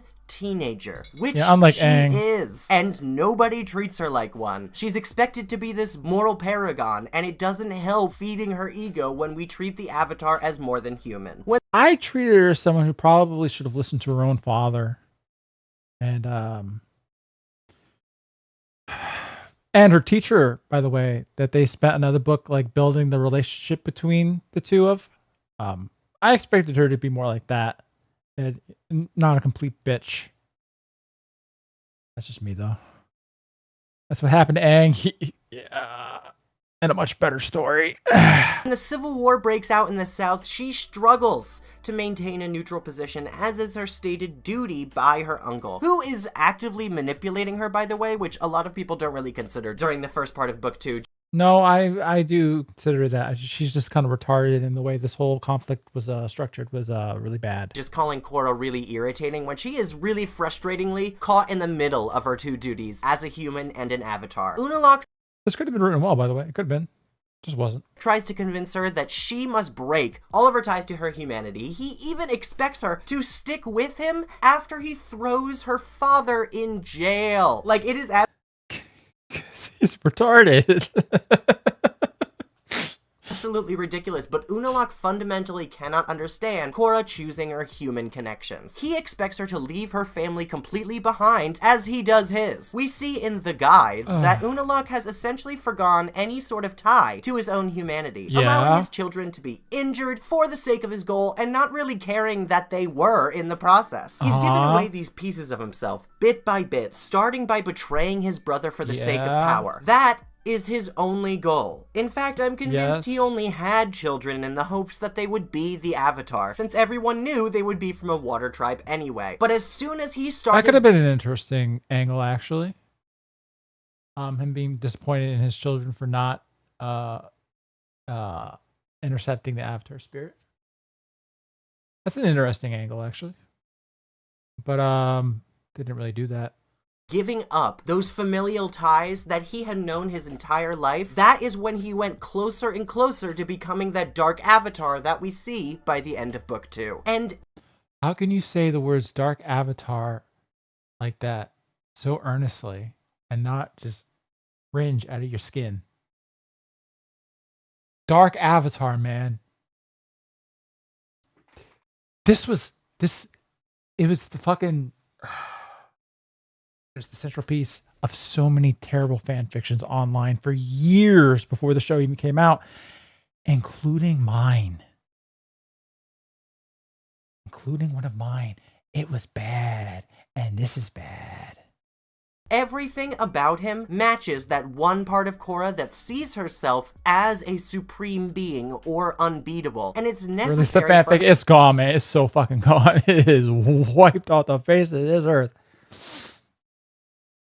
They say the internet's forever. It is not. I made sure that. Her to be able to grow and move past this illusion she's had of herself and the Avatar in general for so long. For people that say she regressed in her development in Book 2, I don't think that's true. She was able to learn that she has value beyond her bending ability, but she didn't necessarily learn the actual value of her humanity aside from being the Avatar. She realized that her bending wasn't all she is, but she didn't realize that the Avatar wasn't all she is, because that's all she's ever known. And when Unalaq merges with Vaatu and ultimately destroys Rava, he gives every part of himself over to that spirit, abandoning everything that made him human. That's Even so his fucking dumb. children are shocked to see the success of his plan after aiding him with it, as he essentially casts them off as nothing. And while Unalaq asserts that he will be no more of a monster than Korra would be, after completely destroying balance and attempting to take out the other, he becomes exactly what he said he wouldn't. At the end of the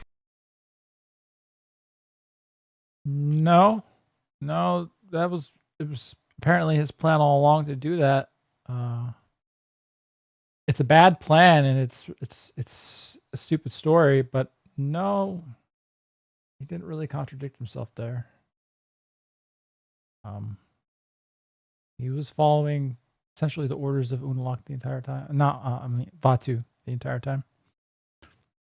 Rip all the past Avatar lives. Yep. I mean, they're technically still out there, but the Avatar just cannot connect with them anymore. Can't wait for that to be a plot point in the upcoming Avatar 7 Havens. Yara wrote Yu-Gi-Oh! Yaoi BDSM fanfics. I didn't even watch Yu-Gi-Oh! Okay. Was that not fixed? No, it was never fixed. Nope. From what we understand, Korra is going to be the only past life that this next Avatar and this next show is going to have a connection to. Very unfortunate for that poor girl. season, though, when Korra is willing to listen to Unalaq even after defeating him, she proves that she no longer sees herself as the ultimate moral authority or the perfect being. Except for the fact that she decides to collide two worlds together without, I don't know, giving that world, either world, a choice.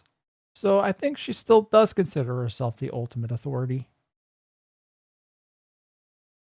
Just my opinion. Being as she once did. She can recognize her own shortcomings and understand that she doesn't know everything and should take wisdom where she can get it. And all of the events over Book 2 lead up to this much more patient and wise Korra that we receive in the last two seasons. I see a lot of people... Who are you talking about? Who are you talking about? Patient and wise Korra in the last two seasons? Where? Who the fuck are you talking about? Nah. Oh, you know what would be a fun video teaching ER to link and pendulum summon. I don't know. I don't know about that. Saying Book 3 Korra really improved what I thought of her, but it's because of her development in Book 2 that that's possible. They didn't suddenly change her writing. She had developed into a wise and thoughtful young woman. And no, she didn't.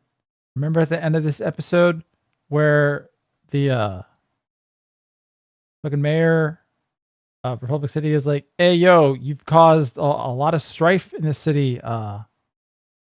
Your public opinion of you is at 8%. Can you do something about this? Can you do something about these fucking vines that you left everywhere? And she goes, learn to live with it. Fuck y'all. this season also stands to prove that the humanity is important in terms of the Avatar's identity. It's not just Rava. It's the combination of the desires of the humans and the spirits. That's why they're effectively able to be the bridge. That humanity is crucial in rooting the Avatar in its true purpose, keeping the balance between the humans and the spirits. But that's the whole point of actually Book 3, in that things get a little unbalanced because of so much change. Even the show doesn't shy away from that. even though it doesn't do a very good job of portraying it. I also enjoyed exploring this dynamic of being the family of the Avatar, as this is completely uncharted ground for the viewer. Trying to work through a relationship with people who are supposed to be in charge of you when you're this supreme powerful being, or at least that's how you see yourself, and that's what everyone else tells you to be, is extremely difficult and a very interesting connection to dive deeper into. And I think it was genius to pair this with Unalaq as a villain becoming the Dark Avatar, because it was the Dark Avatar. Everything you just said is invalidated the moment that you said Dark Avatar. I'm sorry, bro. I'm sorry. But not really. CR, now everyone wants you to play Yu-Gi-Oh! I can see that, actually. A lot of people in the chat want me to play Yu-Gi-Oh! I'm not opposed to it, really. Maybe. really able to highlight why Korra's familial connections are so important. And that drama at the beginning of the season may annoy some people, and they will Like say me. Korra is being bratty, but I genuinely yes, feel for yes. Korra being caught in the middle of her duty and her family, and not understanding which way to go. She doesn't She actually could have done both the way it's presented. She just didn't. She went for the comically evil bad guy. Because the conflict as presented was terrible. know who's telling her the truth. I mean, her uncle is her family too. But her ultimately choosing her family and her humanity allows us to see why the Avatar is so effective as this bridge. And listen, if you think book 2 is overly simple, But you can't keep calling her Bridge when they changed her into a fucking key to a door. And then she just unlocks the door and throws it open. She's no longer bridging anything. The portal's doing that now. Very badly. Very clumsily. Man, I hate this show. A dark avatar, the opposite, would be something less connected to the spirit world and more to the human, like someone aggressively human like Amon. That could be, yeah. I mean, I don't want a dark avatar, but yeah, I see where you're going with that. And welcome Sheblos. Thank you for joining up.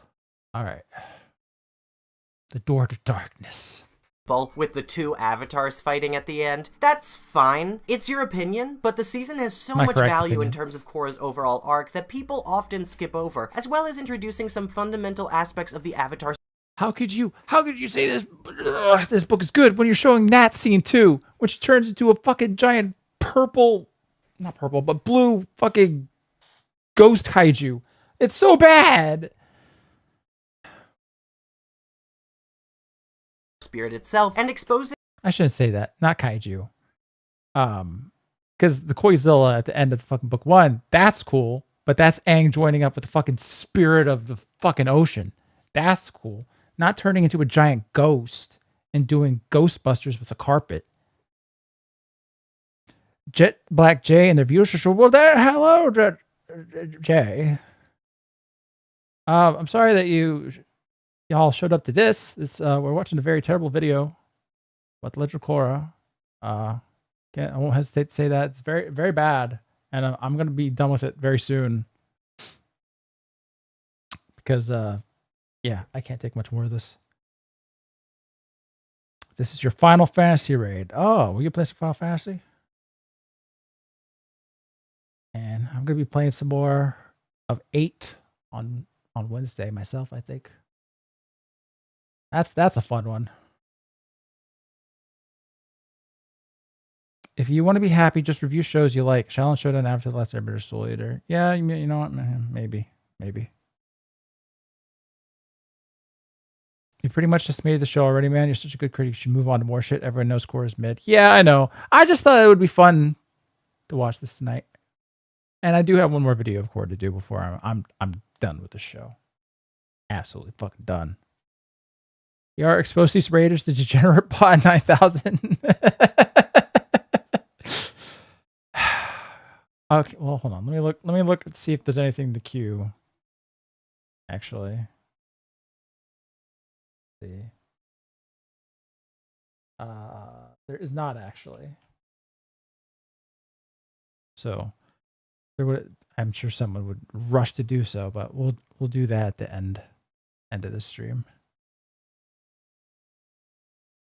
I like FF8 very solid. I like FF8, I'll say. Enough that I'm still playing it, and it's still a lot of fun for me. All right. One of the most beautiful stories in all of Avatar. Not to mention that the light Avatar versus dark Avatar might seem exceedingly simple, but that aspect of balance is simple. It's two forces that complement and contradict each other enough where neither of them is completely destroyed or is ever completely in charge. No, that's actually incorrect in the way that the show presents it, because one does become in charge as the Avatar and rules over the planet for 10,000 years on the dot, and one gets trapped in a magic tree that wasn't really set up or explained in any way. So, yeah. I mean, it would have been cool, perhaps, if Yin and Yang had been expanded on a little bit and it had been portrayed as you are showing it here with Encyclopedia Britannica, but it's not, so.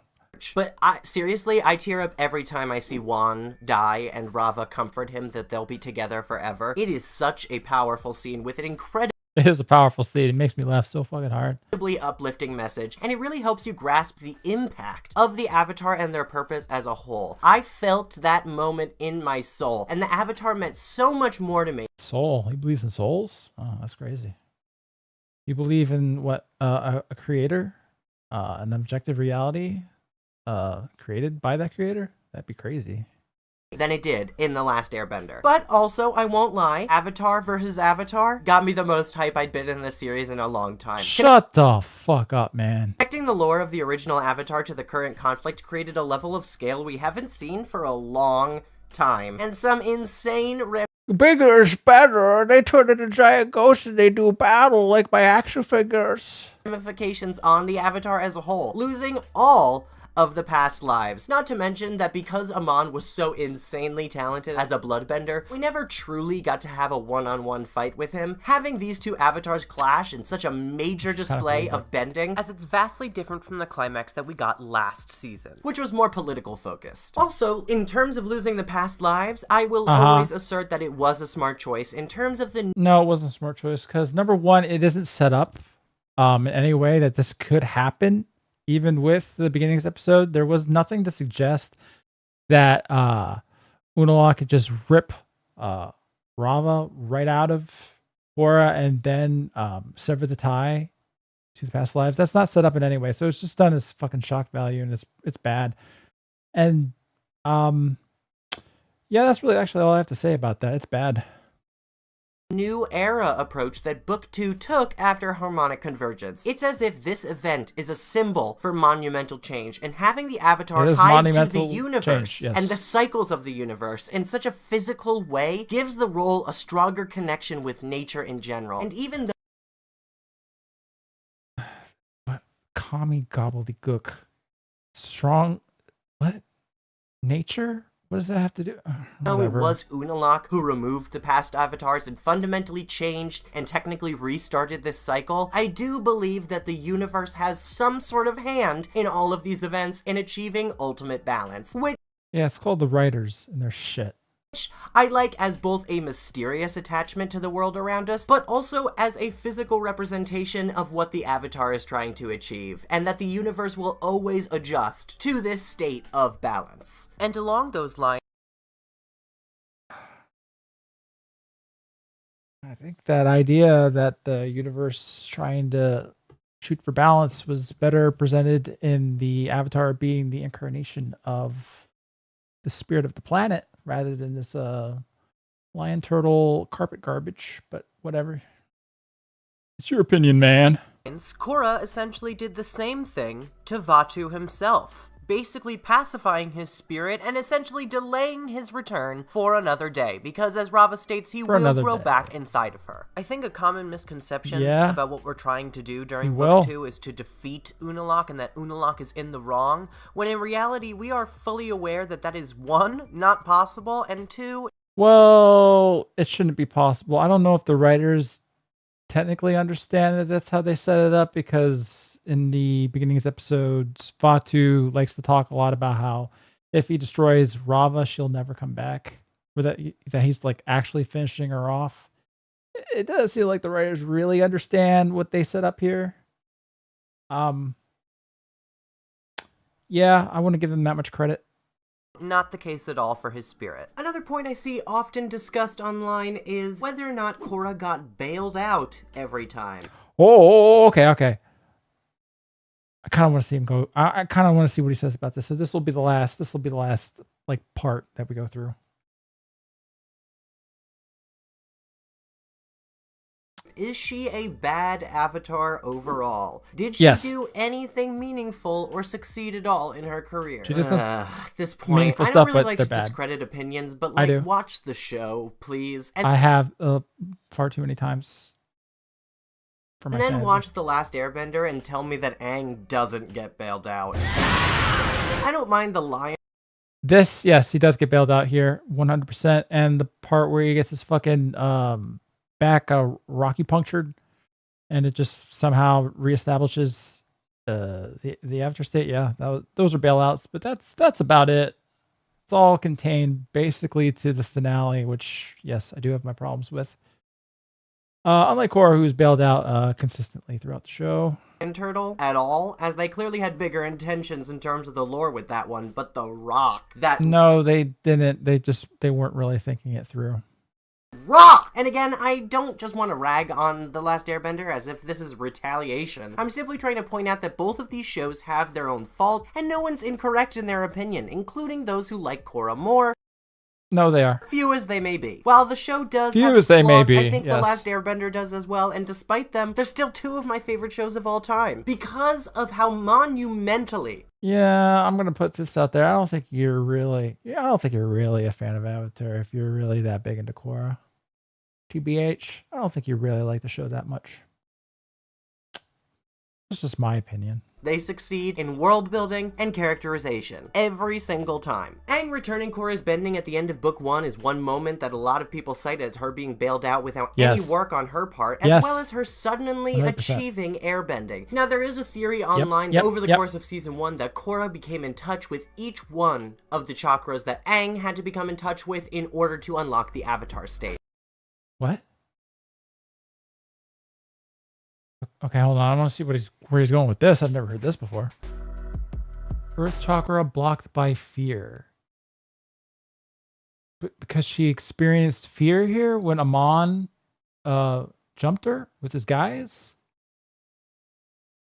And that, I mean, okay, so she felt fear once. All right. Okay. Water chakra blocked by guilt.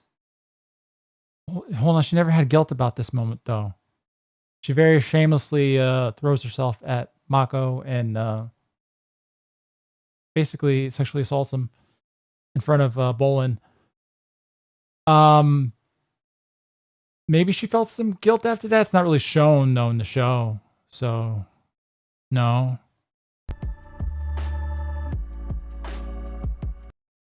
Blocked by shame. I'm trying to remember what about in this scene. How did she feel shame here at the tournament? When Amon was attacking the pro bending tournament, she felt shame. Works. What? Man, I'm super lost now, man. I don't know what is grief. Okay, she experienced grief. Sure. Thank God Aang showed up not even seconds later to absolve that.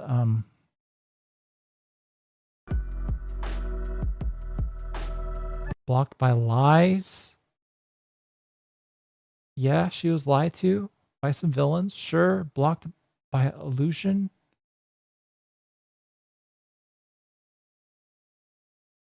This is just complete baloney. I have no idea what the fuck he's trying to... What? Thought chakra supposedly blocked by earthly attachments, but that is contradicted in an outlet. So that's true. Well, yeah, that is true. How he clears this chakra has nothing to do with the earthly attachment stuff that's set up in the Guru episode, which is a problem with the finale. I will agree there, but I don't see how this has anything to do with earthly attachments, actually. So I'm not even sure why you're bringing it up. There's a weird trend of people confusing bad writing for nuance that isn't there. Yes. And speaking of things that aren't there, man, he's got this whole fucking theory cooked up in his mind, and he's not presenting it very well. Wait, you don't think Korra is wholesome Biff Chungus? No. Not really, no. But personally, I view it as a more simple approach. First of all, Do you? Because you just showed us this whole fucking complicated theory for 5% of it. That didn't seem very simple to me. airbending being accessible to her in a desperate moment after the rest of her elements were taken away made a lot of sense to me. I was curious for the entire season if his powers would even work on the Avatar, given what an anomaly the Avatar is in general. And having no other choice but to access that part of her that's been cut off, she's able to focus her energy into airbending. Instead of overthinking it like she's been doing the entire season, in a moment of desperation, she's able to actually obtain and harness that skill, relying. Oh, so it turns out all you have to do to bend is be really desperate. Oh, okay. Okay. Man. That's really fortunate for the Avatar, because I'm sure they're putting a lot of high intensity, desperate moments. Yeah. That's really handy for them. On her avatar instinct and bending as a piece of her body rather than something that she has to be able to get. And with the spirits of the Avatar giving her bending back, I think that this is actually one of the more powerful moments in the series. There can be definitely a case made for her opening each of her chakras throughout the season. No, I don't think so. But I'd like you to go into it a little more. From the beginning of book 1, we see that she places an extremely high value on her bending abilities, and that she uses that to define who she is, along with her title as the Avatar. Yeah, but Amon breaks down that reliance, threatening to take away her bending for good, and presenting a very real threat that Korra never really thought she would have to face. Yeah, it was kind of an interesting setup, You will be nothing. God, see, Amon could have been something. Amon could have been something, man. They had something here. They were cooking with this. And then they burnt it. And after he actually takes her bending from her, Korra reaches the lowest point she's ever faced, and even considers ending her own life, reincarnating into the next Avatar. Yeah, she does. She was gonna jump. That's funny. Who would have all the elements again, presumably. Ultimately, though, she inches away from the cliff's edge in this finale. And what would have been interesting is that she goes on the classic Avatar journey, really actually gets into what makes bending a certain element a whole thing, a whole physical and emotional transformation. She would have actually had arcs to go through. Man, that would have been something. Too bad it wasn't. Unable to throw her life away like that, saying that she has value besides her bending abilities. And because she... But she doesn't, though, does she? Because when she loses them, she's nothing until Aang shows up and just gives them all back to her. And that's what makes her, quote-unquote, better again. So, what's that supposed to be teaching us? Sir, ma'am, reached that ultimate low and still found the strength to keep going, Aang comes to her and gives her bending back. She didn't feel the strength to keep going. She just sunk to her knees, or sunk to her butt and cried. And then Aang showed up and fixed everything. What if she threw herself off a cliff when she had no bending and she lets go of everything, and that's when she unlocks airbending? That's better, to be honest. I think I would have laughed my ass off at it. I like the direction you're going in though with that. Or more accurately, Rava gives her her bending back, and she's able to access the avatar. Rava? No, she didn't, because they hadn't fucking made up Rava at this point. They had no idea about Rava. That was some bullshit they came up with later. State, because this is the first moment where Korra actually viewed herself as a human being and came into contact with her own soul, spiritual self, and wants aside from what she was told to do since she was a child. And it makes sense that the Avatar spirit could hold the bending and then subsequently give it back, even after blood... What?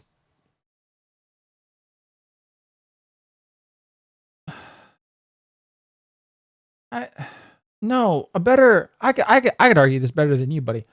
He's just blocking the bending with blood bending, all right? The bending, her ability to bend is still in there.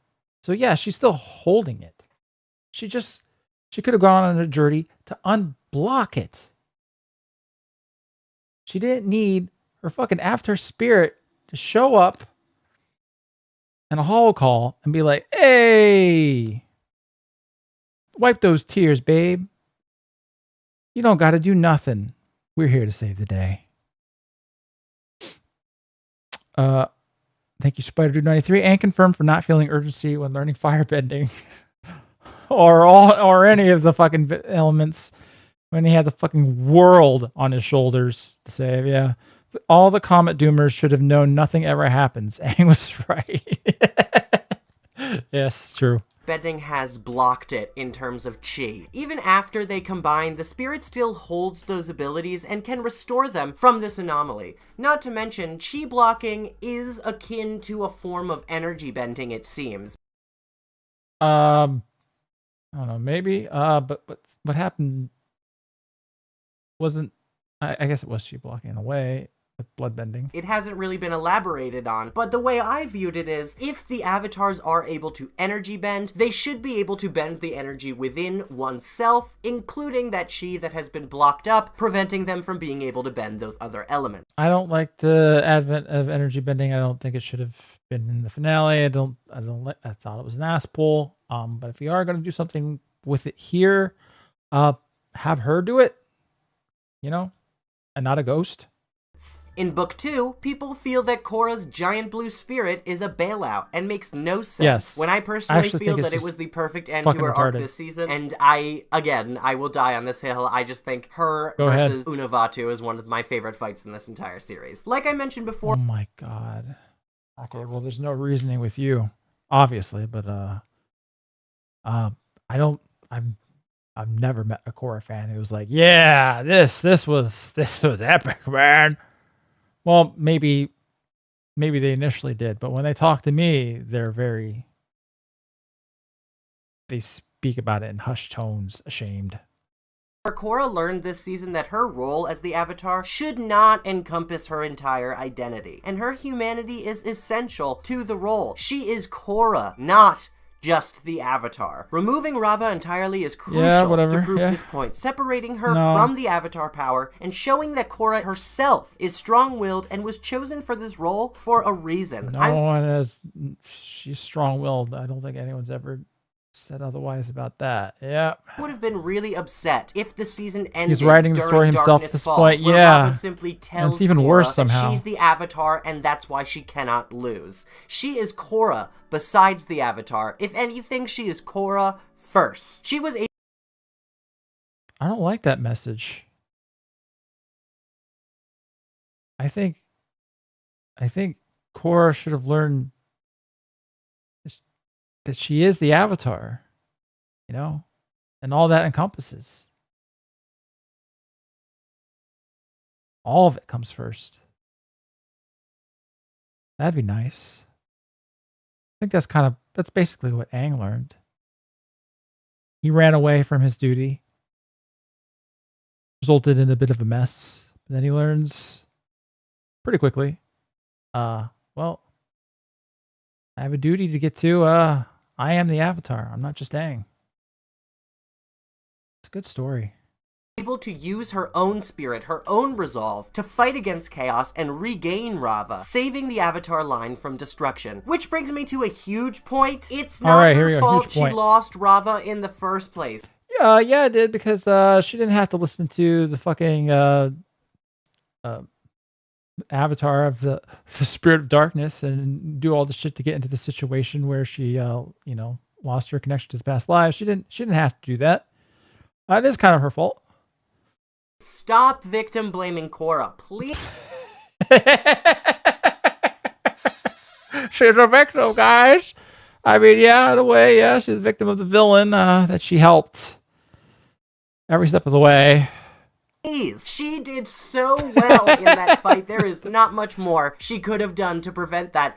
Oh man, she could have done basically the opposite of every choice that she made in that book. That would have helped. That certainly would have helped. Mentioned that there is no way she would have been able to predict that Unalaq would be able to suck Rava out of her. Yeah, to be fair, yeah, there's no way she could have seen that coming, because no one fucking did, because they didn't set that shit up. But this realization is what allows her to move forward more thoughtfully and to eventually decide to leave the portals open. She learns that she doesn't know best, and that Unalaq may... She doesn't know best, and yet she decides that the first Avatar and then the thousands of avatars following that first Avatar were all wrong. And actually, she does know best. Juan was wrong. Let's open those bitches up, baby. May have at least been partially right. This leads to the Air Nation coming back, which is one of the most positive developments in the entire series, and one that Aang would have been excessively happy with. I'm sure he would have, but it's bullshit anyway. I don't know why she doesn't get more credit for this major win. It is entirely because of her will and the growth. Because it's not a win. It's such a fucking narrative destroying. It's a retcon to the highest degree. And I like to toss the term retcon around a lot as if it's a negative, because 95% of the time it isn't negative, but it's a descriptive term. It just means retroactive canon. A decision made in a canon later on that changes what came before. This can sometimes be the positive effect. I can't think of any examples off the top of my head, but a lot of the time it's because the writer is being a bit lazy. And in this case, that's the case. No, retroactive continuity. Sorry, not canon. My bad. I'm tired. She has gone through thus far, being able to be thoughtful enough to listen to... Flashbacks are kind of retcons then, right? Yeah, they can be. Yeah. For sure. And they can sometimes be good. To her enemies and understand that they may be right about certain aspects. Also, it's explained vehemently that during harmonic convergence, the spiritual energy is strengthened by an enormous amount. It stands to reason that Korra... I guess she did get turned into a fucking giant blue ghost woman. That's pretty powerful. She shoot fucking spirit beams out of her chest. Sitting in the center of the tie between the two worlds in the... One of your favorite pieces of lore. Is it that tree too? That tree that never got any explanation? Tree of Time would be able to harness this power, especially since presumably the lion turtle gave the Avatar energy bending with Aang. So why can't Korra do it? I mean...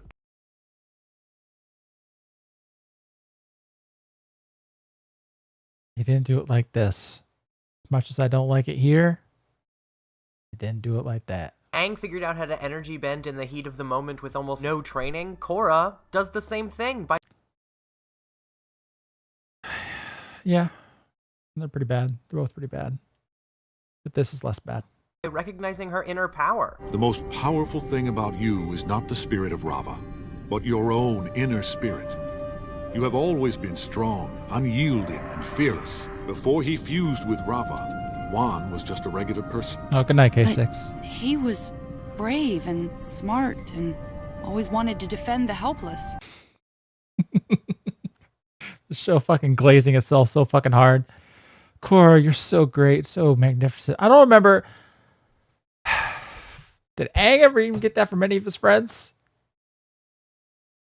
And then Korra doing it to Wan.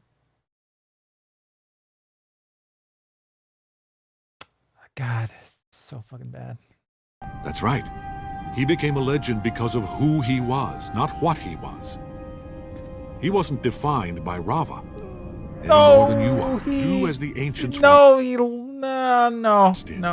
Connect to the cosmic energy of the universe. Don't bend the elements, but the energy within yourself. You really think I can do this? I have no doubt. I feel like I wonder why none of the other avatars did. That's on the fault of Avatar, The Last Airbender, unfortunately. Man, energy bending. It was an asshole. Then it's an asshole now. A lot of people don't let Korra take bold steps. Aang merging with the ocean spirit to become this giant fish monster is totally fine without any explanation. But Korra bending... Yeah. I mean, there's some explanation. He's the Avatar, the bridge between the two worlds. He's been jiving with the spirits before this, jiving with them now. I mean, you can follow why this happens. There's a logic to it. Her own energy, representative of the entire arc that she's been through this season, and being able to defeat chaos with her own spirit is a bailout. I don't understand why, and I don't understand why it's silly either. I thought it was Well, I can tell you why it's silly. Hold on, I'm going to play the video for another 2 seconds. Incredibly awesome. There you go. That's why it's silly. Just look at it. Awesome to see, and such an epic and huge scaled battle. Something that Avatar... Huge scale battle. The bigger is better. They fight a giant ghost beast. Yippee! Hopefully we're done with this segment soon. Is there any explanation of why its avatar is an avatar of the planet if the avatar just seems to be Rava plus human? Well, before there was explanations. Not necessarily within the show itself, but there was stuff on, like, back in the day on Nick.com, which was definitely considered at the time canon lore descriptions from the writers, but that all got wiped out. So but for Rava and a human being an avatar, that's a little less that's not really there, is it? Hasn't really done since Aang merged. Yeah, she's the avatar and you gotta deal with it. Which is a scene that I still love to death. It is so terrifying and awe-inspiring. And I felt the same thing while watching Korra. Jinora is often seen as bailing Korra out, but I really never saw it. Yeah, that too, yeah, because what the fuck is this? What the fuck is this? What the fuck are we looking at? Why? Why can she do this? This way because they had been building Jinora's importance and role this entire season. And I think when you dedicate screen time and slowly build Jinora's spiritual abilities to the point where she is able to do this incredible feat, it is definitely rewarded and not just a Deus Ex Machina. But you got to explain, you got to do a little bit more than this. Just her being a little bit spiritually attuned doesn't explain why she's able to do this and like no one else has ever, and it actually doesn't explain at all like the breadth of her powers, the hard rule set, if you would. None of that's explained, so yeah. In Book 3, she is saved, quote-unquote, by the Airbenders, even though it was her willpower that held her through that poison for so long. Just some fucking bullshit too, man. I can't wait to get this video out because, man, this shit is so fucking stupid, and I've loving tearing into it. It's been fun. It just takes so long to do.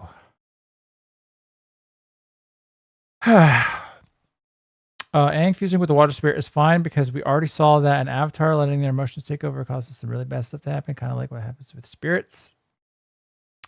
I suppose.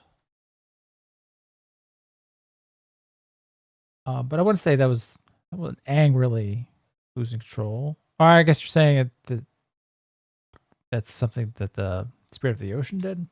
Yeah, that's true. That's what happened. And she even powered through to nearly best Zahir in combat. The poison is what takes her out of the fight, but fighting through it while she was able, she almost got the upper hand. Plus, the Airbenders coming back to save her is a result of her choice at the end of book 2. That's the entire point of them being able to form. You want to know why she's in this situation to begin with, sir? I'll give you a little hint. It's what she does at the end of book 2. So, poetry. That giant tornado and take Zahir down once and for all. Balance has been brought to the world, and even if Zahir was given bending as well, the positive changes will help resolve the issues he may cause. But he is still necessary in terms of balance. Ugh, I love this show so much. You're just making shit up, man. You watched a whole other show than everybody else. Especially with that fucking chocolate thing. I want to actually go back and look at that, but I don't think my brain can take it. Oh, welcome, Mask of the Dragon. Hey, welcome. And to add, she didn't really have a choice in terms of the kidnapping. She sacrificed herself to save this positive change she's created. And by the time they realized they were tricked, she was already in chains. And tricked? I mean, they knew what they were getting into. It's not really she worth still it. puts up an insanely good fight against the main villain with her father, while her hands and feet are chained together. It's honestly supremely impressive, but again, little... I'm trying to remember. Did she have full control of the Avatar state at this point? Why did she... I forget if I go into this in the video at any point. Because she doesn't use the Avatar state that she should have throughout book 3. And that might be because they're trying to imply she didn't entirely reconnect with Rava yet. I forget. I'm gonna have to go look back through my script. Anyway, yeah, I think Aang could have fucked these guys up, no problem. But you know, that's my opinion to this moment. But in book 4, I mean, come on. Korra ripped open a hole in space-time by showing compassion for one of the most callous villains we've seen. She fucking defending nuked them Republic from City. A It's great. Spirit laser that she is not sure she will be able to block. It could just obliterate them both. And some people still won't give her any credit for her development or her work as an avatar. Not only is this a far cry from the Korra we began with, her handiwork, all right. A level of compassion that none of us would have expected. In fact, many were hoping Korra would kill Kuvira, and were disappointed in Korra for saving her life instead. Which is ironic, given how many times people were pissed off for Korra being too rash in the past. I don't think anyone ever expected her to fucking kill a character. I mean, it's a kid show, man. When she thinks through her actions and tries to talk to Kuvira in book 4, especially after the end of Avatar, refused to kill Ozai. She's being too wishy-washy. Again, she just can't win. But I respect Korra for forcing Kuvira to face everything she's done and to go to trial for her mistakes, and for being able to identify parts of Kuvira that are similar to her own flaws and that are human. She is not the great uniter. She is a human who has gone way far astray, and she needs to be tried as one and punished so that she understands the gravity of her mistakes. Death is too easy. It's a real testament to how far... No, it's not death anymore. She'll get sent to spirit hell forever, because that's how that works probably now. Far Korra has come, though, and how understanding and wise she now is as an avatar. The way she deals with power her scaling, that means she's so better, vastly different than what we saw in book 1. It is so evident that she has developed, and it was done carefully and gradually throughout each of these seasons. I appreciate that Korra fails so much, and I think that Korra's failures are necessary. I think that she wins in battle, by the way, enough to outweigh these failures, but Korra... Do you, though? Can you show some examples, please? Really gets a lot of blame whenever she makes a mistake or loses a battle, especially the battle against Kuvira in season 4. God, which is so fucking bad. Where she's going to be like, hey, use the Avatar state if you fucking want to. I'll whoop your ass anyhow, and she does. God damn, they turned the Avatar into they nerfed it so bad. Turned it into a fucking toy. even though she is not mentally well at the time. But being able to lose so much and coming back every time stronger and wiser for the lessons she learned after being beaten down is so much. Remember when the most powerful firebender in all the world, being on Comet roids, when he saw the Avatar in the Avatar state, and, you know, it was a look of complete fucking fear because he got thrown across a rocky field, and then he ran away like a bitch because that's all he could do. Because that's what the Avatar was. That was cool. The full might of the Avatar. And then Kuvira just walks up to it and says, try if you can, baby. More of a powerful message to me and helped me relate to Korra in a much more major way than I did with Aang. Plus, a new spirit portal in Republic City is huge and such a beautiful resolution to the series. It is a physical representation of the immense change that Korra has brought to the world, and Republic City especially, reuniting humanity with the spirits, and this will only increase that connection that humanity has in the future. Republic City being overrun by spirit vines and becoming a kind of city jungle hybrid was one of the best choices they ever made. Why? Okay, you better explain this. They turned this kind of metropolis into a haven for both spirits and humans. No, they turned it into a haven for spirits because they can't go into these things. It's a danger for them. And as shown in the comics later on, the spirits still don't really gel with the humans. And they get very mad when the humans move into the spirit realm still.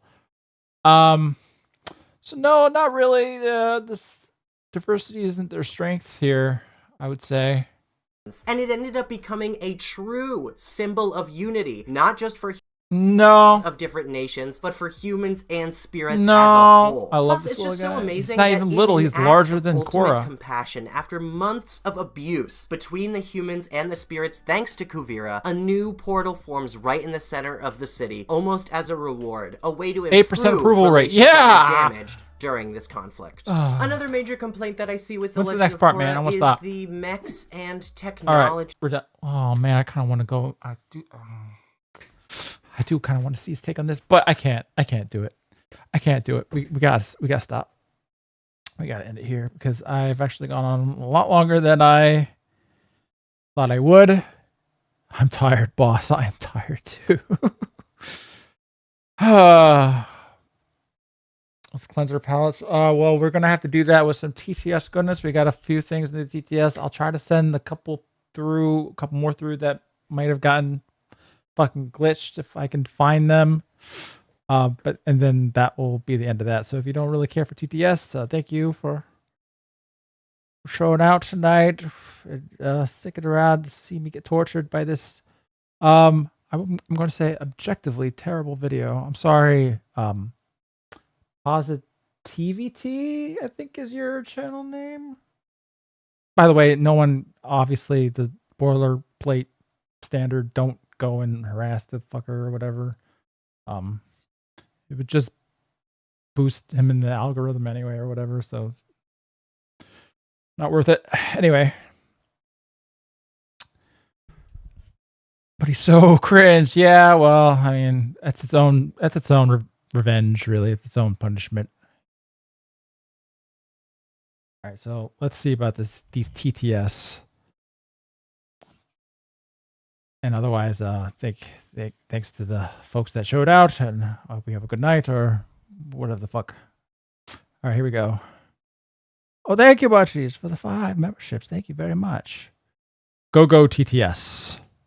That's right. What's up, my Gegner Stablo? What's up, Stablos? Thank you.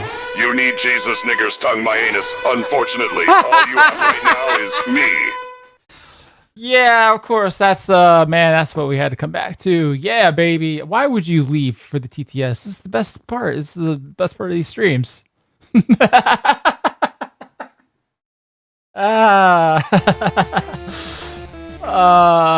Hey, Blue Max. Who would win in a face-sitting contest between you and Starfire? All right. So you want to see Blue Max via Starfire in a sit-down showdown?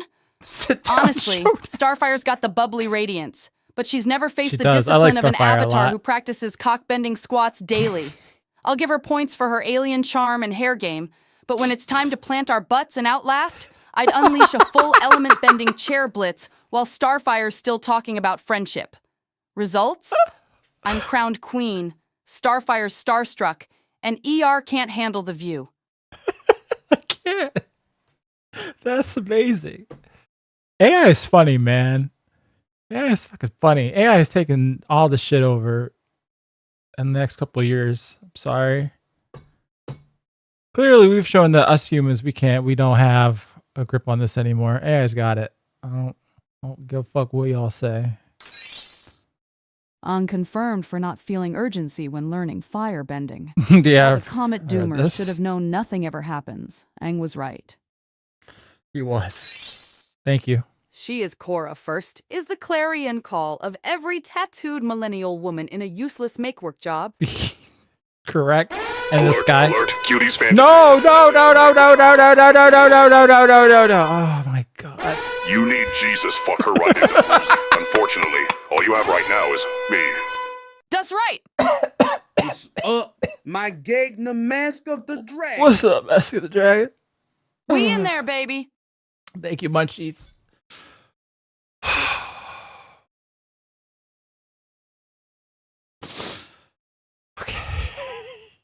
Okay. I've got to look through.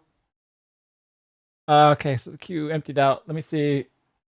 Again, I'm sorry if a message which I told you not to send through Streamlabs and took the fucking link out of the description.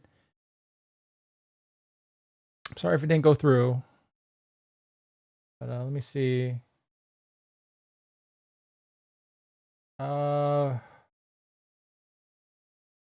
Junior throwing tomatoes hatefully at me. I'm just gonna read this one out. Hatefully throws tomatoes at you. Hatefully fleeks peanuts at you. Hatefully throws Johan fanfics at you. I think you have done this. Yes, hatefully throws my N-word pass at you. I don't need the pass. Hatefully takes away on Takamaki from you. No, you can't do this to me. You get what you deserve tonight, ER. This is all on you. True. Ended that. Yeah, true. I've seen some bad streams on this channel, but this one is really the worst. We get a lame Korra video essay. We have no funny super chats anymore, and ER caved in to be a good boy tonight. He's doing it for the Black Rock money. For shame, take the L. Thank you. Once again, Junior Junior. Oh my goodness. The Streamlabs working yet? Pee pee poo poo. No, it is not, Blondie. Thank you. Hey, okay, here's one for Blue Max that I'll send through from Junior Junior again. I wish I had Black Rock money. I do too. I do too. I could earthbend some of them Black Rocks. Let me tell you what. Oh boy, oh boy.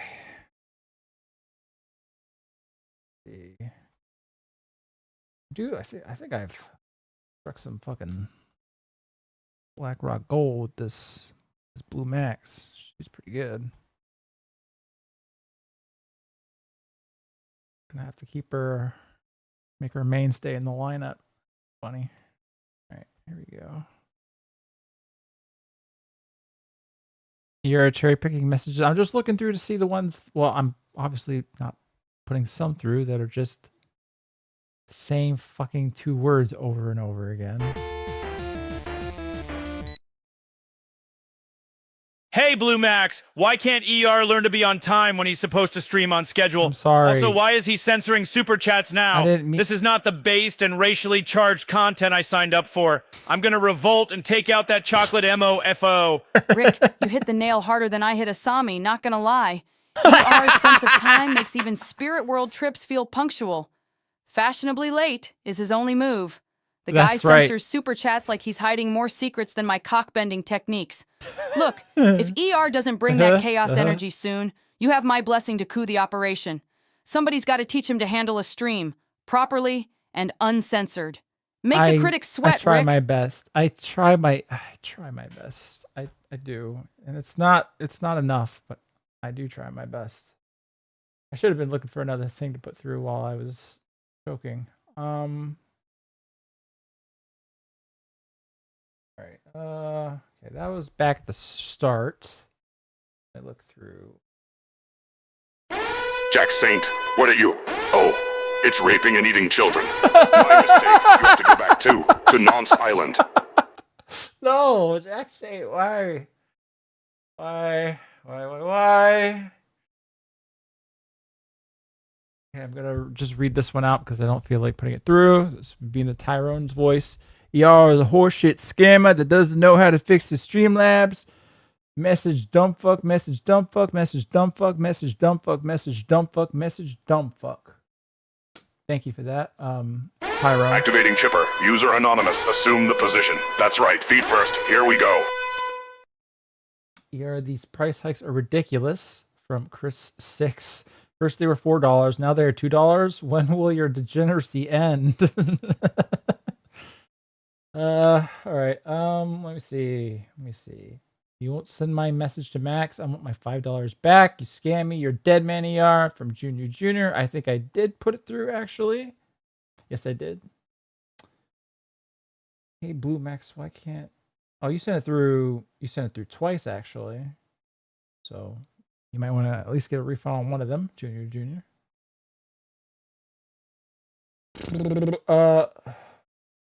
Spread the word. ER wants the BlackRock money now. That's why he sends me super chats. We won't stand for this and we'll be taking us to heads. ER, you better count your days, you nagger. Thank you. That's also Junior. Oh boy. All right, let me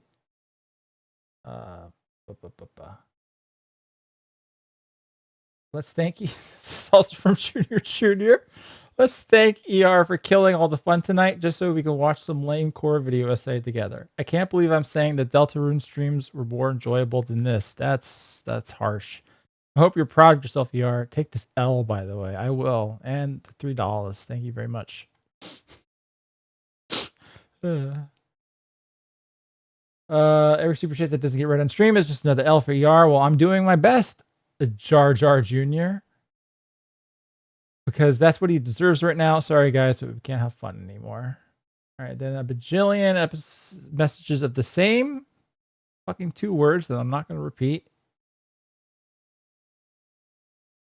I'll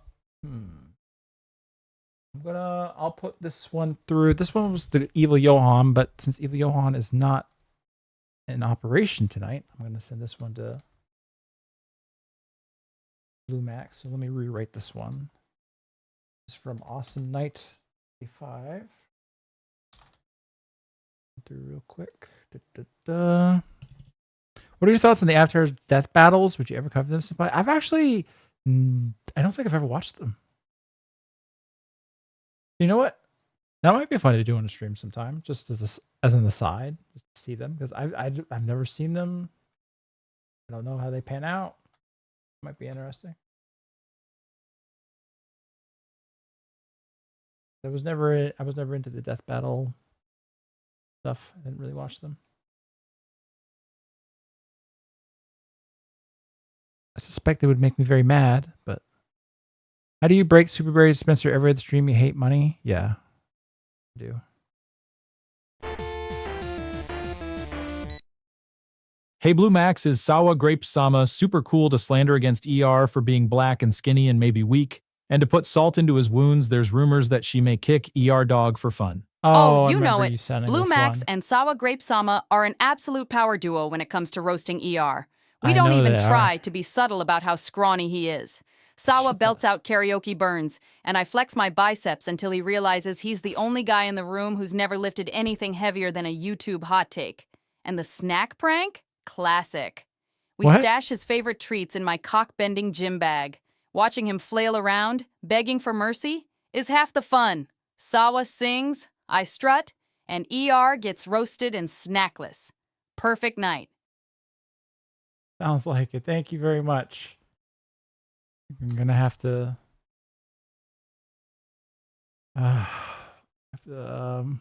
close myself off from Sawa Sama. She seems like a real enemy. All right. Put this other one through. Alert, alert, Cuties fan detected. Message from ER is No. Okay.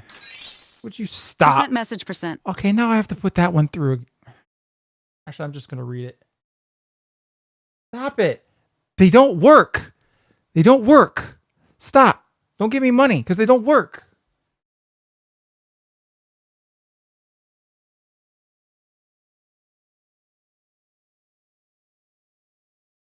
All right. Is this one going through? All right. This is another legit question for Blue Max.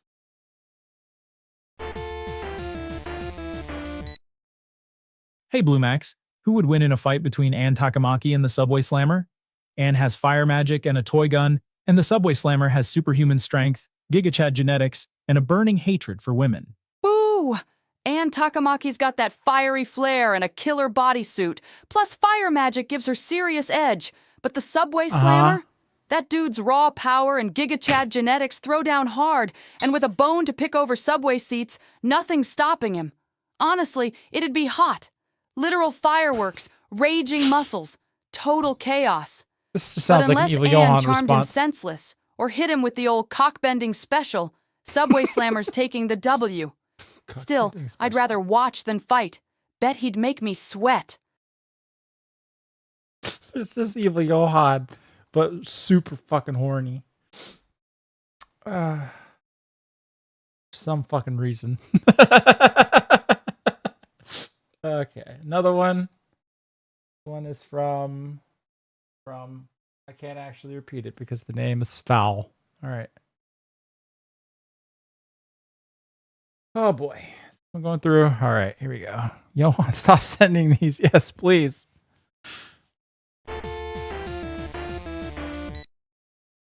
Hey, Blue Max or Evil Johan or Evil Max or whatever, could you please explain to ER that donators can't refund on Streamlabs and that he has to be the one to do it? Thanks, babe. Oh, and please, Mo Gaddishu his sneed into your Bix nudity, Korra.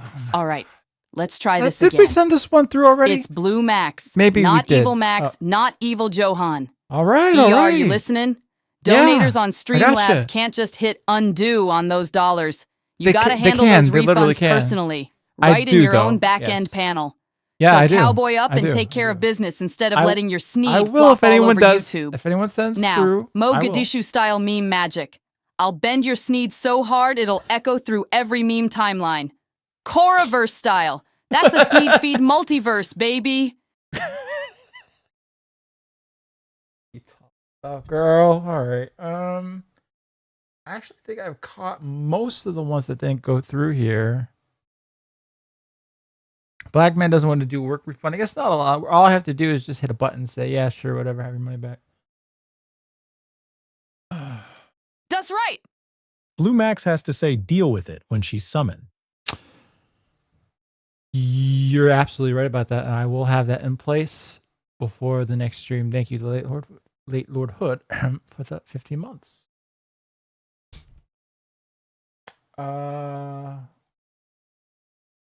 Most of these. There was another one. Someone sent one through Super Chat, but I think actually they sent it again through Streamlabs, didn't they? Yeah, the sex one. Yeah, that one. The pegging one. Yeah, we did that one. DJ Oh my alert, god. ER is a pink sock, tried batting for the Weimar Republic and missed. Point and laugh, point and laugh. Damn you. God damn you. What will the next stream be about? I am not sure. For next Monday, I'm not sure. For members, Wednesday, just some, hopefully a little bit more chill, Final Fantasy VIII. But next Monday, I have no idea. No idea. Oh, something. All right. So, all right. So one from Nathan. I skipped most of this trash stream, and if the Wednesday one is this bad, I'm going to cancel my monthly subscription. Well, you're free to do that, Nathan, if you so desire. Hopefully, Wednesday won't be this much of a clusterfuck. Go.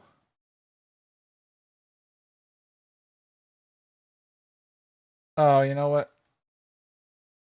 Did they send this one through? I love sour grape, and I would have. Maybe I shouldn't read this out loud. The next stream will be ER increasing the blacklist a few more miles. That's absolutely true, actually. Hey, Norg will be back. Yes, Norg will be back on the plate. If you ever need an excuse to keep talking about Avatar and Legend of Korra because that's your thing and you feel like you're running out of ideas, those death battles might not be half a bad idea. Maybe I will then. I mean, everyone else seems to know what the fuck they are, and I don't.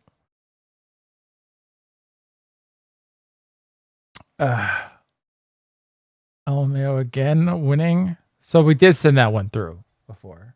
You know what? To end things off, maybe I'll just send through again.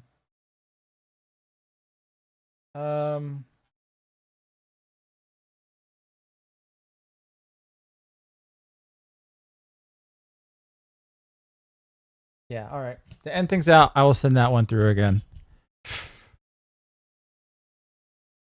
All right.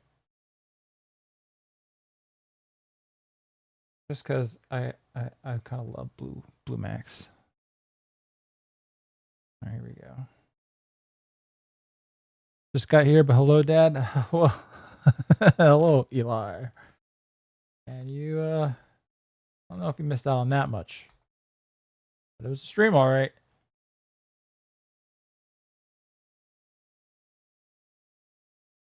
I've learned, I think, that the EFAP structure, like, maybe really not my thing.